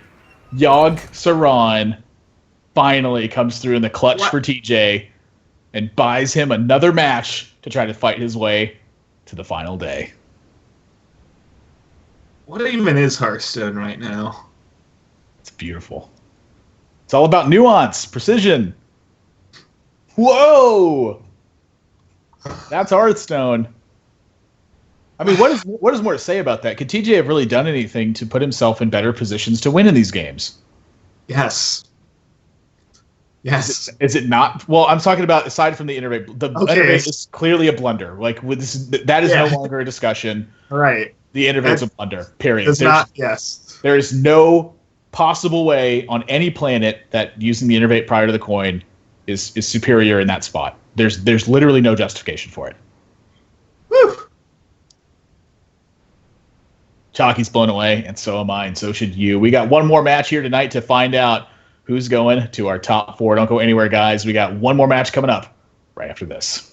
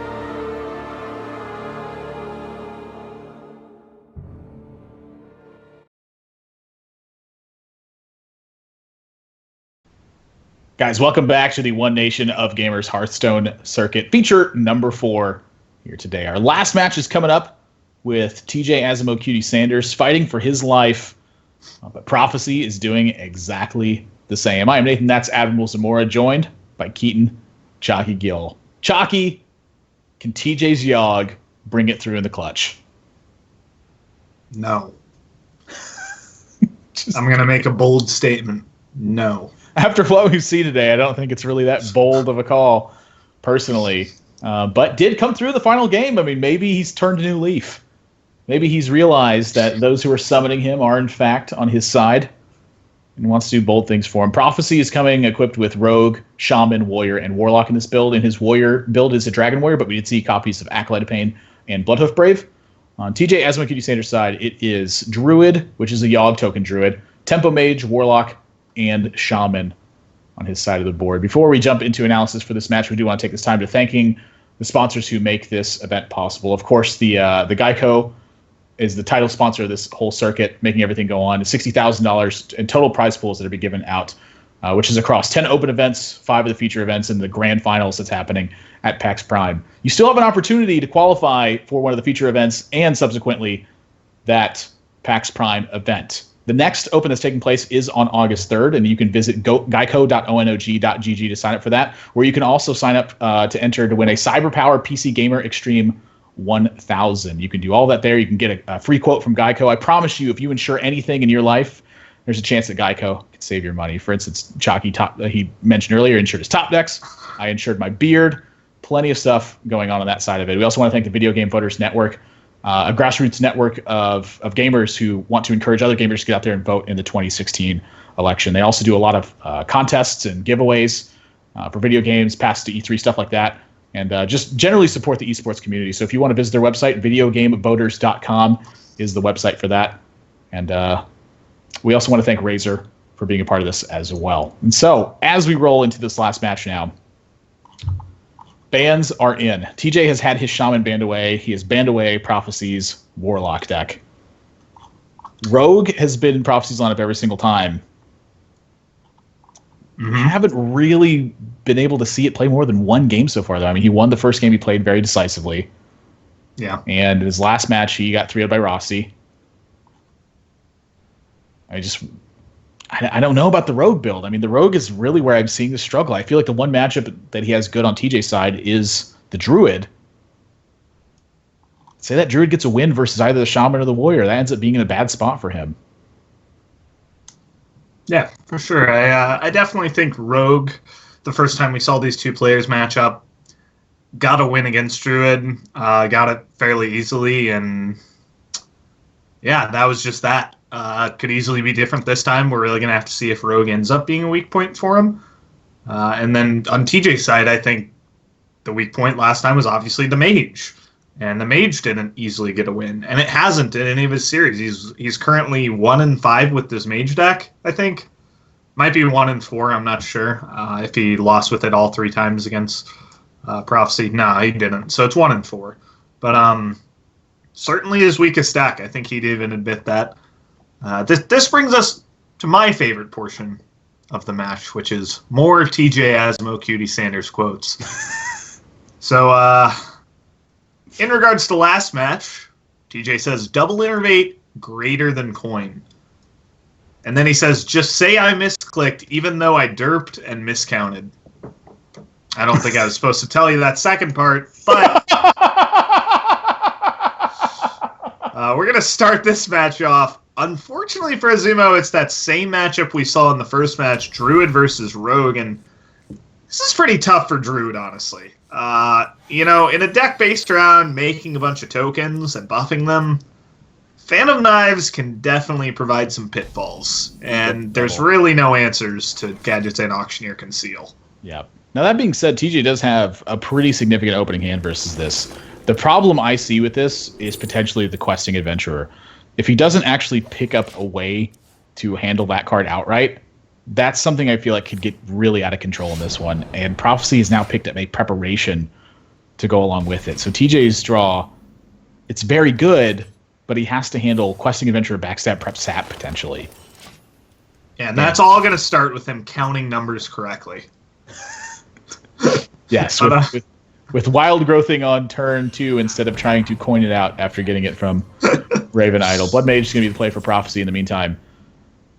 And Fandral, pretty strong draw. I'd honestly be pretty shocked if TJ did not end up going with Fandral coin Living Roots this turn. Well, I think his other option here might be Mire Keeper for mana. Alternatively, could just go Teacher and just let it be. I think that's the weakest of those 3 options. The strongest on-board play is just doing the Fandral, forcing your opponent to have an answer, and developing a lot of stuff, threatening to do even more next turn. Yeah, the one thing I think he is working against him in this situation is that Prophecy hasn't really played much, and with the extra card draw from the Blood Mage, it gives him more chance to pick up Shadow Strike. Yeah, but I don't know. Shadow Strike's probably going to be pretty powerful for the rest of this game, and it's only really powerful when it's coupled with preparation and maybe like Van Cleef, whereas we can see Questing Adventurer. I'm not sure if TJ's aware Questing Adventure is in this build. I'm sure he's aware of the build, but not the prophecies playing it, especially since he got destroyed by Violet Teacher in the first match, and in the original Questing Adventure list that Amnesiac came up with, there were no teachers, so might be leading him down the wrong path. I'm curious how Prophecy even chooses to play this at this point too. Um, Because this isn't necessarily just Questing Adventurer on this turn. So many. yeah, but it is certainly, if you're going to prep, it's the best your Questing Adventurer gets. This guy's So if he's gonna prep the fan, I would have liked to see the adventurer. But since he's deciding to hold back the prep, this at least makes some sense. Yeah, the other thing to note is that he knows that this is a Wisp of the Old Gods version, so that Fan of Knives goes way up in value in this matchup in particular. Yeah. Probably not worth using on your opponent's incidental 1/1s that they made.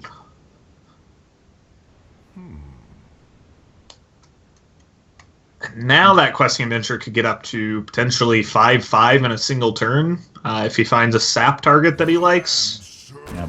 Looks like TJ is going for the 2/2 here. He's seen a backstab, he's seen an SI7 agent. I mean, I like the play.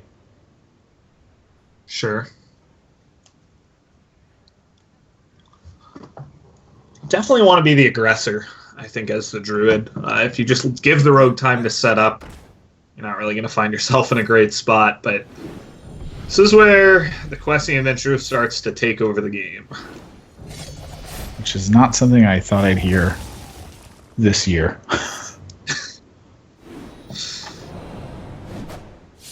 Oh, Yep, this is looking really bad for TJ. yeah, There's I'd way. say it's like a conceal away from being GG. Oh, that's a nice draw. You can answer it now, but Whoa, TJ. That's just. choosing not to. I think TJ. I mean, you can tell by just the look on his body language that he's kind of giving this game up. Yep, and I definitely think the removal there was probably stronger. This certainly runs into sap, first of all, but even more so than that, how do you really ever see yourself answering that questing now? And like I said, he's a conceal away from losing. So dealing with it while you can is good for a lot of reasons. Yeah, Nourish is going to be no help in this one. TJ, there's no way for him to climb out of this one, I don't think. Yeah, but you probably So- just... So let's featured- get this. You can Nourish for 3 cards. You pick up Okay. Yogg and an Innervate. You gain 8 health from the Feral Rage. That's a way to win. Once again, inexplicably, Azumo's games come down to a potential Yogg. I think it's the only way he wins this game, honestly. Yeah, I see the teacher play as being the stronger onboard play here, so I think that's what he's going to go for, the guaranteed thing.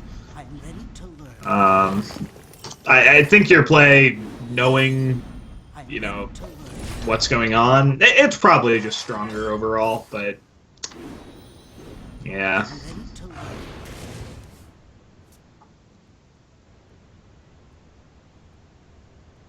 Well, Edwin Van Cleef's basically already on the board. and you do have to trade because you are just dead to some combinations of things. So there at least has to be a little bit of trading done by Prophecy here. Yeah, that's true. Of course, you do know your opponent's on Emperor +1 card. Yeah. So You could probably just trade the whole board here, honestly. Like, what's the value of pushing? Like, how much extra damage do you actually need to push this turn?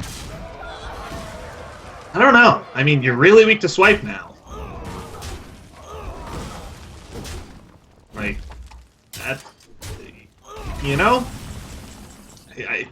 as your right swipe or nourish in the Yeah, swipe. definitely Nourish. I mean, Nourish is... Well, I don't know. I mean, I think I agree, but there can be a case where you just have to go for the best case scenario and Yeah. Drake and just off the top the swipe.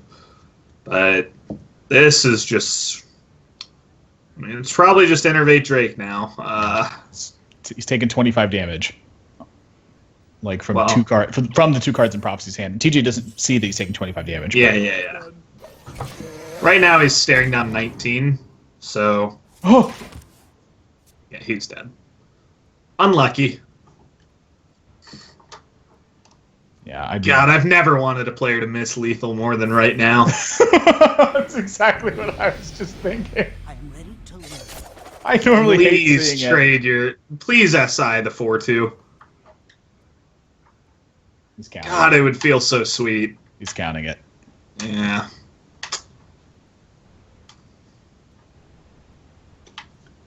He just looks miserable.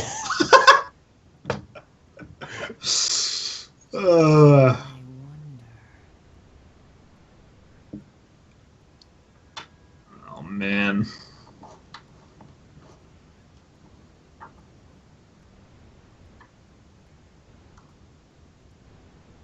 I mean, he has lethal. He's exact lethal, doesn't he? No, is he 1 damage off? No. Yeah, he is. No. Isn't he? No. 4? He's No, 1 damage over. gotta- He's gonna miss it. This is oh a my miss. gosh. Oh my gosh. He just missed lethal, and we've got a Yogg coming in hot. 4, 5, 6, 7, 8, 9, 10, plus 11. It's Do 29, you believe 5, 26. it was lethal? Yeah, he It had was 26 damage, yeah. Yes, he had 4 damage from the deadly. Oh my gosh. Oh my gosh. This is not real. This is not real. Bow down. My greetings. And Prophecy, his facial expression, you can see he might have just missed lethal here. Oh, Embrace the Shadows, the first card Race for of TJ. Shadows is really bad. Wind Fury hits opposing minion. Raven Idol. I mean, the odds this brings him out is really low. He needs to cast. Revenge. Well, now. Games.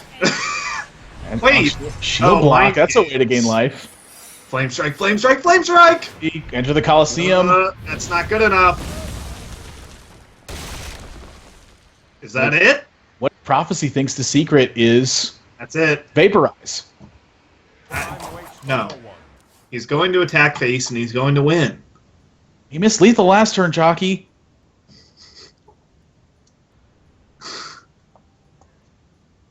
I mean, now Yeah, he's gonna check for Paretsty, but Yeah. all right, fair enough. Gosh. Like you said, Yogg never punishes. You know. If you misplay, it wins you the game. If your opponent misplays, it Yeah, wins just them rubs the it. game. He just rubs it in at that point. Yogg's like, oh, go away.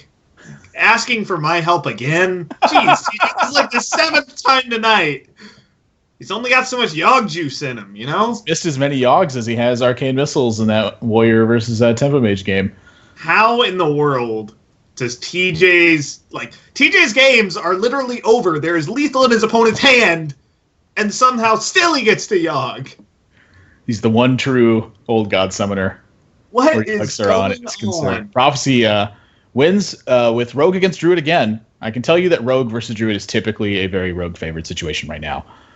Druids don't have the massive combo burst damage from hand anymore, and as a result, it's incredibly difficult for them to pressure them. Wild Growth is the most important card in the matchup. If you don't have Wild Growth, you often just fall too far behind. Prophecy takes an easy win with Questing Adventurer. Dragon Warrior versus TJ with what I would call an interesting opening hand right now. I think there's a lot of merits to keeping Wrath versus Warriors right now. Innervate is obviously a card you want in your hand. Living Roots is a turn 1 play, but how good is it? TJ actually mulligans the Innervate. What? Now that I am genuinely confused by. Now here's the deal. No. Here's no, the deal. There's no deal. No, I've talked to TJ about this. I think that prior to Force Nature Savage Roar being nerfed versus Control Warrior, that mulliganing Innervate was actually okay. Because Wild Growth was much better, and Innervate actually set you back in that matchup a lot if they had Execute. And so the only card you really wanted was Wild Growth, and then you would keep stuff like Azure Drake and Druid of the Claw in your hand. That was against Control Warrior, not Dragon Warrior. So TJ ends up drawing a Wild Growth. So it kind of gets to a card he's looking for. Kind of got rewarded, yeah. Oh, jeez. The man with a plan. Hearthstone. I will say that is the only time that I have mulliganed to Innervate, outside of some very weird circumstances where I had Wild Growth and 2 Innervates in my hand. Yeah. But in this matchup, I am not pitching it away. I think Innervate's like far and away the best card in this build of the deck as well, because you have Nourish, you have Fandral, like there's so many things that get enabled early on by Innervate. Like it's, I mean, you're right. The only reason you would ever pitch Innervate is to look for Wild Growth, and he hit exactly Wild Growth on exactly the last draw before turn 2. So Yeah, and the thing that surprises me is that he he kept Wrath and Living Roots. That's the only thing that's kind of weird to me about it. right. If you want, I don't know. It's Well, we're here. So Azure Drake ends up hitting the board. And Prophecy, some pretty decent looking turns, but his hand is getting awfully clunky. I mean, it's sort of clunky, but those are like power cards against Druid. Just big mid-range minions that replace themselves. And, you know, deal 3 damage is no joke either. Yeah, Prophecy we've seen him play very defensively throughout the course of this tournament so far. It's not surprising he chooses to do it again. Well, TJ picks up Wisp, which gives him a game plan, but against a deck with 2 Ravaging Ghouls, it's not a game plan you're happy to go on. I always love seeing this. I mean, it's not bad here. I'd probably take the Idol. It's either Idol or Wrath. Wrath's a card you're playing anyway. Yeah, but do you want it right now? Like, what's it really doing for you? Probably cycling, which Raven Idol does better, because you can fit it in this turn.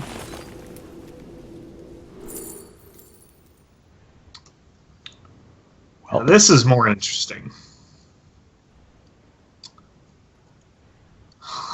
Jeez. I hope he just gets another one. Okay, well now it's Power of the Wild, easily. Yeah. Make Honestly, 1/1s? Yeah, I think you do make 1/1s because I agree. the times that your opponent ends up ravaging going the 1/1s. No, he never Ravaging Ghouls these 1/1s. Right, but sometimes your opponents do. Well, And- opponents, but I think we're very aware that with how Prophecy is played in his matchups against TJ, he knows Wisp of the Old Gods is in the deck. He knows he's heading right into turn 7. Yeah, so those are fair points. There's that Acolyte of Pain that we've seen. I mean, at this point, I'm pretty willing to just call it a tech card. It's just in there alone. Oh my gosh. Wisp of the Old Gods, Innervate Power of the Wild.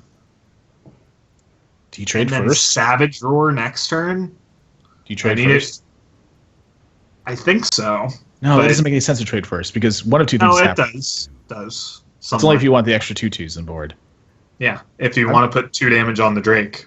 Yeah, I'm thinking you could push 4 damage to face. Sometimes you can just push that 4. Yeah, I'm not against that either. That Innervate was a sick draw. It's almost like you could have kept it. Yeah, I know. That's exactly where I was going with it. You're picking up what I'm putting down. Oh yeah. Well, I mean, if there's any other play here, I don't see it. Like these are dead card number 1, dead card number. I think he's literally just thinking about the trading thing. Yeah. My initial instinct was to trade because it's giving up 4 damage for 2 damage on a Drake. And you get to look at 2 more cool looking wisps. Always a good reason to trade those in. Alright, so how many of these need to be cleared for there to not be lethal here? Mulch clears a taunt, so that is not a big deal.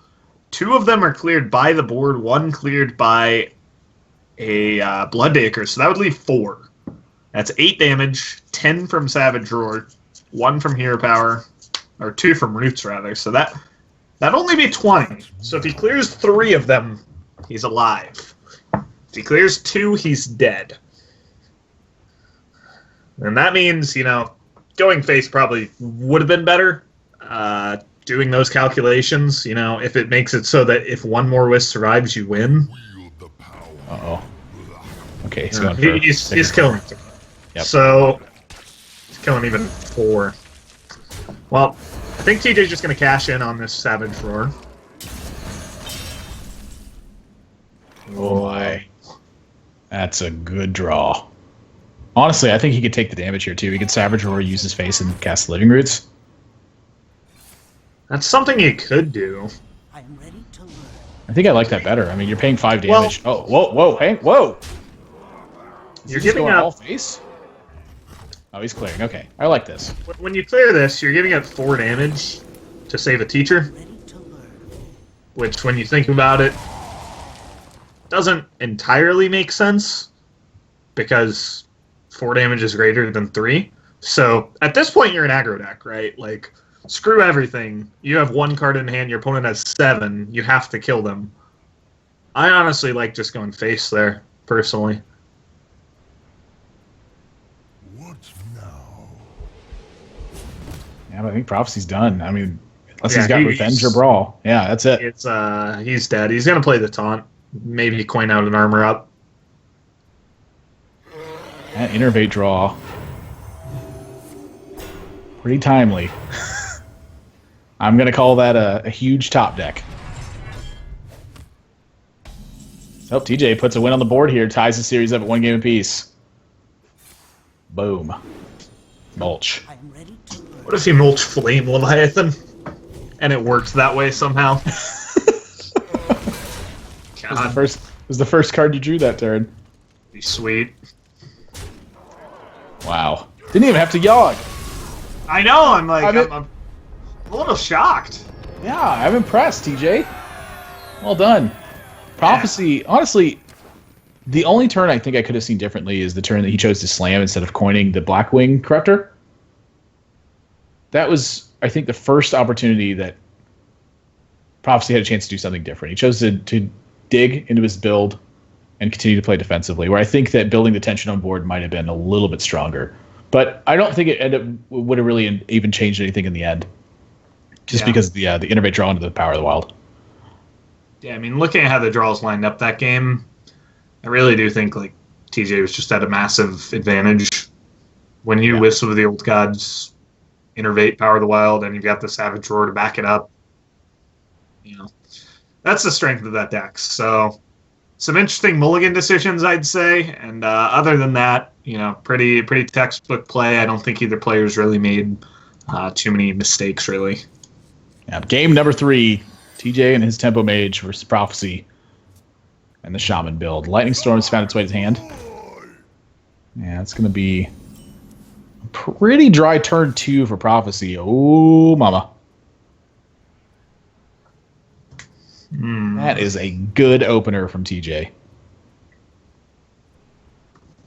Now, last time we saw him with these stronger plays in Tempo Mage, we saw him get a little bit fancy with his play. Well, the one thing you never do is say Mana Worm go. There's a little merit to just coining a Cult Sorcerer. No way. If you coin Cult Sorcerer and they have Totem Golem, you're just going to lose. Yeah. I like the Mirror Image. Mirror Image challenges this better. is the best. You Frostbolt next turn, you've got the Cold Sorcerer, Arcane Blast on 3. It's, you know, he's going to get basically the perfect outcome here, and he's going to be pushing heavily. Well, that Lightning Storm looming. Yeah. Pretty bad news, potentially. Wonder if you go face or trade. I think you trade. Ooh. I Yeah, don't know, I mean, though. It's tough. I don't know. I haven't played enough of this matchup to really, you know too much, but geez. He's got the answer, but then he's just gonna get stormed off the map. There's no way he's clear. If he didn't clear the totem last turn too, there's no way he's clearing it this turn. Yeah. Oh my gosh. This is so bad for TJ. Prophecy has found himself in the perfect spot. Boom. Well, he's got some recovery ahead of him. Shriek's not a bad pickup if he can. Hang on. All right, did experience a little bit of a disconnect there. We had OBS take a little bit of a dive. So we're back. Here we are. Looks like the missile ended up connecting. TJ chooses not to trade over one of the wolves here with the Sorcerer's Apprentice. I'm a little bit surprised by that. Yeah, I definitely am too. It's not too relevant. Oh, you know what this telegraphs? Flame Strike. Oh, that's actually kind of interesting. I wonder if he's going for that. Yeah, that's kind of... I mean, he doesn't really get rewarded or anything, but yeah, that's the one thing it really says to your opponent is, what card is my opponent like so worried about reducing by 1 mana going into turn 6? Prophecy does play around it, but also I think just hexing the Drake was his best play anyway. And for TJ, I mean, this is a game where he's going to need to pick up some card draw, Flame Strike, Yogg. Like, there's no way just minions are getting it done. Right now, his minions aren't even trading 1-for-1 with the cards that Prophecy is playing. Yeah, Gotta imagine he's holding on to Polymorph. He just rips it here. Why not? Yeah, the wolf looked at me funny. Would protect the 0-1 taunt instead of the 0-2 taunt. You gotta protect that boy. Is that boy? Yeah, What and up? gotta imagine Thunderbluff Valiant. It's all right. That totem is jeez. wreaking havoc on TJ right now. I mean, But look not at the Wrath of Air totem. It looks mad. Like, it is out with a vengeance. Oh. All right, Prophecy is taking game number 2 here. I mean, This is about as done as it gets. Yogg Saron. Where it If he can turns off. live. That. Yeah, I don't think he's living. Flame Strike's still pretty dang good here. And Prophecy's going to play into that. The Flame Wreath, helps, but... Alright, You got to put him to the test at some point. You can't play around everything forever. you're right. So Faceless Summoner is the best TJ can do to stall here. 2-3 is not very good here. And that is a weird ping. I probably would have pinged the Taunt Totem. I think he's trying to encourage him to trade. And I think the trade would happen anyway. Well, that Thunderbluff Valiant is... You It's know, okay. sure. Sure. So, like you said, game 1 goes over, or game 3 goes over to Prophecy. There's no way. I'm going to bring in another TJ quote here. Quote, Dragon Warrior is overrated. And that's the deck he's going to have to 3-0 this. Gonna have to see. Damn, how overrated is it? Those words come true, really. Honestly, though, can he get to Yogg? Yes. You didn't believe. I believe. All of Actually TJ's can games, get to Yogg. All of TJ's games must go to Yogg. Oh They must go my with gosh. distance. He might get to Yogg. Now he has to draw it, but 1 in 16, Yogg Saron. He could also just draw Flame Strike, but... Which now Prophecy realizes, oh, I should probably play around Flame Strike. So, Flame Strike stalls the game another turn, but then he would die to Bolt. That ain't Yogg. yeah, what's going on? Prophecy Oh, locks up man. game number 2. Very decisive game from Prophecy. Honestly, I'm curious if TJ trades that totem, how much of a difference this game could potentially go to. Well, There's sometimes the Mana Worm lives after that. And then he doesn't get the extra trade later on with the Wrath of Air totem later. A lot of things go differently if he chooses to trade there instead. yeah, I mean, at the end of the day, with the way the hands went, it probably buys him a turn or two, which could matter. In hindsight, did it matter? Probably not. But, yeah, I definitely agree that The spell power totem is deceptively powerful. Yeah. But TJ does not want to end his run on Tempo Mage. Look, if that's a Blood Mage, you're killing it, okay? And the Blood Mage draws them a card. He's going to go with Zoo. First of all, down 1-2 in this series, needs to pick up a win with Zoo and then Tempo Mage if he wants to move on to the finals on Sunday. You know that all TJ wants to do is clutch Game 5 with Yogg again. I think so. Yep, I think that's exactly what he's going for. Acolyte of Pain. It's a little. I would tend to say it's a little bit better in this matchup. The card draw, I think, it's pretty important to keeping up with Zoo a lot of times. Yeah, and no Bloodacre, which is definitely a card you want to avoid when you develop Argent Squires. Axe basically doing nothing right now.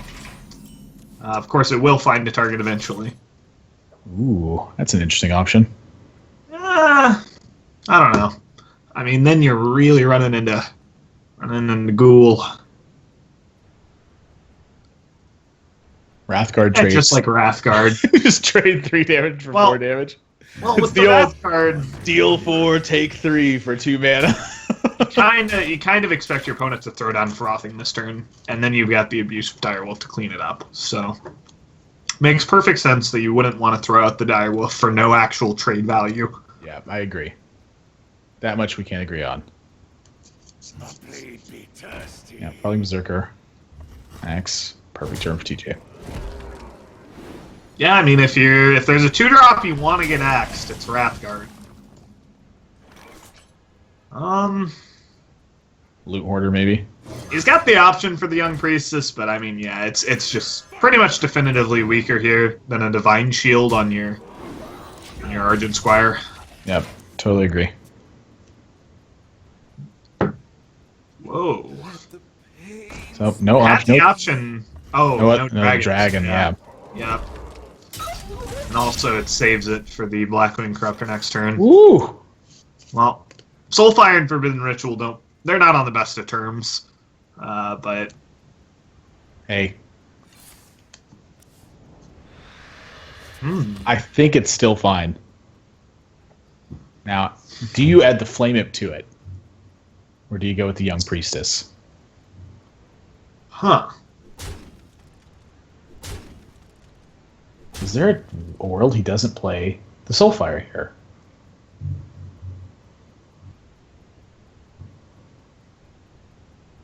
I think so. Now, in hindsight, if that's your play, I think I would have just ritualed for 4, said, I'll scoop to Ghoul. It's very obvious you haven't had it. And then you get the Soulfire value, like huge Soulfire value the next turn because your Forbidden Ritual is already down. This is really interesting. Yeah, That's not a good buff. the Soulfire Uh-oh. and the Ritual still running into a little bit of issues together. This is quickly going downhill. Yikes. Oh my. Well, I think you Blackwing Corruptor. I agree. And then I think next turn is pretty good with the 3/3 charge and 3/6 taunt. That's an okay turn 6. Oh, Whoa. whoa. Okay. I'm okay with this. This just cut out the damage immediately. Yeah, I guess he's saying, okay, if I can just restrict your options on going to win. And again, I'd really like to see TJ go with the Forbidden Ritual. Again, I think it's very obvious his opponent doesn't have Ravaging Ghoul. If he draws it in the next 2 draws, you got me. Defender Vargas just purely isn't powerful enough here. It's not really doing much for you. Yeah, you stick the buff on 2 of your minions, you leave a 2/1, you leave a 2/3, but raw power-wise, 5/1/1s gets the job done a lot better. And then you can just ignore the Acolyte of Pain. Yeah. TJ agrees. It'd be interesting to see if he does choose to ignore it, though. I don't like trading here. I think I like just going face. Yeah, it's a feel-good trade, but oh, jeez. Oh my. No. Oh my. That I wanted to is- see an interesting game. Well, When this interaction happens, I'm just sad. because it's completely the right play from TJ's side, and yeah, I mean Shake his head. that's just the 1 in 10. So Second defender Vargas, no good either. it's rough stuff from here. Looks like he's soul firing. Yeah, I don't think it's an option. If he doesn't soulfire here, he's just 100% dead. Like the gold's just going to get even more value at this point. You have to make it up with Doom Guards at this point. Yep, so from here, I think Doom Guards and second Forbidden Ritual are the real options, and Prophecy is going to restrict all of the minions. I would say Ritual off the top or bust here, pretty much. Well, That's not it. and that's not it either. Those are two of the worst draws in the deck at the moment. And with 2 3/6 taunts coming down, I that's probably going to seal it. Yeah, I mean, I don't see a way that TJ wins this game. No Yogg, no wackiness. Just a bit of top decks. So many possibilities. Bit unfortunate for him. Yeah, not much looking at for this hand. Yeah, I mean, there's no direction to go here. I mean, I am in total agreement with the way he played this game. I think he had to draw either Doomguard or Forbidden Ritual this turn, and it's just what it boiled down to. Prophecy holds off the early game, and the 2 3/6 taunts. Yeah, just let's have another taunt in there, just for good measure. The old why not crushes the Voidwalker. I did like the Ritual on 4, but unfortunately gets punished exactly with the Ritual on 5. Life taps into Dark Peddler. Buying or selling. Flame above this, and I think at this point Prophecy is just free to push damage. With that Draconid Crusher in hand, just no way TJ's cracking through. Just damage, damage, damage. Honestly, wouldn't even minded seeing it on the 2/6. I wouldn't have minded. Blooddaker 2/6, face, rag. I wouldn't have minded that either. Finish with style. 1/4 of the time. Now TJ scoops it up here. And there we are. Boom! Prophecy takes it down 3-1. Finds himself on that final day alongside the rest of the competitors. 2 more to be decided tomorrow. And boy, what a day it's been. It's been filled with Yogs and bad luck for TJ. We saw Rosti decisively win his matches. We saw Failfellow, the only one to get unlucky versus TJ and the Yogg Saron. I mean, when you get 3 shots with Yogg, multiple times a match, one's probably bound to be good. So, yeah, not much more to say for TJ's run, but Prophecy gonna move on to that top 4 on Sunday. Great stuff from him, taking out TJ twice. Yeah, and the Rogue deck is performed so far. I mean, granted, he's gotten 2 Druid matchups at this point.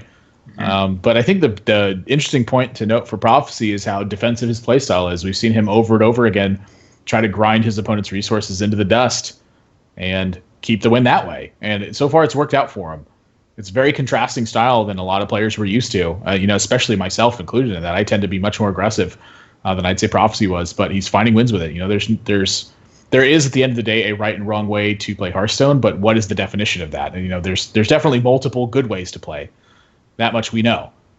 So Prophecy kind of being on the more defensive side of that, it's honestly kind of a breath of fresh air from the typical styles we see where players hammer out a lot of damage in pretty much every single opportunity they get. But he's been taking safe trades the entire time so far. You can't say that this guy's just going face because he's killing everything. I mean, I think it was in 2 of these games he killed every card TJ played at some point.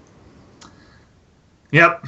I mean, I definitely think the matchups he got really led to that style being correct. And we saw in the road games he wasn't afraid to throw out all of his cards very aggressively, throw out the teacher, prep a conceal, things of that nature. So I do think still, calling it a defensive playstyle overall is a little bit of a misnomer towards him. But I'm excited to see what he has in store for the top four. He's going to have to add that fifth deck, of course, on Sunday. But him and Rosti are going to be the two players to go through Group A. Yeah. And, great stuff tonight. Saw some crazy matches, some really weird board states, and I think we got our fill of Yogg, if not. Yeah, I definitely agree with you. Day 2 is happening tomorrow. It's going to be Frozen, Lock Shadow, Phone Tap, and Redwall. Redwall is qualified on points from the Open Cups. Phone Tap was the winner of Open number 8, and Frozen and Lock Shadow are the two invites that will be taking place tomorrow. 12 p.m. Pacific time, 3 p.m. Eastern, 9 p.m. CEST. If you guys want to catch it, you can follow Onog Esports on Twitter for updates, everything that's going on. Follow the channel, get updates when it goes live. And once again, a big thanks to the sponsors who help make this event possible. Geico, for being the title sponsor for this event. If you insure anything at all, anything, whether it's Chalky's top decks, my beard, maybe it's just your car. I mean, it's typically a pretty normal one you insure. You probably have a good chance to save money with over at Geico. So you can go to geico.og.gg to get a free Geico quote and also enter to win a CyberPower PC Gamer Extreme 1000 PC. While you're there, make sure you check out the next signups for opens that are taking place. August 3rd is the next one that's happening. If you're a U.S. resident and you're 18 plus, you can play in one of these opens. They have a $1,000 prize pool. There's 2 more to go, so you still have a chance to qualify for a feature event, which could lead you into that PAX Prime final with a $25,000 prize pool. Also want to give a big thanks to Video Game Voters Network, a network of gamers who encourages gamers to get out there and vote for the 2016 election, as well as they host contests and giveaways. You can check out the website, videogamevoters.com. Apologies, July 28th is the open for number 9. August 3rd is for the 10th open that's taking place. And also, of course, a big thanks to Razer for this one as well. So I think it's just going to about wrap things up for us today. Chalky, do you have any final words as we go to a close tonight?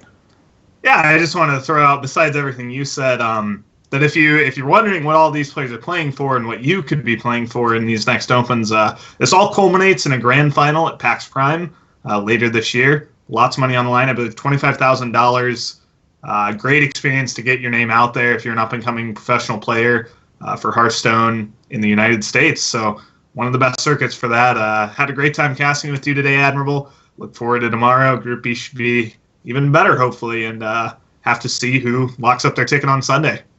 Right on to that one. So for everyone here, the production crew, for Chalky and for myself, that's going to do it for us today, but we'll see you again tomorrow.